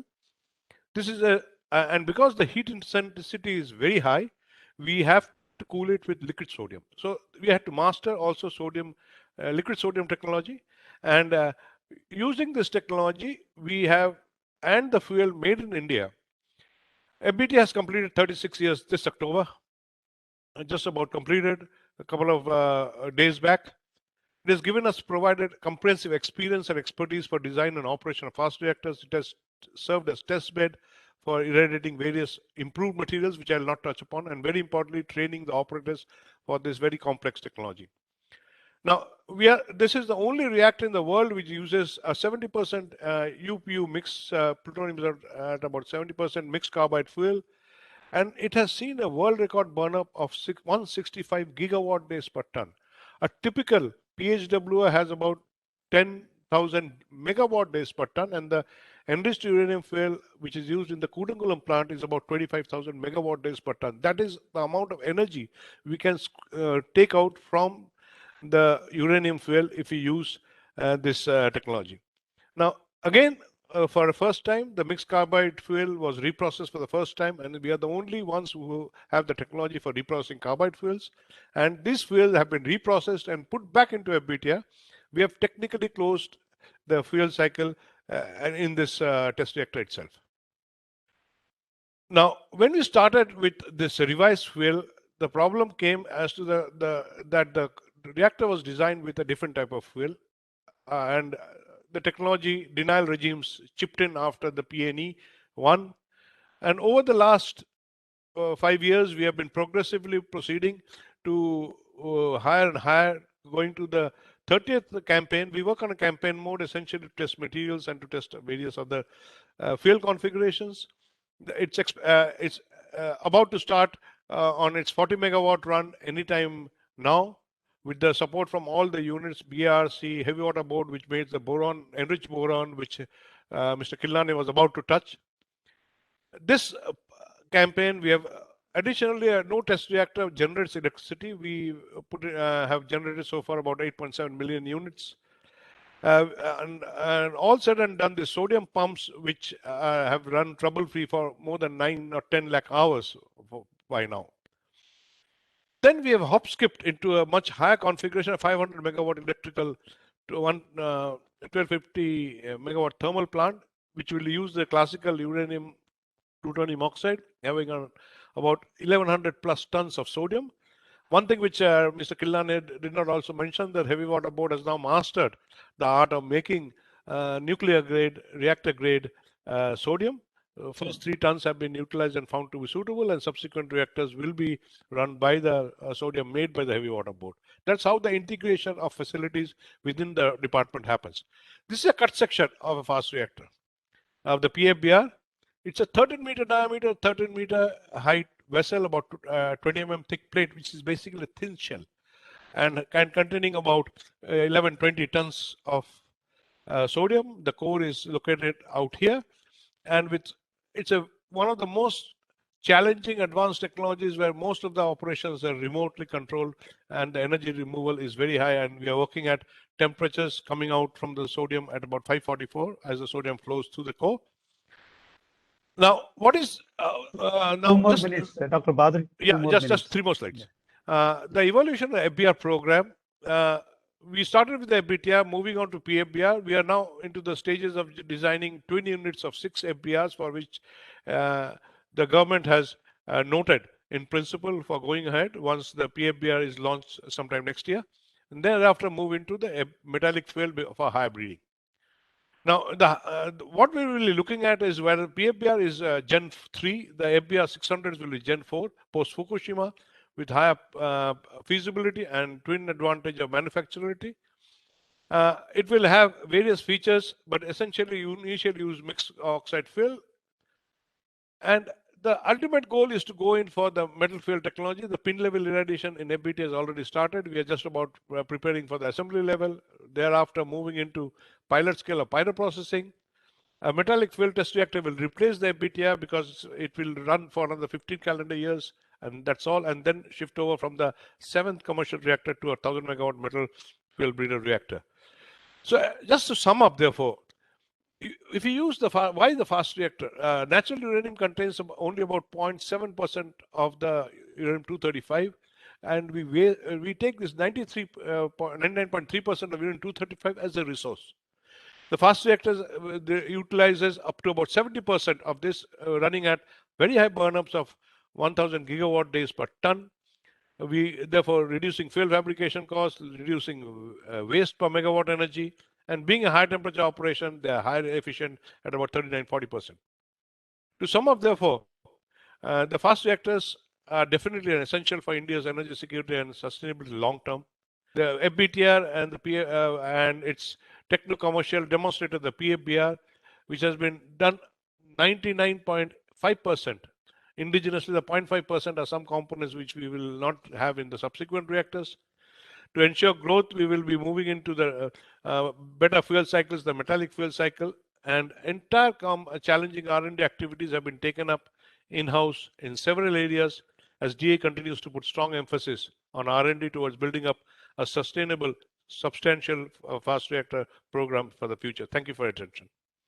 Thank you, Dr. Badri. I'll come back to you later for a quick question, but we'll move on to the next talk now. It is on technology development and incubation in BARC towards Atmanirbhar Bharat. Dr. Archana Sharma, who is the Group Director of Beam Technology Development Group, will be speaking about this.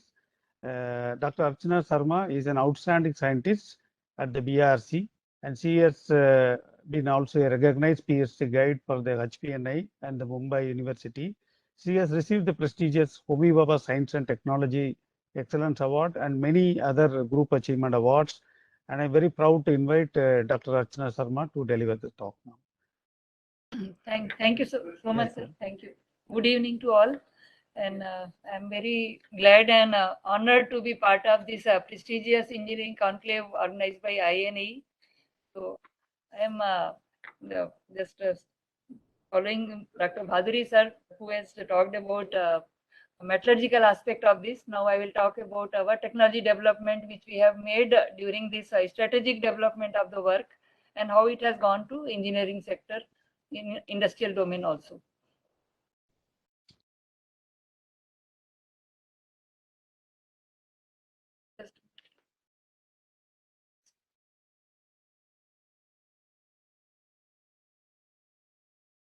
I'm sorry, my slides got stuck. What happened? It's not moving. Unshare it, start sharing again. Yeah. This is the pulse power technology, sir, which I joined.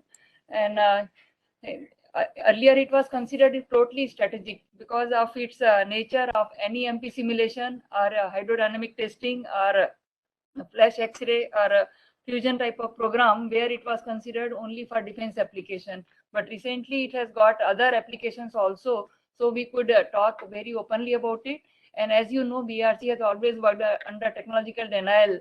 So we have to work everything on our own way. And we have to find a way how to get things done in sub-microsecond regime. That was the challenge under which this program was initiated in 1970s. Today, we are having this technology of most important, this magnetic pulse welding, where our Bhadri Sahab is mentoring this technology. Other is high power microwave, which was considered earlier only for offensive application as E-bomb, but now it can be used as intentional electromagnetic interference for shielding our own electronics, hydrodynamic radiography, import substitute, and all other application where neutron generator or nano generator or flash X-ray can be done. These are our technology, which is biggest in India, Kali 5000. Now it is 30 gigawatt system, 1 million. This is our test bench for million volt and kiloampere gigawatt capacity subsystem development. These are our microwave generation. We have developed up to 1 gigawatt. Subsystems are there. Magnetic pulse welding, we started from 40 kilojoule. Now we have got up to 1 megajoule bank, from 100 kiloampere up to 1 megampere. And highest strength in steel like ODS, T9 or T91, and any combination of material. Now we are able to weld with metallurgical bonding. It has been characterized for different applications. This another part of our technology is electron beam accelerator. That also we have developed 93 onwards, and 98 first accelerator was made. In any accelerator, you can see all components from E-gun, where 40 kV electron gun will be accelerated to 10 MeV. And this FCT component is also indigenized. Then this magnet will be used to focus and then scan, and target will be put. This target can be now either strategic for submarine application, or it can be an industrial application, like you can use it for food irradiation, diamond irradiation, or your cable irradiation. So all this technology can be used by one electron beam accelerator of specified rating. Recently, we have developed 3 RF accelerator. One is 10 MeV 3 to 5 kilowatt, and other one is 6 MeV for cargo scanning. So now latest one is dual energy, where we can go for material discrimination also during scanning of the cargo. DC accelerator we have developed from 500 kV for surface treatment to 10 kilo. This 1 MeV 3 kilo watt, 10 kilowatt, different power application by controlling our current, but keeping voltage same, so that our penetration is not changing. We have demonstrated flue gas cleanup and wastewater treatment. Wastewater means dye textile water, which is difficult to get cleaned. So those demonstration has been now being upgraded for 100 kilowatts so that it can be used for 2 MLD industrial waste. Just a glance of applications of this electron beam accelerator of our Kargar, food irradiation, solar cell for ISRO, knowing the aging of this polymer for VHEL diode, how to reduce their reverse recovery time so that it can be used for fast waste treatment, pollution and other medical sterilization application.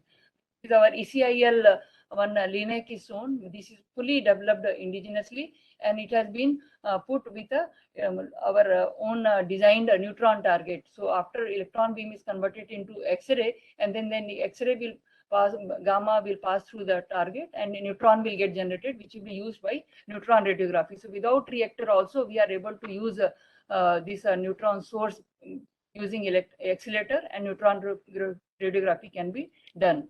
So this is our industrial application, which we are doing for O-ring. This vulcanization temperature will be improved, and other application also can be done in this mode. But latest application is cargo scanner. Our accelerator is here. When any bus or truck or closed container is passing, we can see everything inside this without opening it. Electron beam welding machine, the moment our time reduces below 10 nanoseconds, it becomes strategic. The moment thickness becomes more, it becomes strategic that why do we need such a thick wall? So we have to generate our own electron beam melting machine and welding machine. These two technologies also have been mastered in our group, and this is installed in a NFC 300 kilowatt EB melting machine, and it is working very reliably for last 3 years. 6 kilowatt electron beam melting machine is also working in our fuel fabrication division. And this is all alloy fabrication is also possible using our own melting and welding machines. This is our plasma application, where cold plasma is being used for functionalization to improve Baba Kavach quality. It could also be used for during this COVID period for decontamination of personal belongings, office files, so that without bacteria or virus fear, people can work. So the other 8 technology also was developed during this period using a microwave, cold plasma, and BSG, and supported us to validate that whether this plasma is effective or not, how much time we have to put, what is distance. And then we have generated within our lab using this small 10,000, 20,000 rupees device, which can generate H2O2 in our lab. This is for nanopowder generation, which could be used for mask, or it could be used for cleaning water. This is dielectric barrier discharge, where you could use it like washing machine, put all decontaminate thing, and it will get cleaned up within half an hour. And during this indigenization of our strategic sector also, we did collaboration with Siri, and Magnetron and Clestron got developed over 10 to 15 years of MOU period. And now we can say that we are having many technology which are at the incubation stage, or it is at the deployment stage. So right from spin off this technology can be taken from our technology corner, water treatment, food irradiation, electronic hardening. It can be taken as a school level, or it can be taken as a civilian or defense level to shield their own electronics. Enhanced oil recovery for ONGC wells, we are having the solution. We have one MOU, so that if that wells are getting choked, we have to send our shock plasma generator. By electrical methods, we will get it cleaned, and then it will be used for further recovery of the oil. Rock fracturing, instead of explosive, our pulse power system can be used for breaking the rock. And radiography, I showed melting, welding, and this cargo scanner. So I request INAE, if these technology can be deployed, and import should be banned. If it is not banned, at some way we are going in that direction towards this Atmanirbhar Bharat. So I really thank INAE, and this is all from my side. Thank you, sir. Thank you so much. Such advices, Archana, excellent presentation. Such advices, we are going to compile it together and send it as a report coming from Engineers Conclave. So your recommendations are well sought, and indeed they will be conveyed to the government. Thank you so much, sir. Thank you. Thank you. Thank you. Thank you. Thank you, madam. Thank you so much. If there is time, we will come back to you in the end for a quick question. Sure. Okay, so we'll move on to the next talk now. It is on Indian aeronautics industry, all set to take off, by Sri Shyam Shetty, with the former director of CSIR NAL, National Aerospace Laboratory at Bengaluru. And Shyam Shetty is the former director of CSIR NAL, and he was the project director of the National Control Law Team for the LCA, Light Compact Aircraft, and chairman of the Systems Engineering Cluster of NAL. He has over 40 years of experience in the field of aircraft flight mechanics and control, and currently is employed as a senior consultant and technical advisor in the private sector. And he was a German DAD fellow and visiting scientist from 1985 to 89 at the Indian Institute of Flight Research at Braunschweig. And he has the distinction of having served as the chairman, technical expert of review committee of most of the major national aerospace programs of ISRO, DRDO, CSIR, ADA, and HAL. And he has won several awards to his credit, including the Jawaharlal Nehru Memorial Award, the NAL Outstanding Performance Award, C.V. Raman Distinguished Young Scientist Award, NAL Technology Shield, and many, many other things, and also the Distinguished Alumnus Award from NIT Tiruchirappalli. We are very proud to have you, sir, today, Mr. Shyam Shetty. Over to you. Yeah. I don't seem to be able to share the content. Archana Shetty, Archana Sharma, you need to unshare your Colonel. Can you just log her out? Yeah. Shyam Shetty, you can start. I think you should be able to do it now. Yeah, please have some 10 minutes quickly. Yeah. Is it visible? Yes, please. Okay. A very good evening. Please go ahead. And thanks to INAE for giving me this opportunity.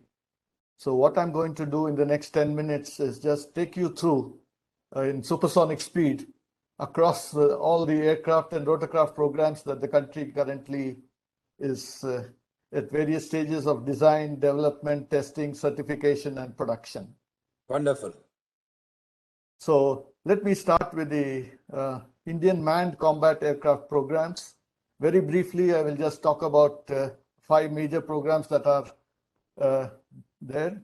It starts with the LCA Mark 1, which are currently in production. 28 aircraft have already been delivered to the Air Force. Then we have the Mark 1A, which has several more advanced features, a better radar. And in aircraft, it's always a continuous development and improvements. And then we have the LCA Mark 2 AMCA, which is Advanced Medium Combat Aircraft, which is of the 5th generation. These 2 aircraft that I talked about earlier were about the 4th and 4.5 generation. And then we have the twin engine deck-based fighter for the Indian Navy. And then finally, we have the Advanced Medium Combat Mark II, which will incorporate a lot more stealth features. The main aim of all this is to have complete self-sufficiency for combat aircraft by 2035. As you know, we have been importing all our combat aircraft till now. Even recently, we imported the Rafale. So by 2035, we are aiming to become self-sufficient. All these aircraft are highly unstable when built aerodynamically and have to be artificially stabilized, and therefore involve many challenges and incorporate a lot of advanced technologies like glass cockpit. In fact, we were the first aircraft in the world when we started the flights on LCA Mark 1 to have an all digital systems on board. Every system on board was fully digital. This typically tells you what the LCA Air Force Mark II is going to be. It's going to be a much more heavier and more capable fighter than the Mark I. Mark I can carry about 3 tons or 3.5 tons of weaponry, whereas this will carry 6 to 6.5 tons of weaponry. Will have longer endurance, and it will have onboard oxygen generation systems so that it can fly with the in-flight refueling for several hours in the sky. And the action plan is that by late 22, we will have the rollout, and sometime in 2023, we will have the first flight. So looking at the status, the configuration is frozen, the system architecture work has been completed, and detailed design is in progress. Since a lot of the technology that goes into Mark II is only because of its enhanced size, will come from the Mark I, and so we are fairly confident of meeting the schedule.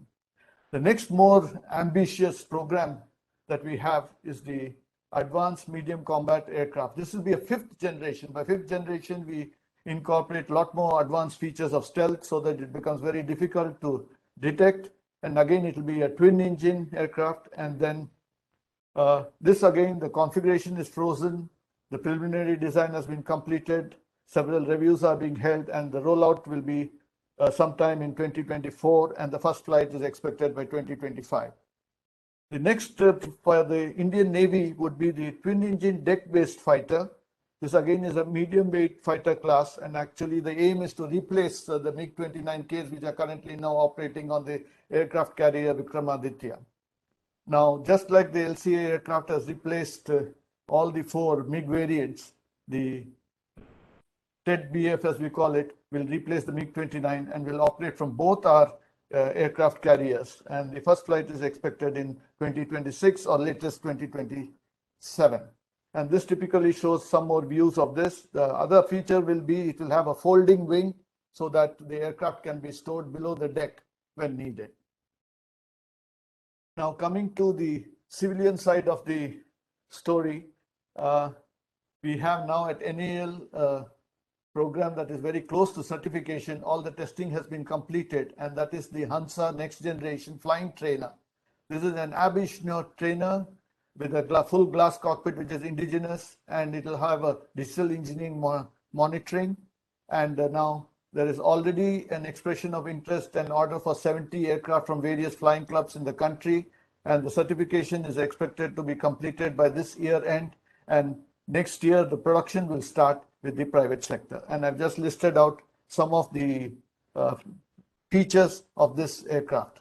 The next aircraft that we are at NAL is being planned is the 19-seater passenger commuter class aircraft, which will have a very low acquisition and operational cost because of the new technologies that have been incorporated into it.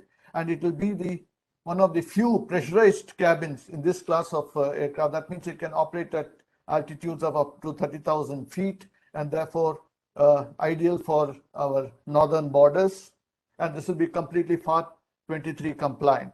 The certification of this aircraft, now we are in the critical design phase, will be completed by 2025. Production should begin in 2026, and HAL Kanpur will be the production agency. I'll not go into the details. Now let me go into another interesting program in the civilian and military applications, and that will be the high altitude platforms. This is actually an aircraft that will be positioned about 20 kilometers altitude in the stratosphere. This will provide not only telecommunications networking, but it will also allow remote sensing, and will have several civilian and military applications. This is the total weight of this aircraft, though it has a wingspan of as much as 37 meters. The total takeoff weight of this aircraft will be about 165 kgs. It can carry a payload about 15 kgs, and it can have an endurance of a minimum of 90 days, and it will be mostly solar powered. So this is the project has just been sanctioned, and the prototype duration we estimate would take about 3 years. So sometime in 2024, 2025, the first prototype will take to the skies. Now let me come to the other aircraft programs in the country, and that is HAL is our main production agency. They have 3 indigenous programs where they are producing aircraft in large numbers. The first one is the LCA. We have an order for 83 aircraft from the Air Force to be delivered in the next 5 years, and this will have a lot more advanced features than the Mark 1. Then we have the intermediate jet trainer, which is designed and developed for training purposes as an intermediate jet trainer upgrade. And before we get into the advanced jet trainer, then we have the HTT-40, which is an ab initio trainer. Both these trainers are very much needed by the Indian Air Force, and currently we are importing these trainers. Next, I'll talk about the licensed production of HAL. This is the Su-30 MKI. We have already produced 260 of these aircraft, and now a few more are to be produced. And these are done in Nasik, which is of Russian origin. And then we have the Hawk Advanced Jet Trainer, which is based on a BAE system design. Then we have the DO-228, which is again a commuter class aircraft of 19-seat capacity, but is unpressurized and so therefore cannot be used in high altitude airfields. Now coming to the rotorcraft programs, we have several of them. and the most successful of them has been the Advanced Light Helicopter. This is a multi-role helicopter, both for civilian and military roles. Then we have the Lancer helicopter, which is a light armed helicopter of the 2-ton class, which is very cost effective. And then we have the Rudra, which is a weaponized version of the Dhruv or the Advanced Light Helicopter. And all of these are in production. And then we have the latest variant of ALH, which is the Light Combat Helicopter, which is now under trials by the Indian Air Force. This also belongs to the 5.8-ton class and is ideal for combat operations. Then we have the Light Utility Helicopters. This is needed both by the Army and the Navy to replace the Cheetah and Chetak helicopters that have been in use for the last 30 years.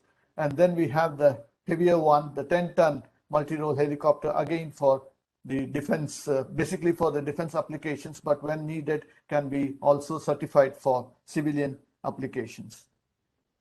Now coming to the unmanned aerial vehicles, Aeronautical Development Establishment of DRDO is the main center. And as you can see, there is a large number of unmanned aerial vehicle systems and vehicles that has been developed by these institutions over the years. And now we also are developing an unmanned combat air vehicle that can drop stores when needed.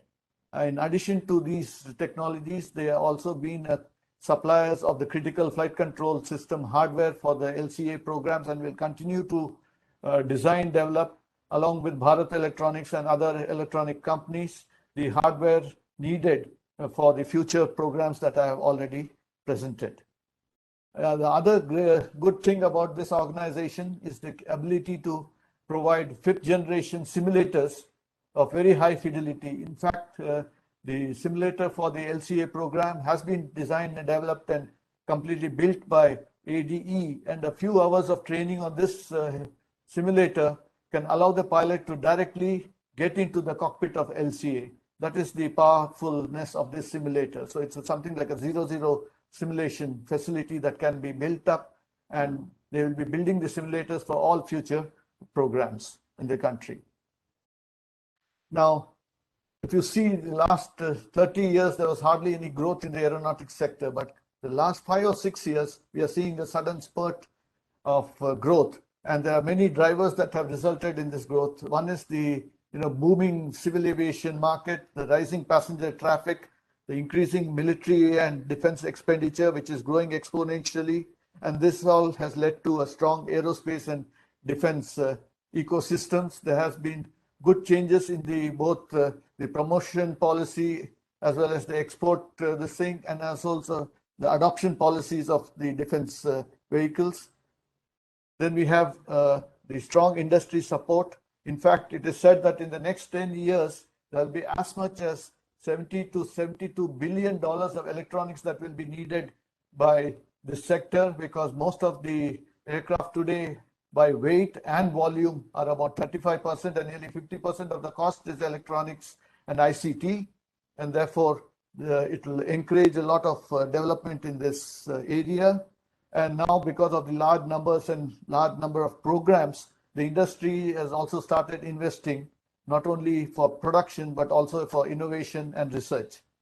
Now, India provides a very cost-effective environment because it needs highly qualified technical workers and precision manufacturing. And now India has the ecosystem for not only producing aircraft what we need, but also for export. Now, all of this has been made possible in the recent past because of the large number of initiatives the government has taken up.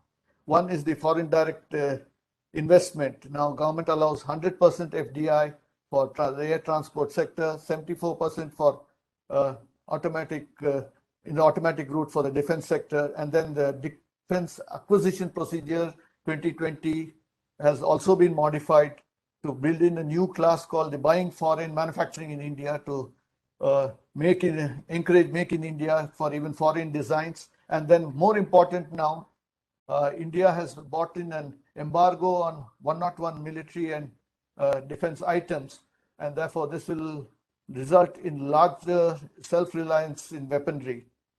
And by 2027, we have a aim to at least achieve 70% self-reliance. Now, the other thing is a lot of initiatives have been also taken up for promoting startups in this sector. For example, the IDEX 2018 has encouraged a lot of MSMEs to come up with very interesting hardware and software solutions for the problems that we have. The other important thing that has recently taken place is in the maintenance, repair, and overall space, because all these years, because of the bottlenecks in this sector, most of the transport aircraft in India, both military and civil, were being sent outside the country for maintenance, repair, and major overhauls. But now all these bottlenecks have been cleared, and there's going to be an explosive growth in this sector, which will again result in a lot more employment and technology upgradation. Last but not the least, drones. Drones is the talk of the town, and now India is one of the fastest growing markets for unmanned aerial vehicles and systems. And the recently introduced 120 crore PLI scheme for drones manufacture, anti-drone technology development, and drone components will also lead to increased domestic manufacturing, create more jobs, and the real achievement will be spawning of supplier ecosystem within the country.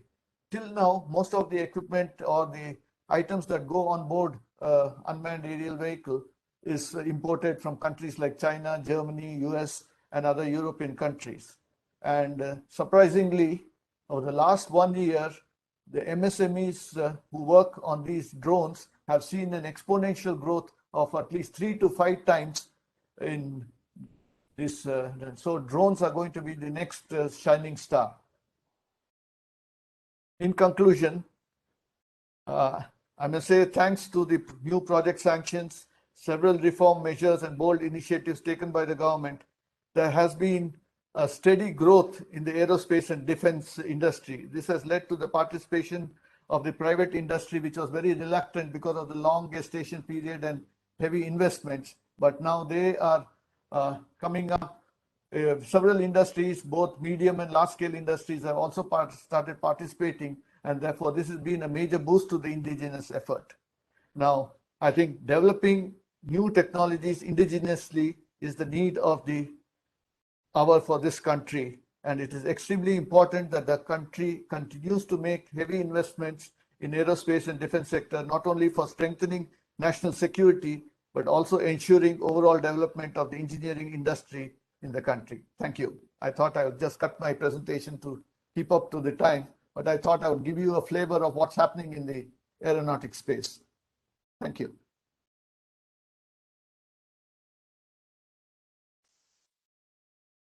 Kamachi, you are muted.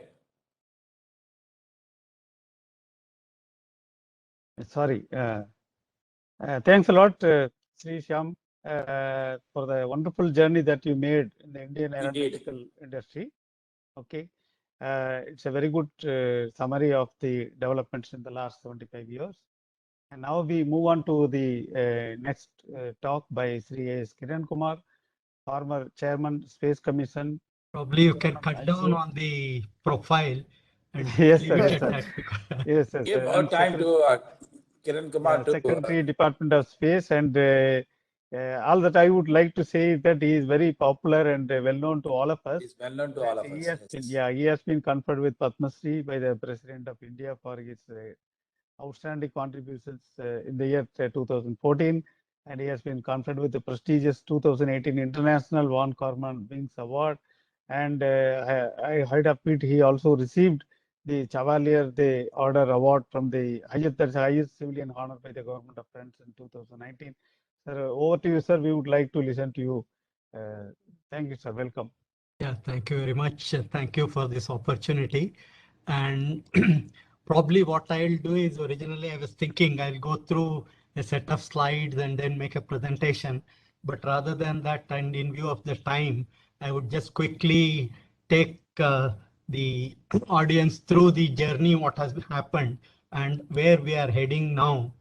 See, probably we are all aware that it was Dr. Sarabhai who visualized the available when the space technology became available in the early 50s, in the 1957, how India can make use of this new technology of space for the development. And what happened really was he could make use of his friendship from the various American, Russian, and French and German scientists and brought sounding rockets in the form of kit, and then ensured that the first rocket was launched from Tumba Equatorial Rocket Launching Site. And when this happened, at that time, actually he had to convince the fishermen in that place to vacate this place for conducting experiments. And he had to convince them that if they allow this to happen, very short, in sometime in future, India will get the advantage of this technology. As though to prove this point, from 1999 onwards, India was able to provide to the fishermen in the 7,500 kilometer long coastline specific information about where they should go for fishing by making use of the space satellite based observation of ocean color, and through the study of food chain of the fish, specific information about where to go for fishing. To this, we recently added a new capability using our navigation satellites. And this navigation satellites, today a small gadget which is fixed in the boat of the fisherman when he enters the ocean, which is operated on a battery. And this receives the signal from the NAVIC satellite, and the mobile in hands of the fisherman. The mobile itself does not require any connectivity to terrestrial towers. And in his mother tongue, he gets specific information, and also like a video compass, it directs him to the prospective fishing zone. And he gets in his mother tongue updates about any weather vagaries or if he is likely to cross the international boundaries. So here is an example where a person who does not know reading or writing gets the benefit of the most advanced technology of the launch vehicle, satellite, and instruments, and perform his daily life and assured of catching the fish.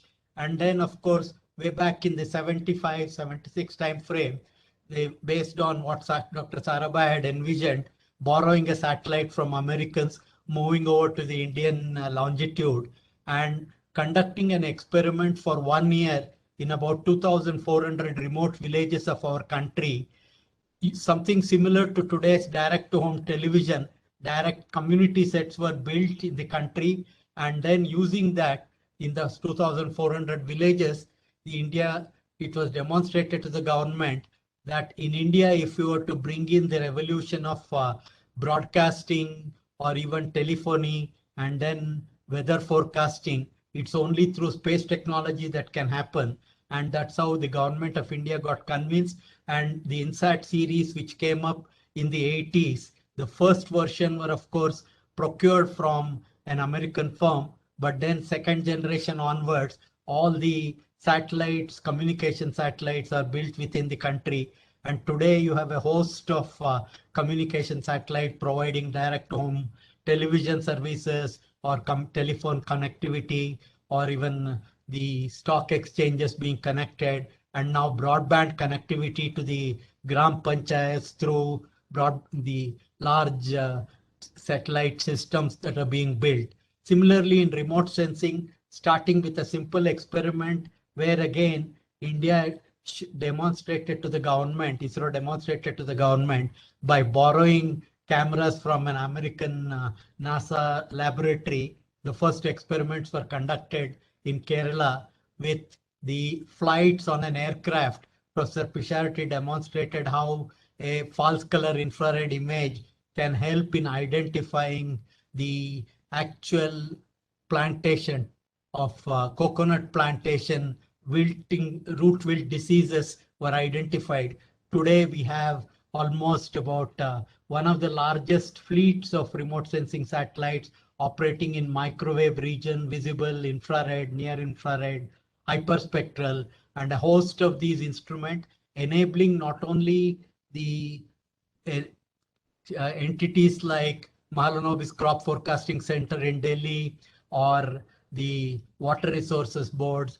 The Crop Forecasting Center is able to provide to the country in 11 crop types what is the yield ahead of the harvest, and then the various informations about the specific crop type that are going to occur, and then where to drill bore wells, and a host of other information. And beyond that, in the strategic sector, both in visible and microwave regions, providing information beyond the borders in sub-meter resolution capabilities. We have established the various satellite system. And in terms of launch vehicle itself, starting from SLV, today the PSLV is considered as one of the very reliable launch vehicles, which has done more than 51 launches, where not only our own satellites, but almost about 300 plus satellites of almost 30 other countries have been done. And one of the things that has happened in the course of this period is this launch vehicle is able to put multiple satellites into orbit and satellites into multiple orbits. And not only that, it has put 104 satellites in one go, which made a significant impact both within the country and outside in terms of the capability. And if you look at the cryogenic engine capability, while the initial attempts to procure the technology from Russia went into the geopolitical issues, and then today you have an indigenous capability of building cryogenic engines. There are more than 3 versions of it which are operational, and you have got a cryogenic engine operating in GSLV Mark II and Mark III. And this is also forming the backbone for our next generation the launch vehicles, which will be used for taking humans into space. And then apart from this launch vehicle technology, the satellite technology starting from Aryabhata in 75, today we have a capability of communication, navigation, remote sensing. In all these areas, we have been able to establish indigenous capability. And not only in the science and technology area, in also the space sciences, where today satellites like whether it's Chandrayaan, Mars mission, or an AstroSat satellite. In AstroSat, for example, we had enabled academic institutions in the country to build payloads. You will be extremely happy to learn that today India operates on AstroSat-1, one of the world's highest angular resolution far UV telescope, which has made impact globally because for the first time in the world, it has observed in the far UV region a collected data which nobody else has been able to do, from coming from 9.3 billion light years away in a far ultraviolet region, and showcasing how some of the initial the formation of stars and many other celestial bodies. So it is providing virgin data to Indian researchers, and through that it is providing opportunities for the Indian research community. So when you look at the instruments on AstroSat or Chandrayaan-2 or Chandrayaan Mars orbiter mission, all of them has provided unique opportunities to the Indian research community. Now, if you look at over the last 4.5 to 5 decades, what India has demonstrated in space technology is starting from very simple things and bringing in technology from what is accessible to us from outside and what is not accessible being indigenously realized through our own efforts. Today, we are among the few countries in the world which have an end-to-end capability.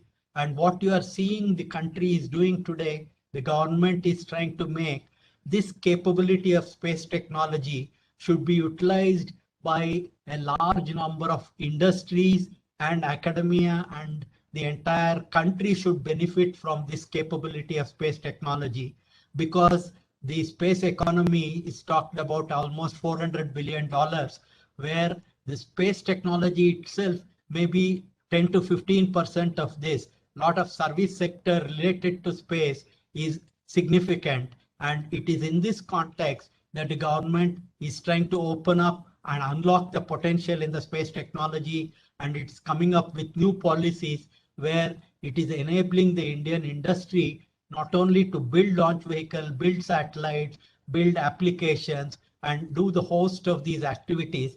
This is what is the key thing that is happening in the immediate past. And this is where institutions like whether it is the INAE, through which the lot of Indian academia as well as industries and many research activities which INAE is promoting, in all this, it is possible for India to really take advantage of what it has achieved so far in the space domain, particularly when you look at, we are all quite familiar that space is considered as a fourth frontier, and globally you are seeing that large number of private enterprises have entered into the domain, and unlike yesteryears where it was only the governments which were doing the space activities, today it is the private enterprise which is moving ahead. And what Elon Musk, SpaceX, or Jeff Bezos and many others are doing, they have shown that private enterprise is going to do significant amount of work in space technology, because space is the fourth frontier. Man has conquered land, ocean, and airspace. Now space, it has to be conquered. Space tourism, space adventure, space exploitation, space habitation. There is a host of this, and $400 billion probably will grow to $1 trillion type of economy.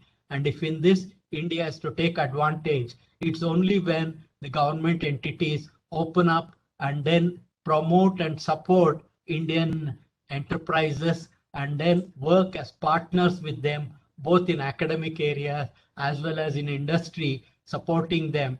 We have to change the way we are thinking. We have to change the way we are working. And this is what the current government is trying to force almost, because many of these changes are not easy to bring about.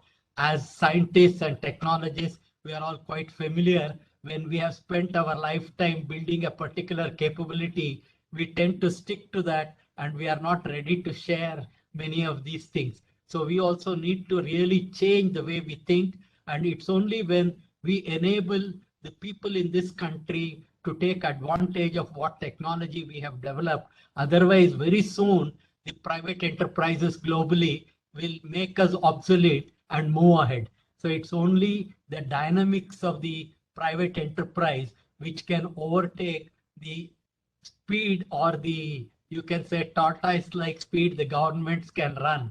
Will no longer be able to retain India's competitiveness in these areas. And if India has to remain a relevant force in the new areas, particularly today, if you look at what is happening in AI, and you are also hearing from many people, the entities like whether it is Amazon or Google or many of them, they are spending billions and even trillions of dollars in the new technology areas. And unless we enable the people in the country, academia and the private enterprise, going beyond what we have been doing, we will fall way short, and we will probably remain like what happened in the first industrial revolution. The current revolution, whatever is happening, is in the first industrial revolution, it was only raw material which was taken away from India. But today, that raw material is the intellectual capability of the Indians, which is being taken outside, and through that, other entities are taking advantage. If we have to prevent this from happening, we need to look at the entire mechanism very differently. Even Indian Academy has to be, Indian National Academy of Engineers will have to think of this problem in a very serious manner to see how we do not allow our intellectual capacity to be used as a raw material, and then we are forced with same colonialistic activities which happened during the first industrial revolution. If we have to make a change, it is time now for us to really look at that. And I think this is what is the message I wanted to give. I'm sorry for the shrinking of the entire thing. Thank you very much. You have so well articulated it, Dr. Kiran Kumar. I think the distraction of slides would have really not allowed us to focus on what you said, but absolutely brilliant message, and you really covered the entire journey of ISRO and the objectives and the achievements which have done. I know that 75 years of India's achievement cannot be really packed in 4 or 5 hours time, but we are making an attempt, and I'm sure we will be in a position to handle it in due course of time. So thank you very much. May I just request Dr. Mudali to just conclude and give our thanks to all the panelists. Thank you, Professor Pandit. I think it's a very wonderful session. Thanks a lot for asking me to co-chair this session. And really, we had, I think, the most eminent speakers from each sector of the strategic departments, where the Amrit moments have been brought out very nice, lucid manner. And it started with Sri V.K. Kilnani speaking about how from a drop of heavy water production to drums and then beyond was achieved today. And India is a world leader in heavy water technology, and the biggest plant is in India. Followed by that, Dr. Baduri highlighted the relevance of the fast breeder reactor program today to successfully embark a large nuclear energy generation, and also the bringing down the carbon footprint. It was a very wonderful journey where he highlighted India as one of the leaders in various technologies associated with fast breeder reactor program. I think Dr. Archana brought out various high-end technologies, beam technologies for various societal, industrial, and other applications, which vigorously the Department of Atomic Energy is pursuing. Particularly, BRC has been mastering various technologies that are very useful, the high-end technologies to the society, and how that is going into an incubation stage. And it was wonderful that we could listen from Sri Shyam Shetty about the journey that we have made in the aircraft development. And not only that, today even the latest drone technologies and unmanned aerial vehicles and many other aircraft that are required in the domestic as well as for the military side. I am sure that his lecture gave more excitement to the the attendees about the journey that we have been making in the last 5 decades. And the highlight of the session is the beautiful summary by Sri A.S. Kiran Kumar ji. He made an excellent journey starting from the 5 decades before and to today, how the Department of Space has mastered various technologies, not only in the sky, but also on the land, benefiting not only the nation as overall, but also to the common man, like the fisherman or the farmers and those who are in the industry, small industry and society. It was a wonderful journey that he mentioned. India has become today a leader with 104 satellites in one shot going to the space. And that is what is the highlight of the journey that we had. And that may be the best Amrut that we have after the 75 years of independence. Thanks to all the eminent speakers who made very crisp presentation, but excellent way they brought out the Amrut of the last 5 to 7 decades. And thanks to INAE for giving me this opportunity. Thank you, Dr. Mudli. Yeah, thank you, Dr. Mudli, for nicely summing up all. And I would like to thank all the panelists for so aptly describing India's capabilities as well as the achievements in the future. Thank you very much on behalf of INAE, on my personal behalf. Let us move on to the last part of this is the second plenary lecture by Sri Vijay Nayak. Now, I don't want to take a lot of time in giving introduction of Sri Nayak. He has been a fellow of Indian National Academy of Engineering and has been a prominent thinker in terms of how the technology needs to be used. He's a BTech from IIT Bombay and Masters from Institute of Chemical Technology. More than 37 years of experience, and I have interacted with him very frequently on a variety of topics, and one can see the kind of a global vision which he has and the ethics which need to be integrated into our practices. So I don't want to spend more time. I'll request Sri Vijay Nayak to give his second plenary talk.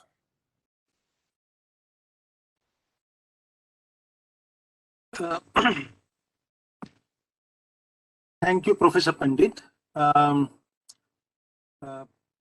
Is the share screen allowed now?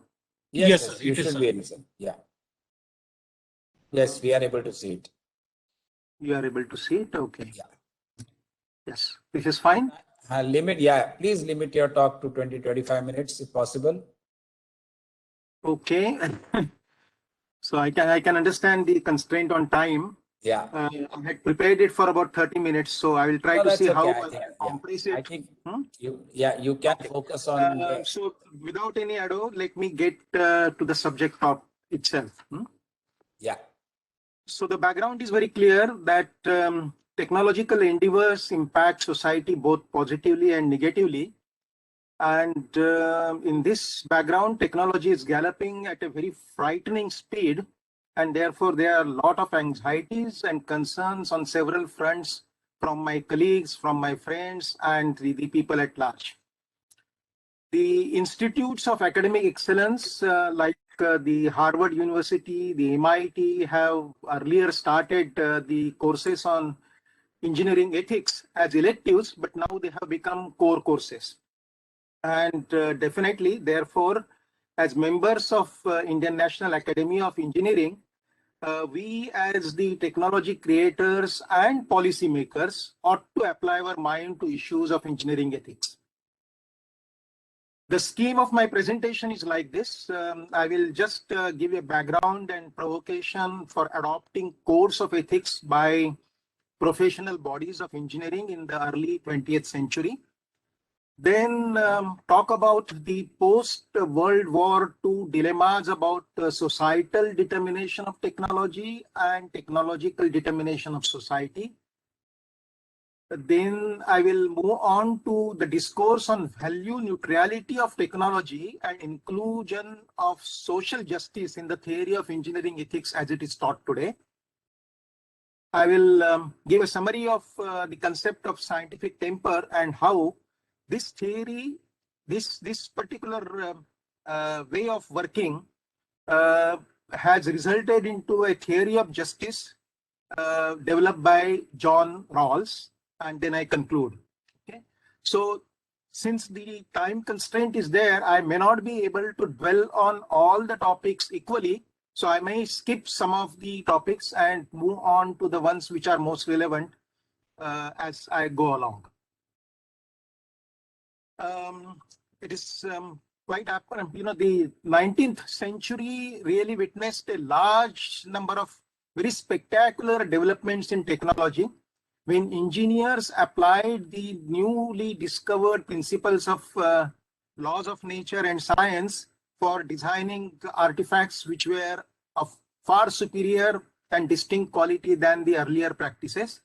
So we have the Alexander Graham Bell's telephone, then Thomas Alva Edison's incandescent lamp, Nikola Tesla's AC induction motor, the steam engine which propelled which propelled the industrial revolution, first industrial revolution, as well as became the motive power for railways and such kind of mammoth built structures by civil engineers like the Brooklyn Bridge.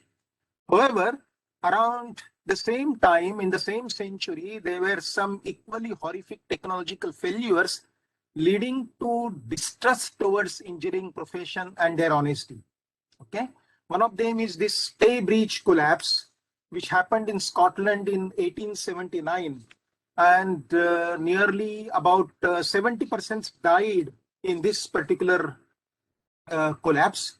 It was found that the engineer concerned had completely ignored the wind load which was likely to be imposed on this particular structure.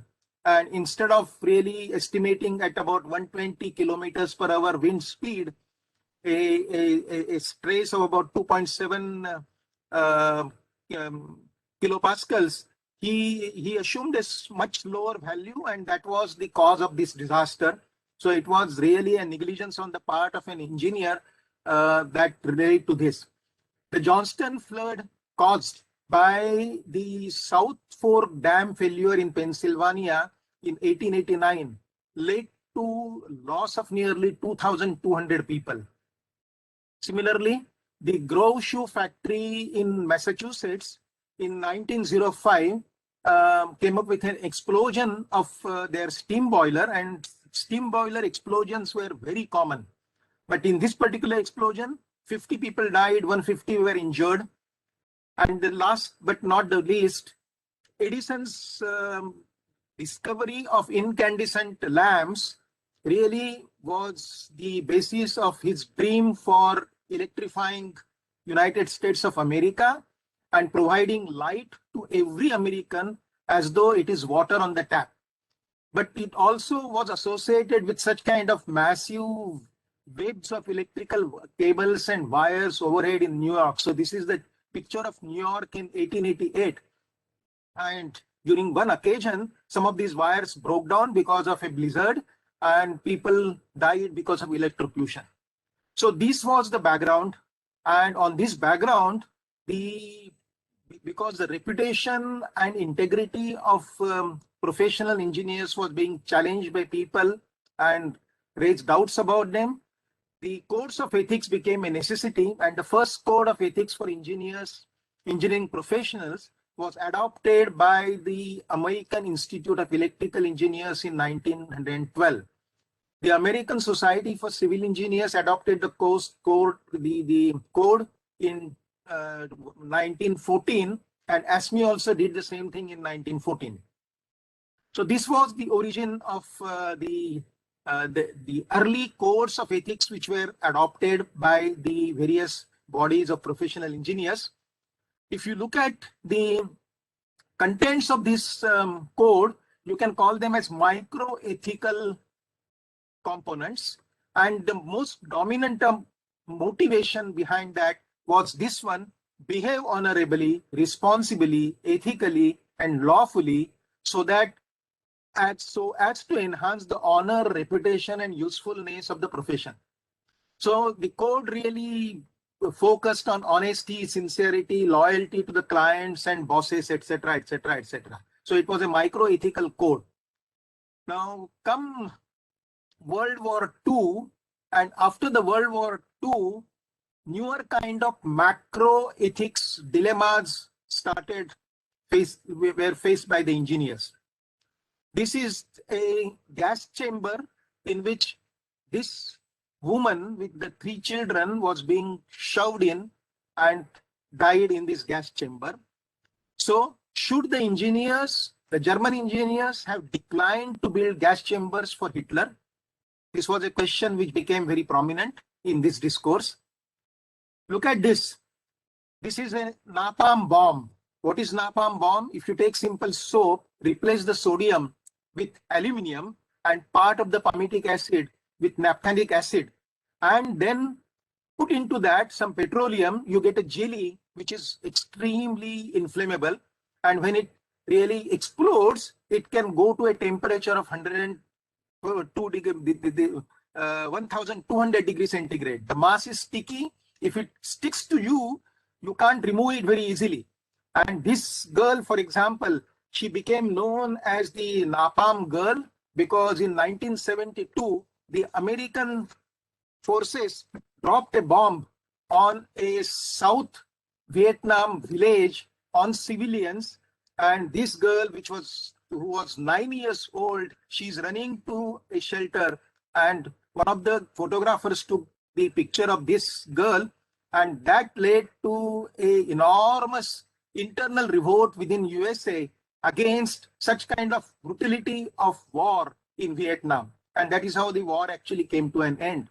This girl today is a citizen of Canada. She had to undergo several plastic surgery, and the photographer who took that picture was the person who actually then looked after her for quite some time. So the question is, should chemical engineers have declined to design the napalm bombs at that time? The same thing will come up if we are asked to make weapons of mass destruction. So these are some of the macro ethics dilemmas that we started facing after the World War II. There are other kind of dilemmas which are more haunting. There is a philosophical prediction that more the concentrated the sources of power generation that you have, you require more centralization, more securitization. More securitization is likely to ultimately lead to risk of erosion of democracy. This is a photograph of the plant, the nuclear plant, which was destroyed in Japan in 2011 during the tsunami, which is the which has been closed down now.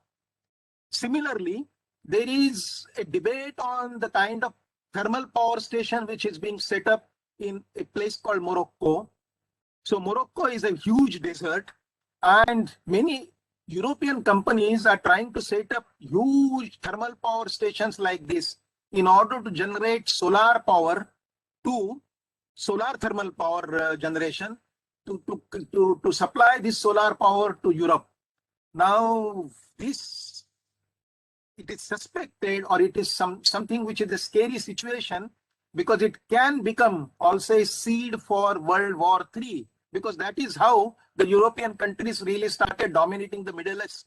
And that is how even the World War I was fought for the resources in Africa and Middle East. So this is a scary situation. On the other hand, distributed power generation, distributed solar power generation like this is probably an antithesis of this kind of a technology. And our policy articulators and strategists and we technologists need to take a very hard look at such kind of options and their long-term repercussions, where technology is going to influence the economic and political order in the world that we live. Okay. Now, next, there is a very perplexing question. Is technology always value neutral? Okay. So this is the next question I am going to touch upon.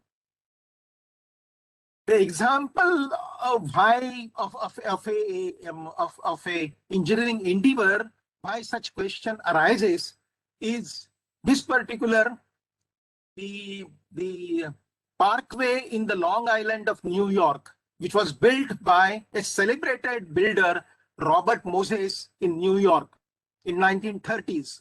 You can see the parkway was so built that there were over arches here. The clearance between these arches was only 12 feet or less. The reason for doing that was to prevent blacks and the poor people going to the pristine beaches of New York in public transport. They did not have cars. So this was an indirect way of segregating the blacks and the poor from the rich elite and the wealthy of New York, and denying them the enjoyment of going to a pristine beach like this.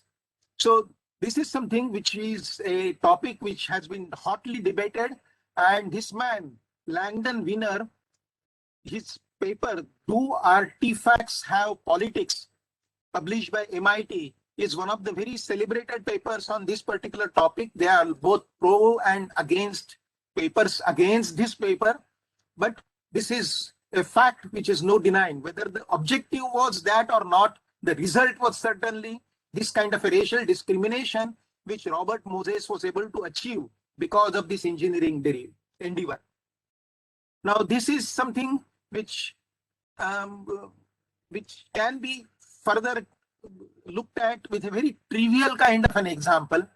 The trivial example is design optimization of a pair of scissors for benefit of the right-handers. You know, the most of the population which buys scissors, pair of scissors, is right-handed. So cost-benefit analysis tells us that if you optimize this pair of scissors and manufacture this pair of scissors which are well suited for right-handers, you will make more profit. The issue is that once you go from this kind of a scissor to this kind of a scissor, which is a benefit to the right-handers, it becomes a misery for the left-handers. So what it tells us is the technology optimized for the benefit of one group can lead to misery for another group. Now, this is a very simple example, but we can go, as we go forward, we can see its further implications.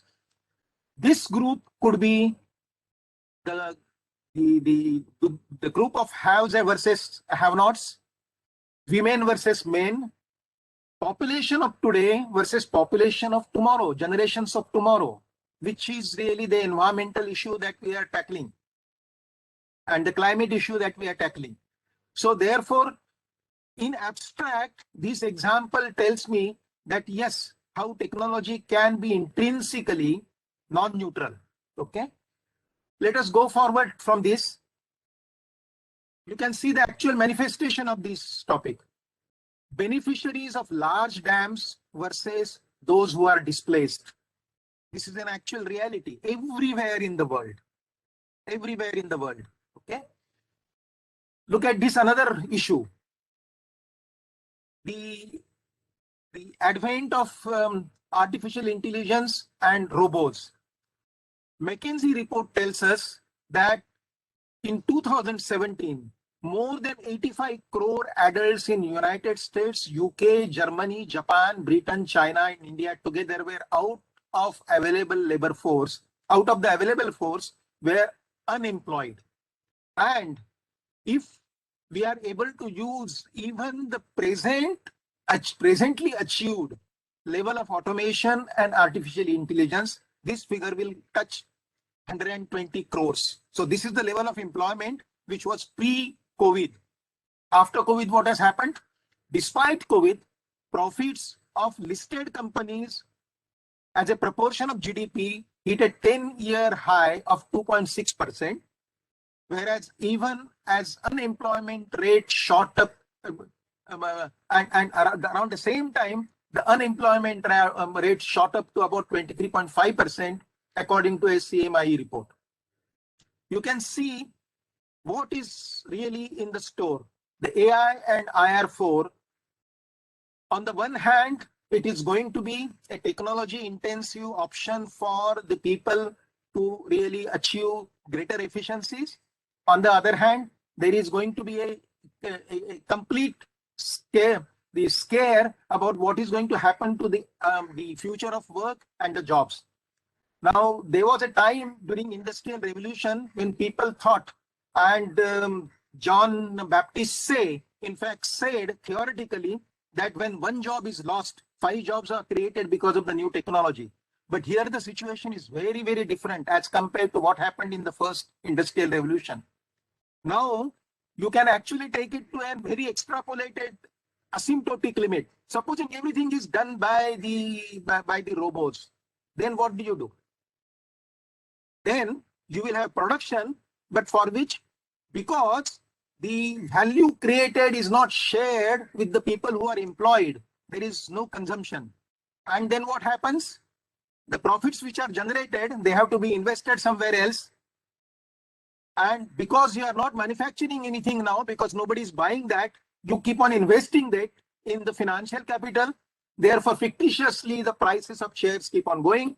Now, we are seeing something as a forerunner in today's world, what is going to happen in this particular way. And we need to think about deeply about what is to be done and how this problem can be managed and handled in future. So, this problem is in the area of the social justice in engineering ethics. The 3 philosophical approaches adopted by engineering ethics so far, namely utilitarianism, Kantian deontology, and virtue ethics, are inadequate to address these dilemmas which I have been talking about. In fact, utilitarianism, which aims at maximization of net aggregate happiness and used for cost-benefit analysis, can even be deployed to justify slavery. What do? This is actually, somebody has called this as ethical egoism and tautology. Okay, so the way out could be this particular fact that science is not only a measure of what there is, but also about how we know what there is. Scientific temper envisages the application of ways of science to ways of life. Can scientific temper provide us the guidelines? Is the next question. So what is scientific temper? There are some trivia which I have coupled, gathered together. The first mention of the term of scientific temper was by R.T. Hume in Saturday Review 1958 or 59. Earliest definition of scientific temper was by Thomas Hughes in 1893. Earliest elaboration was by Bertrand Russell in 1922. And the extension to ways of life, which is a very important extension, was done by Jawaharlal Nehru in 1946. What are the essential features? Unbiased search for truth. So there is no vested, there is no conflict of interest, there is no confirmation of bias, and that is how we conduct our clinical trials, for example, which are double blind. When we have the meetings of the esteemed bodies of DSIR or CSIR, we make sure that there is no conflict of interest among the reviewers of particular projects. Okay, going forward, rigorous empirical tests is the next part of these essential features. And last but not the least, the contribution by Thomas Kuhn, capacity to change previous conclusions and paradigms in the face of new empirical evidence. Okay, we are probably the first and the only country to adopt scientific temper as a duty of citizens in our constitution, which is Article 51AH. And there is one philosophical approach that is inspired by the concept of scientific temper, which is John Rawls' theory of justice. Now, what is this John Rawls' theory of justice? John Rawls' theory of justice is based on a thought experiment. He conducted some very elegant thought experiments. He collected a large groups of rational people, told them that you are rational, but you are on this side of the fence. Okay. You have all the data in the world available to you, and you are supposed to design the world, the society, the laws, the regulations, and economic system, the political system, and everything. Fine. One thing that you do not know, because of this veiled ignorance, that once you design the system, you would belong to which social group which is on this side.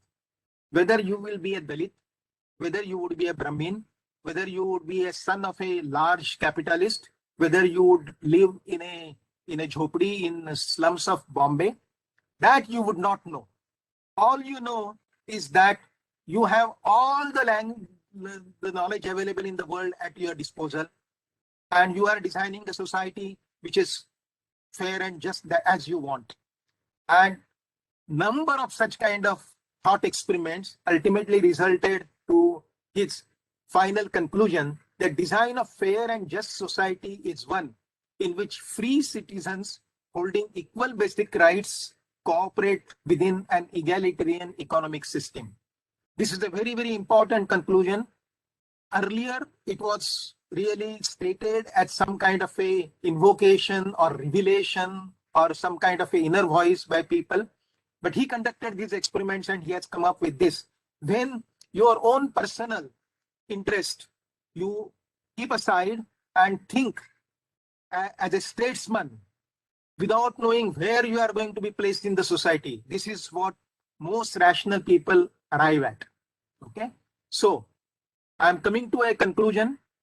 The theory of justice by Rawls appears to me the searchlight for finding the way forward in dealing with ethical dilemmas involving social justice, together with capacity to accept a paradigm change in economic theory, empirical reality resulting from its, if empirical reality resulting from it says so, we can overcome the economic challenges posed by even artificial intelligence and IR4. This is not a comprehensive review which I have done of engineering ethics, but illustrative, loud thinking about some enduring and emerging dilemmas. And intention is not to settle any issue once for all, but to indicate their general dimensions. I want to end in the spirit of scientific temper and social justice, that I also wonder when we, engineering inventors and policymakers, would be able to put an end to human indignity and deaths in these gas chambers, which cause more than 70 deaths per year only in India. Okay? So I leave you with this particular thought, because on the one hand, we want to go to the Mars, but this is a reality of India and we need to face it and we need to eradicate it. And I hope that INAE plays a very important role in this endeavor. Thank you very much.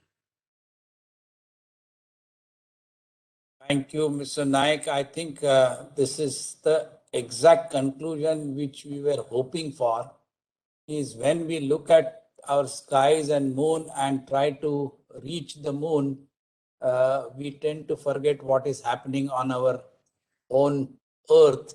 And these are the realities which every engineer needs to be aware of.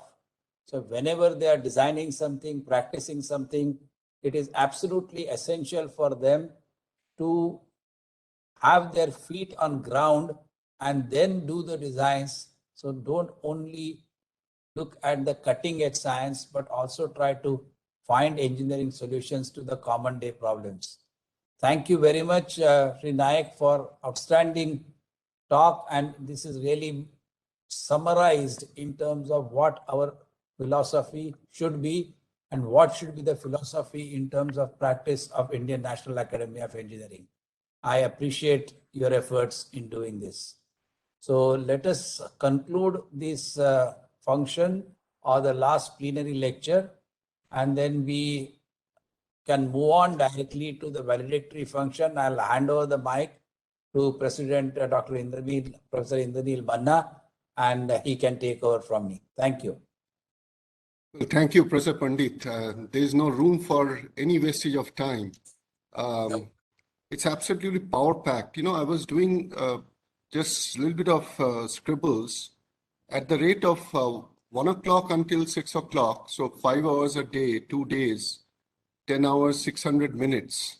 And I was doing some calculations. So roughly we have heard from about 50 eminent professionals who are absolutely the peers in the country, anything from the practicing professionals, head of an organization, managing directors, chairman, former chairman, thinkers, the brightest professors, both young and very senior ones. You couldn't have asked for anything better. And imagine you're listening to such peers only for about 10 to 12 minutes per person. I mean, I cannot imagine that there could be any other such forum where we would have heard so enlightening talks, so up to date with facts and figures, and so much thought-provoking, including the last one where a very fundamental question is raised that progress, all right, we have to, but can we ignore ethics? So I really appreciate the entire effort. Now, I'll just take a couple of minutes before we invite Dr. Shekhar Mande. He confirmed that he's very much online. I hope he's around. He is around. I spoke to him as well. So, you know, just a few words. We all know, but engineering is nothing but translation of fundamental knowledge into certain viable solutions which actually addresses the aspirations, the need, the challenges faced by the society. And when we do that in this country, we have been doing it for ages, but when we do that in this country today, we are now confronted with one compulsion that we have to move ahead, but we also have dilemma as to what should be the priority. So Indian National Academy of Engineering is the platform for the brightest and the most eminent engineering professionals of the country. No denying the fact that anybody who is in this profession would certainly aspire to be a fellow of INAE. And with about 869 from within India and about 89 from abroad, close to about 1,000 fellows. And if you also take into account the young associates and so on, we are a formidable force, but we could certainly enlarge ourselves to much bigger volume, considering that 1.3 or 1.4 billion nation. Now, why Engineers Conclave? As I told you that we wish to, in INAE, not only just pat each other and give some awards, rewards, or elect somebody a fellow or a young engineer. We really want to make ourselves relevant to the country, to the society, and actually to the humanity.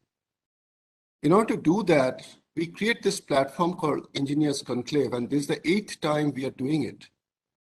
where we deliberate upon 2 specific themes and we choose year on year themes which are absolutely relevant and topical. One theme with one of the hosts. Incidentally, we are doing it on a virtual platform, so there's no physical host here, but we have found a very, very eminent and able partner, the International Solar Association, thanks to Dr. Mathur.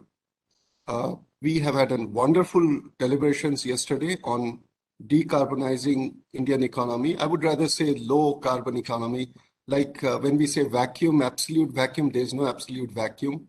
Similarly, there's no zero gravity. And at the same time, zero carbon probably will be impossible.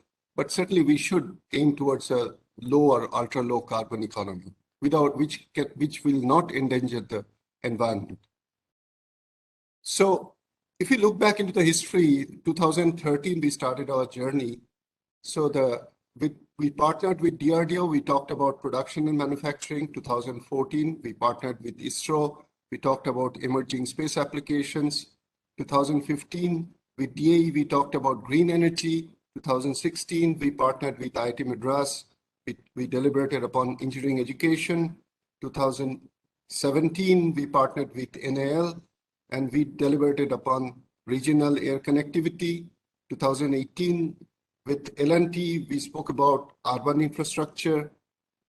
2019, with Bharat Electricals, the topic was defense technology and innovation. And all along, we have also been deliberating upon topics of societal importance.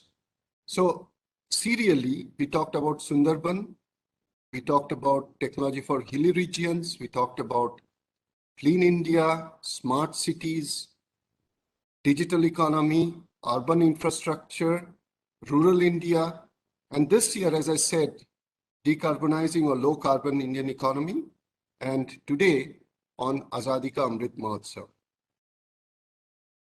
You know, in academia, we often say that a problem defined is half the problem solved. So we always advise the PhD students, so first do some literature search and figure out where do we stand, where does the knowledge stand today. So if you look back into the economic history of the country, until the British came and occupied India by force, India used to contribute nearly 23% of the world's economy. And by the time the British left, Indian contribution to the world economy was only 3%. And I'm quoting through our former Prime Minister, Dr. Manmohan Singh, figures which were provided by none other than Angus Maddison, the famous historian from University of Cambridge. And in fact, that made our former Prime Minister comment in the jest that we have reasons to be aggrieved with British.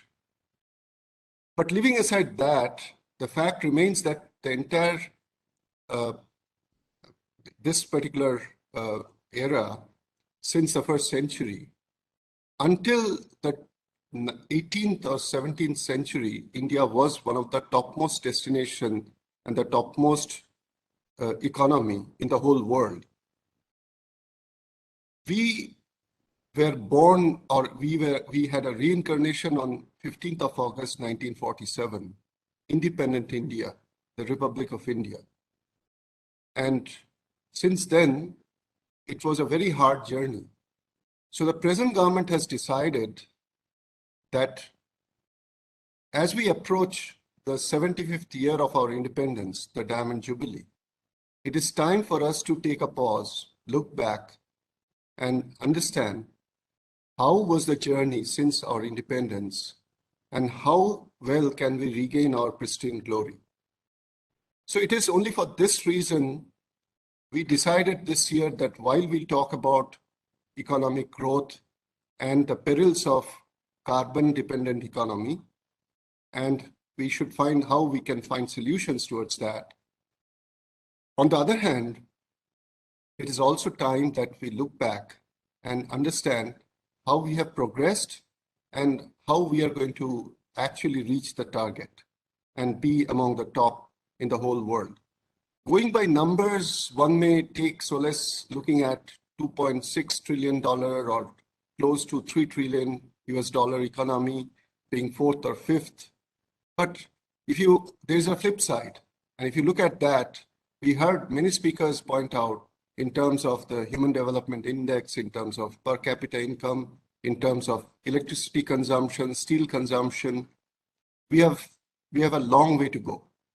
And INAE certainly is extremely keen to be a very important and able partner and contributor towards this journey to regain our pristine glory. So it is for this reason we have organized this Engineers Conclave this year with these two specific themes. And the entire thank you business will have to be handled by Professor Pandit at the end. I would only thank the two key persons, Dr. Ajay Mathur and Professor A.B. Pandit, for very ably, first of all, very adroitly thinking about collecting the topmost leaders, experts in the thematic areas, and also organizing the event in a very, very meticulous way. I've been part of the organization. I was a mute spectator and listening to them, but I certainly admire the way they have planned the whole thing, and which has now come to the final stage. And so we are in now for the concluding session. So on behalf of INAE, I would like to record our deepest appreciation to these two top professionals of the Academy. And with them, all the panelists, all the chairpersons, all the anchors, and all those who worked behind the scene. And now it is our privilege to invite Dr. Shekhar Mande, the Director General of CSIR. Professor Pandit, would you like to make a few comments and invite Dr. Mande? Yeah, thank you, Professor Manna. And sorry, Dr. Mande, that you had to wait for such a long time. Because as you can imagine, what Professor Manna mentioned, the whole program was so jam-packed that it was very difficult really to curtail somebody when they were talking so passionately about the achievements and celebrating India. That I would say that the celebration continued more than what was expected, but it is fine. So I'm very much thankful for accepting our invitation to address this valedictory function. And as we discussed in the morning, you have been a pioneer in terms of science management, controlling 38 CSR labs in terms of deciding the overall philosophy and overall progress which the country needs in terms of technology development, technology implementation. You have taken many initiatives, and these initiatives have started seeing the fruits of this efforts. And I would request you to address all of us waiting to listen to your wise words and see whether our efforts and INAE's efforts can in principle be coordinated with CSR efforts. I'm sure the interaction is already going on. You might be aware of that. I think Professor Manna has already interacted with you on these joint efforts. So I would very much appreciate if you can say a few words and try to conclude this valedictory function through your remarks. Thank you.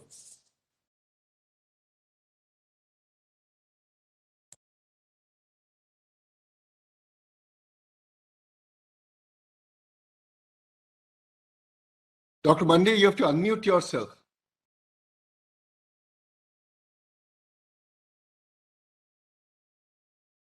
Yes, thank you, Professor Pandit, very much. I realized that when I started sharing my slide, I was unable to unmute myself. I had to unshare the slides and once again, and that's for the technology, or maybe the technology, what we call intelligent quotient of mind, that how to do that. So no end to challenges. Exactly, yeah, right. But thank you so very much for inviting me here. It's my very proud privilege that I'm amongst the best of the engineers in the country. And just to reiterate what Professor Pandit said, CSIR is very proud to be associated with INAE. Not only that we have number of people who are fellows of INAE, but we also have a formal mechanism for our regular discussions. And we do take regular feedback on many of the engineering projects from INAE. And the current one, which is the most active one that we have been talking about, is the RTA, Regional Transport Aircraft, that Professor Manna mentioned. And we are taking that forward as we speak.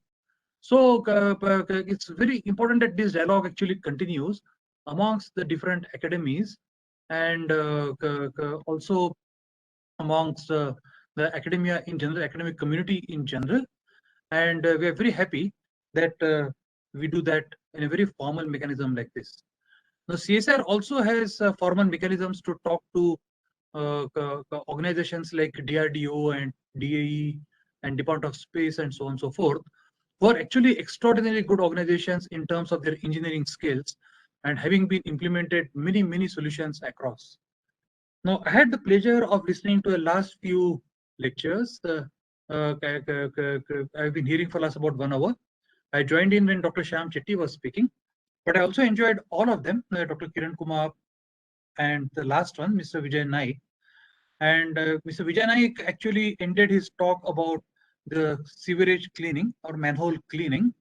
And just coincidentally, it so happens that today morning, we made a very big demo of a robotic sewage cleaning system mounted on a Tata Motors chassis to many of the municipal corporations in Delhi and to the officials of Ministry of Housing and Urban Affairs. And we are committed that we will actually take it forward because these are indeed very embarrassing things for a country which aspires to be one of the global economic powers. So many engineering solutions exist which require implementation for day-to-day solutions. And we do hope that by partnering with INAE, CSR will be able to implement many of the societal engineering solutions so that the life of common man can be made much easier. What I would like to do very briefly, I will not take more than 20-25 minutes. I'm aware that all of you have run out of time quite badly, but nonetheless, it has been very fulfilling listening to so many different people. I would like to just very briefly trace history of CSIR and emphasize the point that Professor Manna also alluded to, that in the 18th century, our contribution to world GDP was something like 27%. And in 1947, when we became independent, it had dropped to less than 3%. And that's where we start that India's contribution to world GDP, because manufacturing practically did not exist, we had difficulties being self-sustainable in our agriculture and many other matters. It was a major challenge to the country's science and technology community to start implementing solutions which will become viable and which would lift India out of our dependence on many other countries on even trivial matters. It is that time, about 5 years before independence, that CSR was established, and all of you are aware of this particular thing. We were established in 1942. Today, we are a chain of about 37 laboratories, and we operate as an autonomous society. And we have the privilege of having Honorable Prime Minister of India as the President and Honorable Minister of State Independent Charge, Science and Technology as the Vice President of CSIR.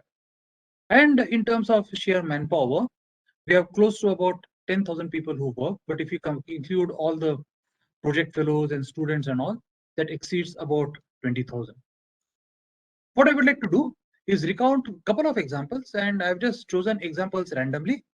Most of the examples would be known to many of you, so please bear with me if I'm repeating these examples on different platforms.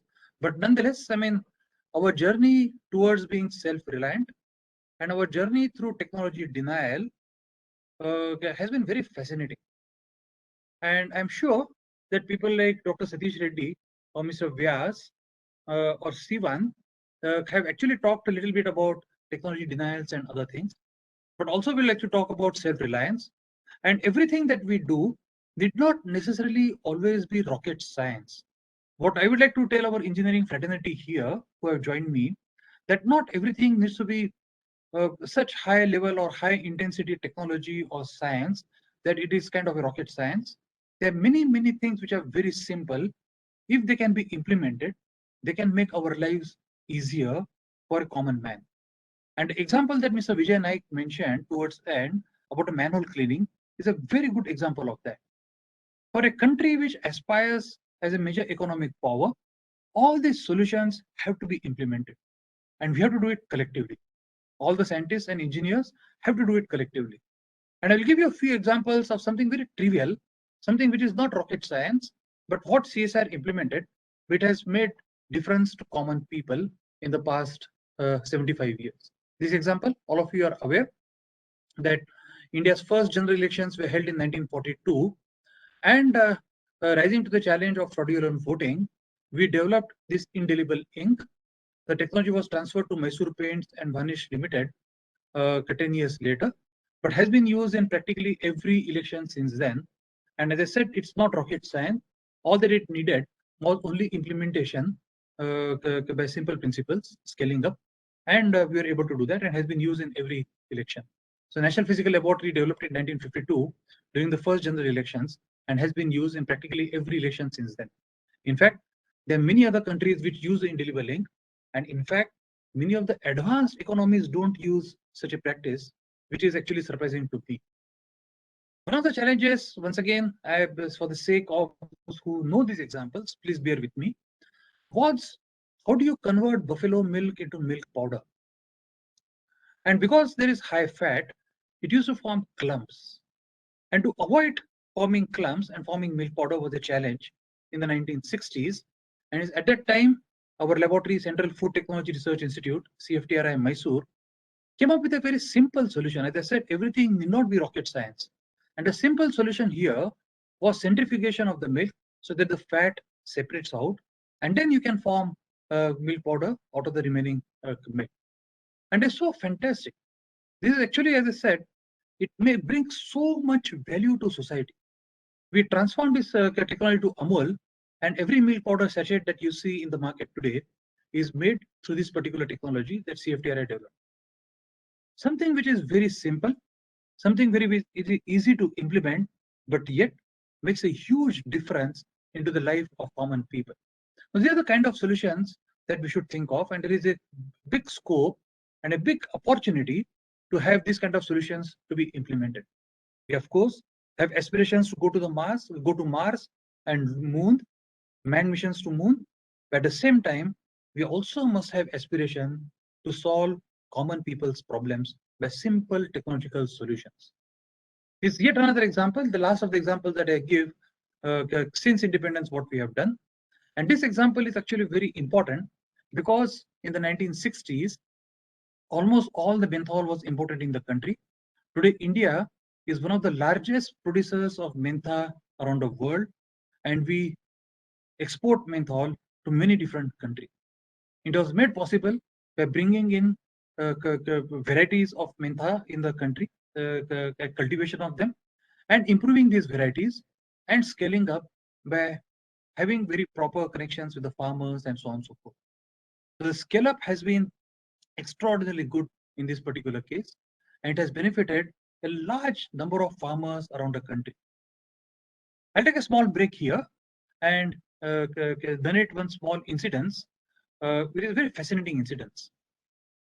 Many of you have heard of the cricketer R.P. Singh, who was a left-arm fast bowler in India's team, played very important role during the tour of India's tour to England some years ago.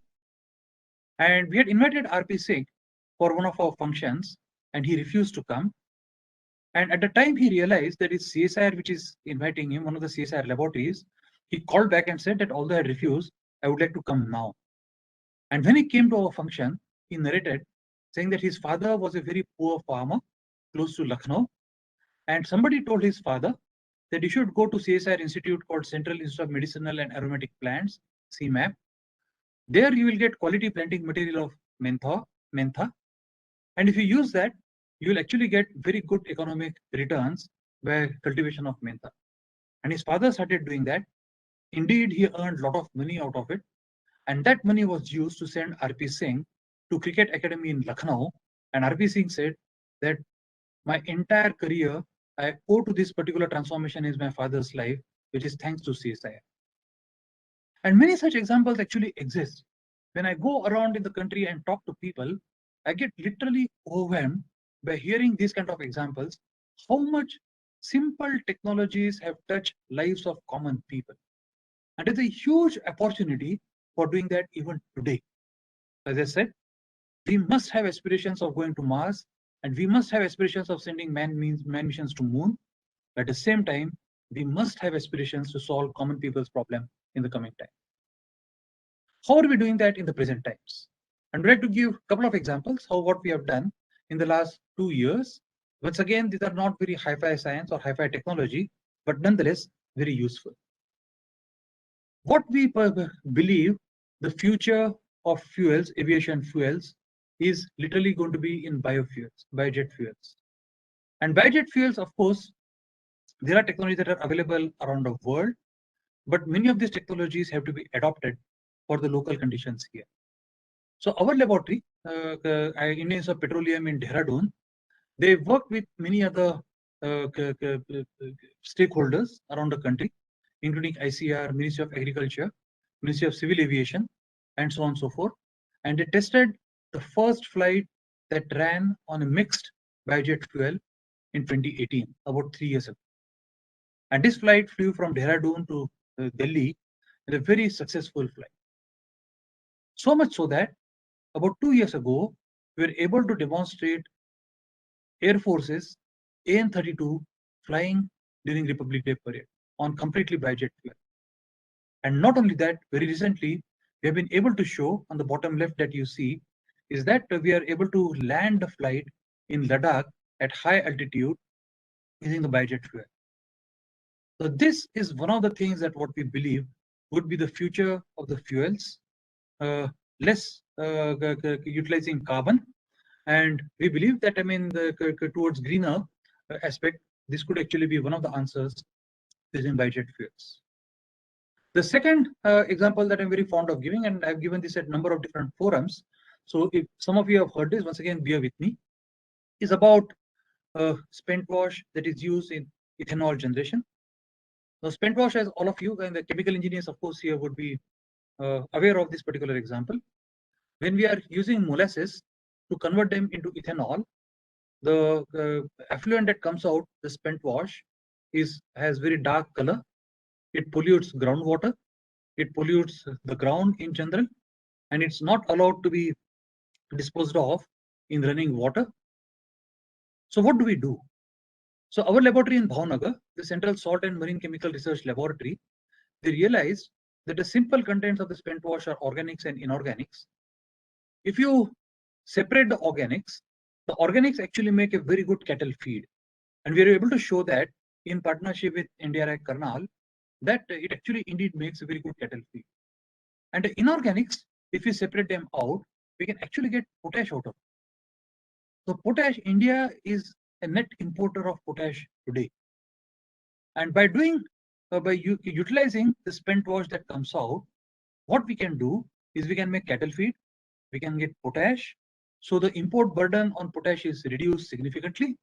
And at the same time, what we have is an excellent example of circular economy, because what is left behind is pure water, and the water can now be circulated for agriculture purpose, irrigation purpose, or can even be discharged in flowing water body. And we're very proud of this kind of examples. Once again, not a rocket science, but very simple science, but very useful science. So something which is close to rocket science, and actually an excellent example that how fundamental science can eventually turn out also by translational potential of that. Our group in the Institute of Genomics and Integrative Biology has been working on CRISPR-Cas for the last about 5 or 7 years. They published a fantastic paper in the Proceedings of National Academy of Sciences, USA, 2 years ago on a CRISPR-Cas, on a Cas9 enzyme that they had discovered, which is a very high fidelity enzyme. But when COVID struck us, they realized that this enzyme can also be used for diagnostic purposes of COVID-19. And they developed, using this enzyme Cas9, a diagnostic kit, which was called as Feluda, which is an acronym for FN-Cas9 editor linked uniform detection assay. And then we worked very closely with industry in this case Tata MD. Tata's took it up and converted into a diagnostic kit, which is now used in lots of remote parts of India. that many remote parts of India, this particular Feluda kit is now being used by Tatas to diagnose COVID-19. The sensitivity and specificity parallels that of RT-PCR with almost the same cost. But the advantage is that it does not require an expensive RT-PCR machine, and it can be mounted on mobile vans from place to place. Another useful example during COVID-19 has been the non-invasive ventilators developed by National Aerospace Laboratory, CSR NAL, and these are all very good, and we have sold thousands of this to different state governments. Similarly, in April this year, we generated the pressure vacuum swing adsorption to generate oxygen from air. The country was witnessing a very bad surge, second wave of COVID-19, and many hospitals were running out of oxygen, medical grade oxygen. It is at that time, we and DRDO worked together. DRDO used the PSA technology. We used the PVSA technology. We were able to connect with industry in no time, literally. Many of the large industrial houses in the country, they partnered with us. Some MSMEs partnered with us. And together, we have installed more than 600 or 700 plants across India today. We use PM CARES fund, and we have been able to now commission close to 600, 700 plants across India in a speed of about less than 6 months. In fact, our dream is to have medical grade oxygen plant in every district of the country so that people in future will not have to go run to get oxygen. Once again, not rocket science, but very, very useful science. Similarly, when the hospitals were running out of space in many states, including Delhi, the national capital region was running out of space. At that time, we went and made many prefabricated hospitals with full ICU and complete medical system there. So these are actually very rapidly deployable hospitals. Once again, not rocket science, but yet it served its purpose in many different corners of the country, especially in places like Himachal Pradesh, in Jammu and Kashmir, and so on and so forth, including Delhi. The Safdarjung Hospital and Lady Harding Hospital, we converted their car parking lots into something like 40-bedded, 50-bedded, 100-bedded hospitals in many different places. We are very proud that we have been able to do that when we are able to deploy this in partnership with many industries. So as I am repeating again and again, the engineering solutions may not actually see to be very, very involved or very elegant solutions, but yet these are very, very useful solutions. And there is a room for all of us to do everything possible.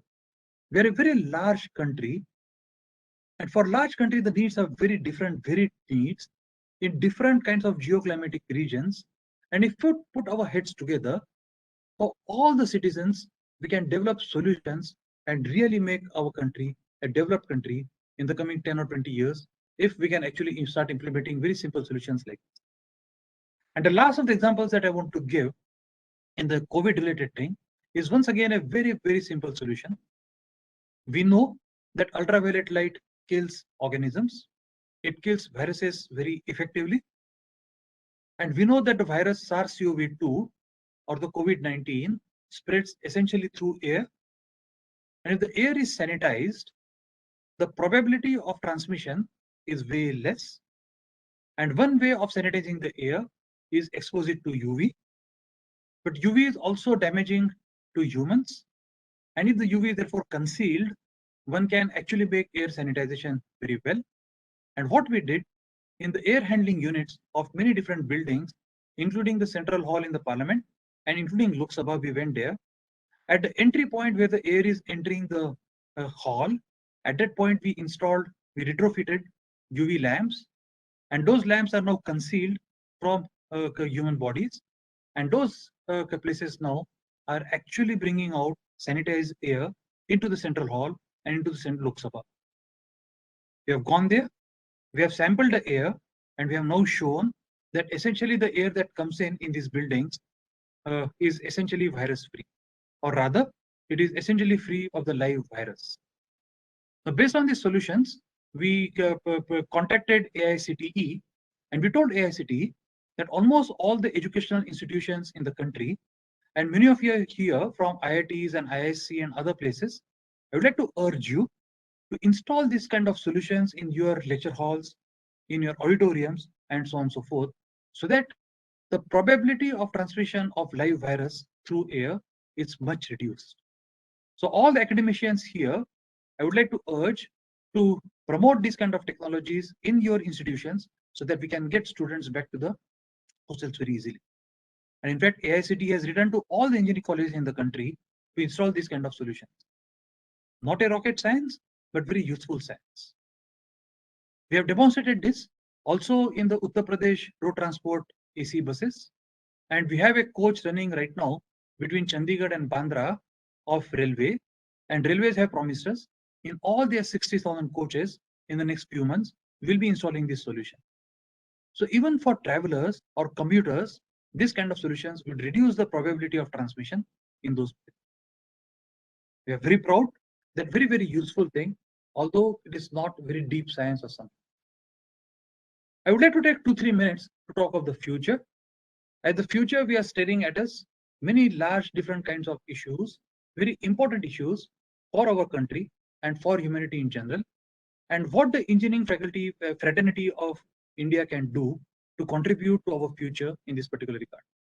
And we hope to work very closely with Indian National Engineering Academy, International Academy of Engineering, and CSIR together, and also with other agencies such as DRDO, DAE, and DOS, so that we can start implementing many of these solutions together. This one is a proposal with the Department of Space and DRDO and NAL, where we hope to start working on the National Trisonic Aerodynamic Facility. And Dr. Kiran Kumar is here. There are people from DRDO who are here, and there are also people from NAL here. And we do hope that government will agree to this particular proposal and we'll start working on this so that we actually are ready now for the futuristic developments of next generation aircrafts, missiles, and so on. So we also are working very closely with multiple organizations in this case, like Mahindra Rise, with IIIT Hyderabad, with Intel, and as a pilot project, we are working with Nagpur Municipal Corporation to integrate artificial intelligence with road traffic. And the aim of this is to reduce the number of accidents. We are all aware that per year, we lose something like 150,000 lives in India to road accidents alone. The per million deaths or per 100,000 deaths in India in road accidents is actually more embarrassing than many other countries around the world. And all of us have joined hands, as I said, Intel, IIIT, and so on and so forth.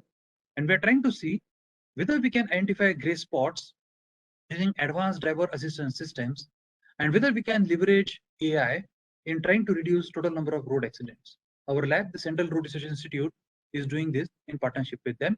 And hopefully, in another about 2 years from now, we would have seen some effect of this.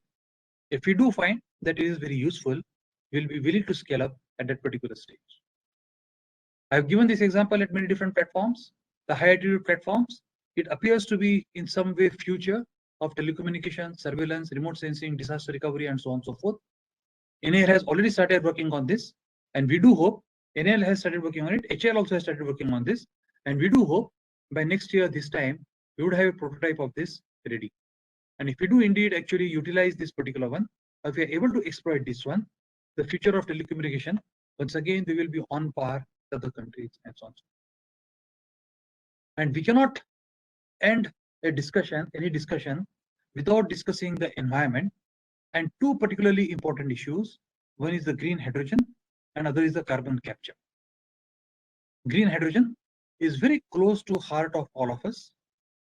In fact, the government has made announcement as a hydrogen mission. The Honorable Prime Minister from the ramparts of the Red Fort this year on 15th August announced the hydrogen mission of the country. And there is a need for all of us to work together once again here to address three principal issues: the generation, the storage, and utilization of hydrogen. And as a technology, we all need to work together, the CSIR, industry, academia, and so on and so forth. And if we are able to get together on this, I'm pretty sure that we'll be able to accelerate the hydrogen economy of the country. And lastly, the related issue of carbon capture. There is a mention some time ago of carbon dioxide emissions.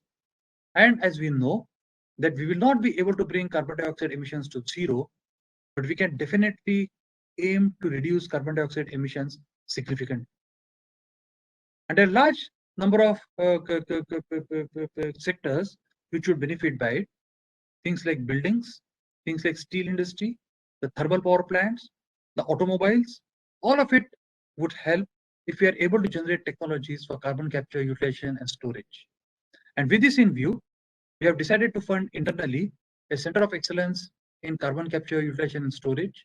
This is in collaboration currently with Tata Steel, but many other industries have come forward saying that they would also like to join us and would like to bring some value to many of the industries that I mentioned just now, the buildings, steel, the thermal powers, automobiles, and so on and so forth.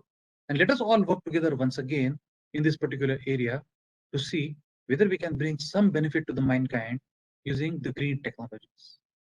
Thank you all very much for bringing me here. It has been my privilege to be able to talk to all of you at the concluding session of the thing. And I really thank all of you for having invited me here and listened to me very patient. Thank you, Professor Banna. Thank you, Professor Pandit. Thank you very much indeed. I think you summed up very nicely in terms of what we are, what we have done, and what we need to do. Thank you very much indeed, and appreciate it. So, CSIR has always been the powerhouse of engineering initiatives, even before independence. So there's no denying the fact that CSIR has a big role to play. But I think there has to be a synergy. Dr. Mande will talk later about this. Sure. Yeah, Professor Pandit. Yeah. Now it is my pleasant duty to propose vote of thanks. Yesterday, a session went up very well, and Professor Mathur did thank all the panelists and the session chairs. And I'm going to do the same. I would like to thank all the session chairs, starting with Dr. Mangu Singh, followed by Bimal Gokuldas, then Professor Sastry, and Dr. Kamachi Mudli for so ably running these 4 sessions or conducting these 4 sessions, and the panelists who contributed immensely to the basic theme of Azadi Ka Amrit Mahotsav in terms of showing India's capability, what is the present status, and what needs to be done for future. Now, as usually we do, we will come out with a booklet of the proceedings of these 2-day conferences, which will essentially form some sort of a policy guideline which will be forwarded to the government agencies for them to be able to use the information which was discussed, delivered by the various panelists, the session chairs, so on and so forth.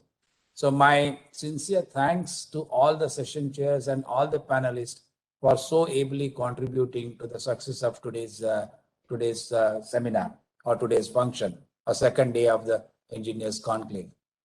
At the same time, I would like to take this opportunity to thank Sri Vijay Nayak as well as Dr. Shekhar Mande for actually making this valedictory function not as a valedictory function, but a function which has made us aware in terms of where we stand and what we really need to do, not only for the country in terms of science and technology, but also for the common man. And lastly, I'll be failing in my duty if I do not thank the back-end people who have made all this conference extremely successful, especially the INAE headquarters headed by Colonel Shobhit Rai, with the help of Pratigya, Gitanjali, and many others who have been playing a stellar role and have been extremely attentive in meeting each and every demand of the panelists, the session chairs, and all of us as well. So I would just like to thank you all again, and I will just hand over the mic to Professor Manna to say last words as a concluding remark on this Engineers Conclave as a president of INAE. Professor Manna. Thank you, Professor Pandit. I think I just need to again reaffirm my greatest gratefulness and gratitude to all the speakers, all the participants. But before that, it's also very gratifying to see one of our former presidents, Dr. P.S. Goel. Yes, I just saw him. Yeah. In the panel. So, Dr. Goel, would you like to say a few words at this moment? I think you are muted, sir. You're muted, Dr. Goel. Professor Goel, you are muted. Thank you very much. I had listened both days to totally all what has happened, and I must congratulate you, all the organizers. You've done an excellent job.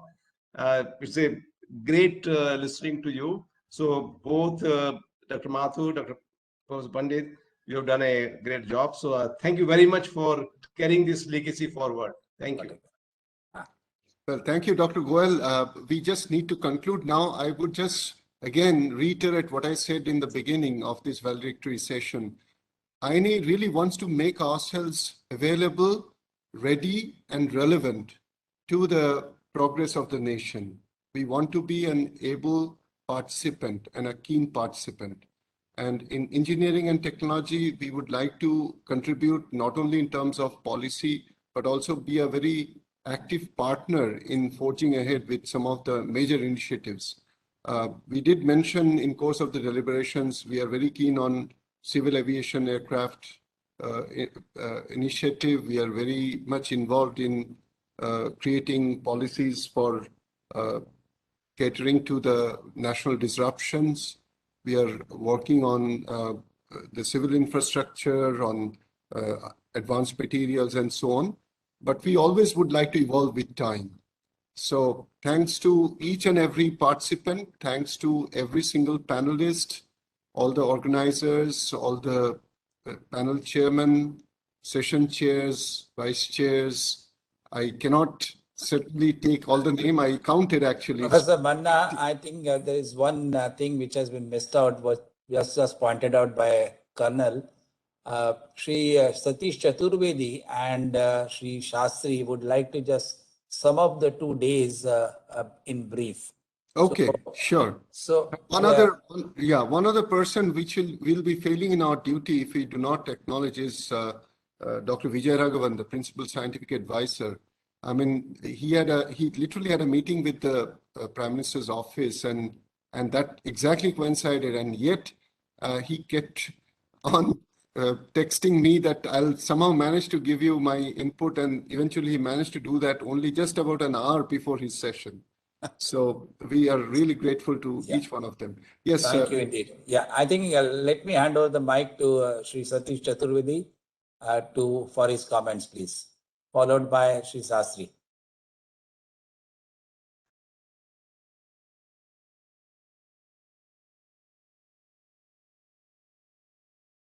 Chaturvedi is there? Yeah. Yes, sir, he's there. Pradeep Chaturvedi is there. Colonel? Mr. Chaturvedi, sir, I'll just try and contact him, sir. So in case if Shastri is available, can... he's there, sir. Mr. Chaturvedi, sir, is there, sir. Yeah, please. Mr. Chaturvedi, would you like to just sum up the first day? We finished. I thought we finished. You want me to do it, but because I think we covered everything. Please sum it up. After your thanks, now we were anyhow sending the report to everyone, sir. But if you just want to highlight few reports in few sentences, a few words, in few minutes, that will be fine. Actually, they did that. Professor Pandit yesterday did that. Has summed up nicely, so that should cover, and then we'll send the report. Okay. We made the report. We'll send it later. Okay. Thank you very much, Dr. Pandit. Yeah. Thank you, Pradeep ji. Shastri ji, would you like to say a few words? I think I agree with him. It is very difficult to summarize so many talks in 5 minutes or some such thing, especially when everyone is on the edge of their this one. Okay, so but we will try to send a sort of this one. But definitely, what I could say is the total, innovations, what has happened in the past few years have been brought out very successfully in this one, and by eminent people, and we are all thankful to them. And then, we will try to summarize what they have told and then submit it to you. I think that's it. That's fine. That's fine. Thank you very much. So let me use this forum to give my profuse thanks to each and everyone who participated in this very successfully conducted two-day Engineers Conclave of 2021.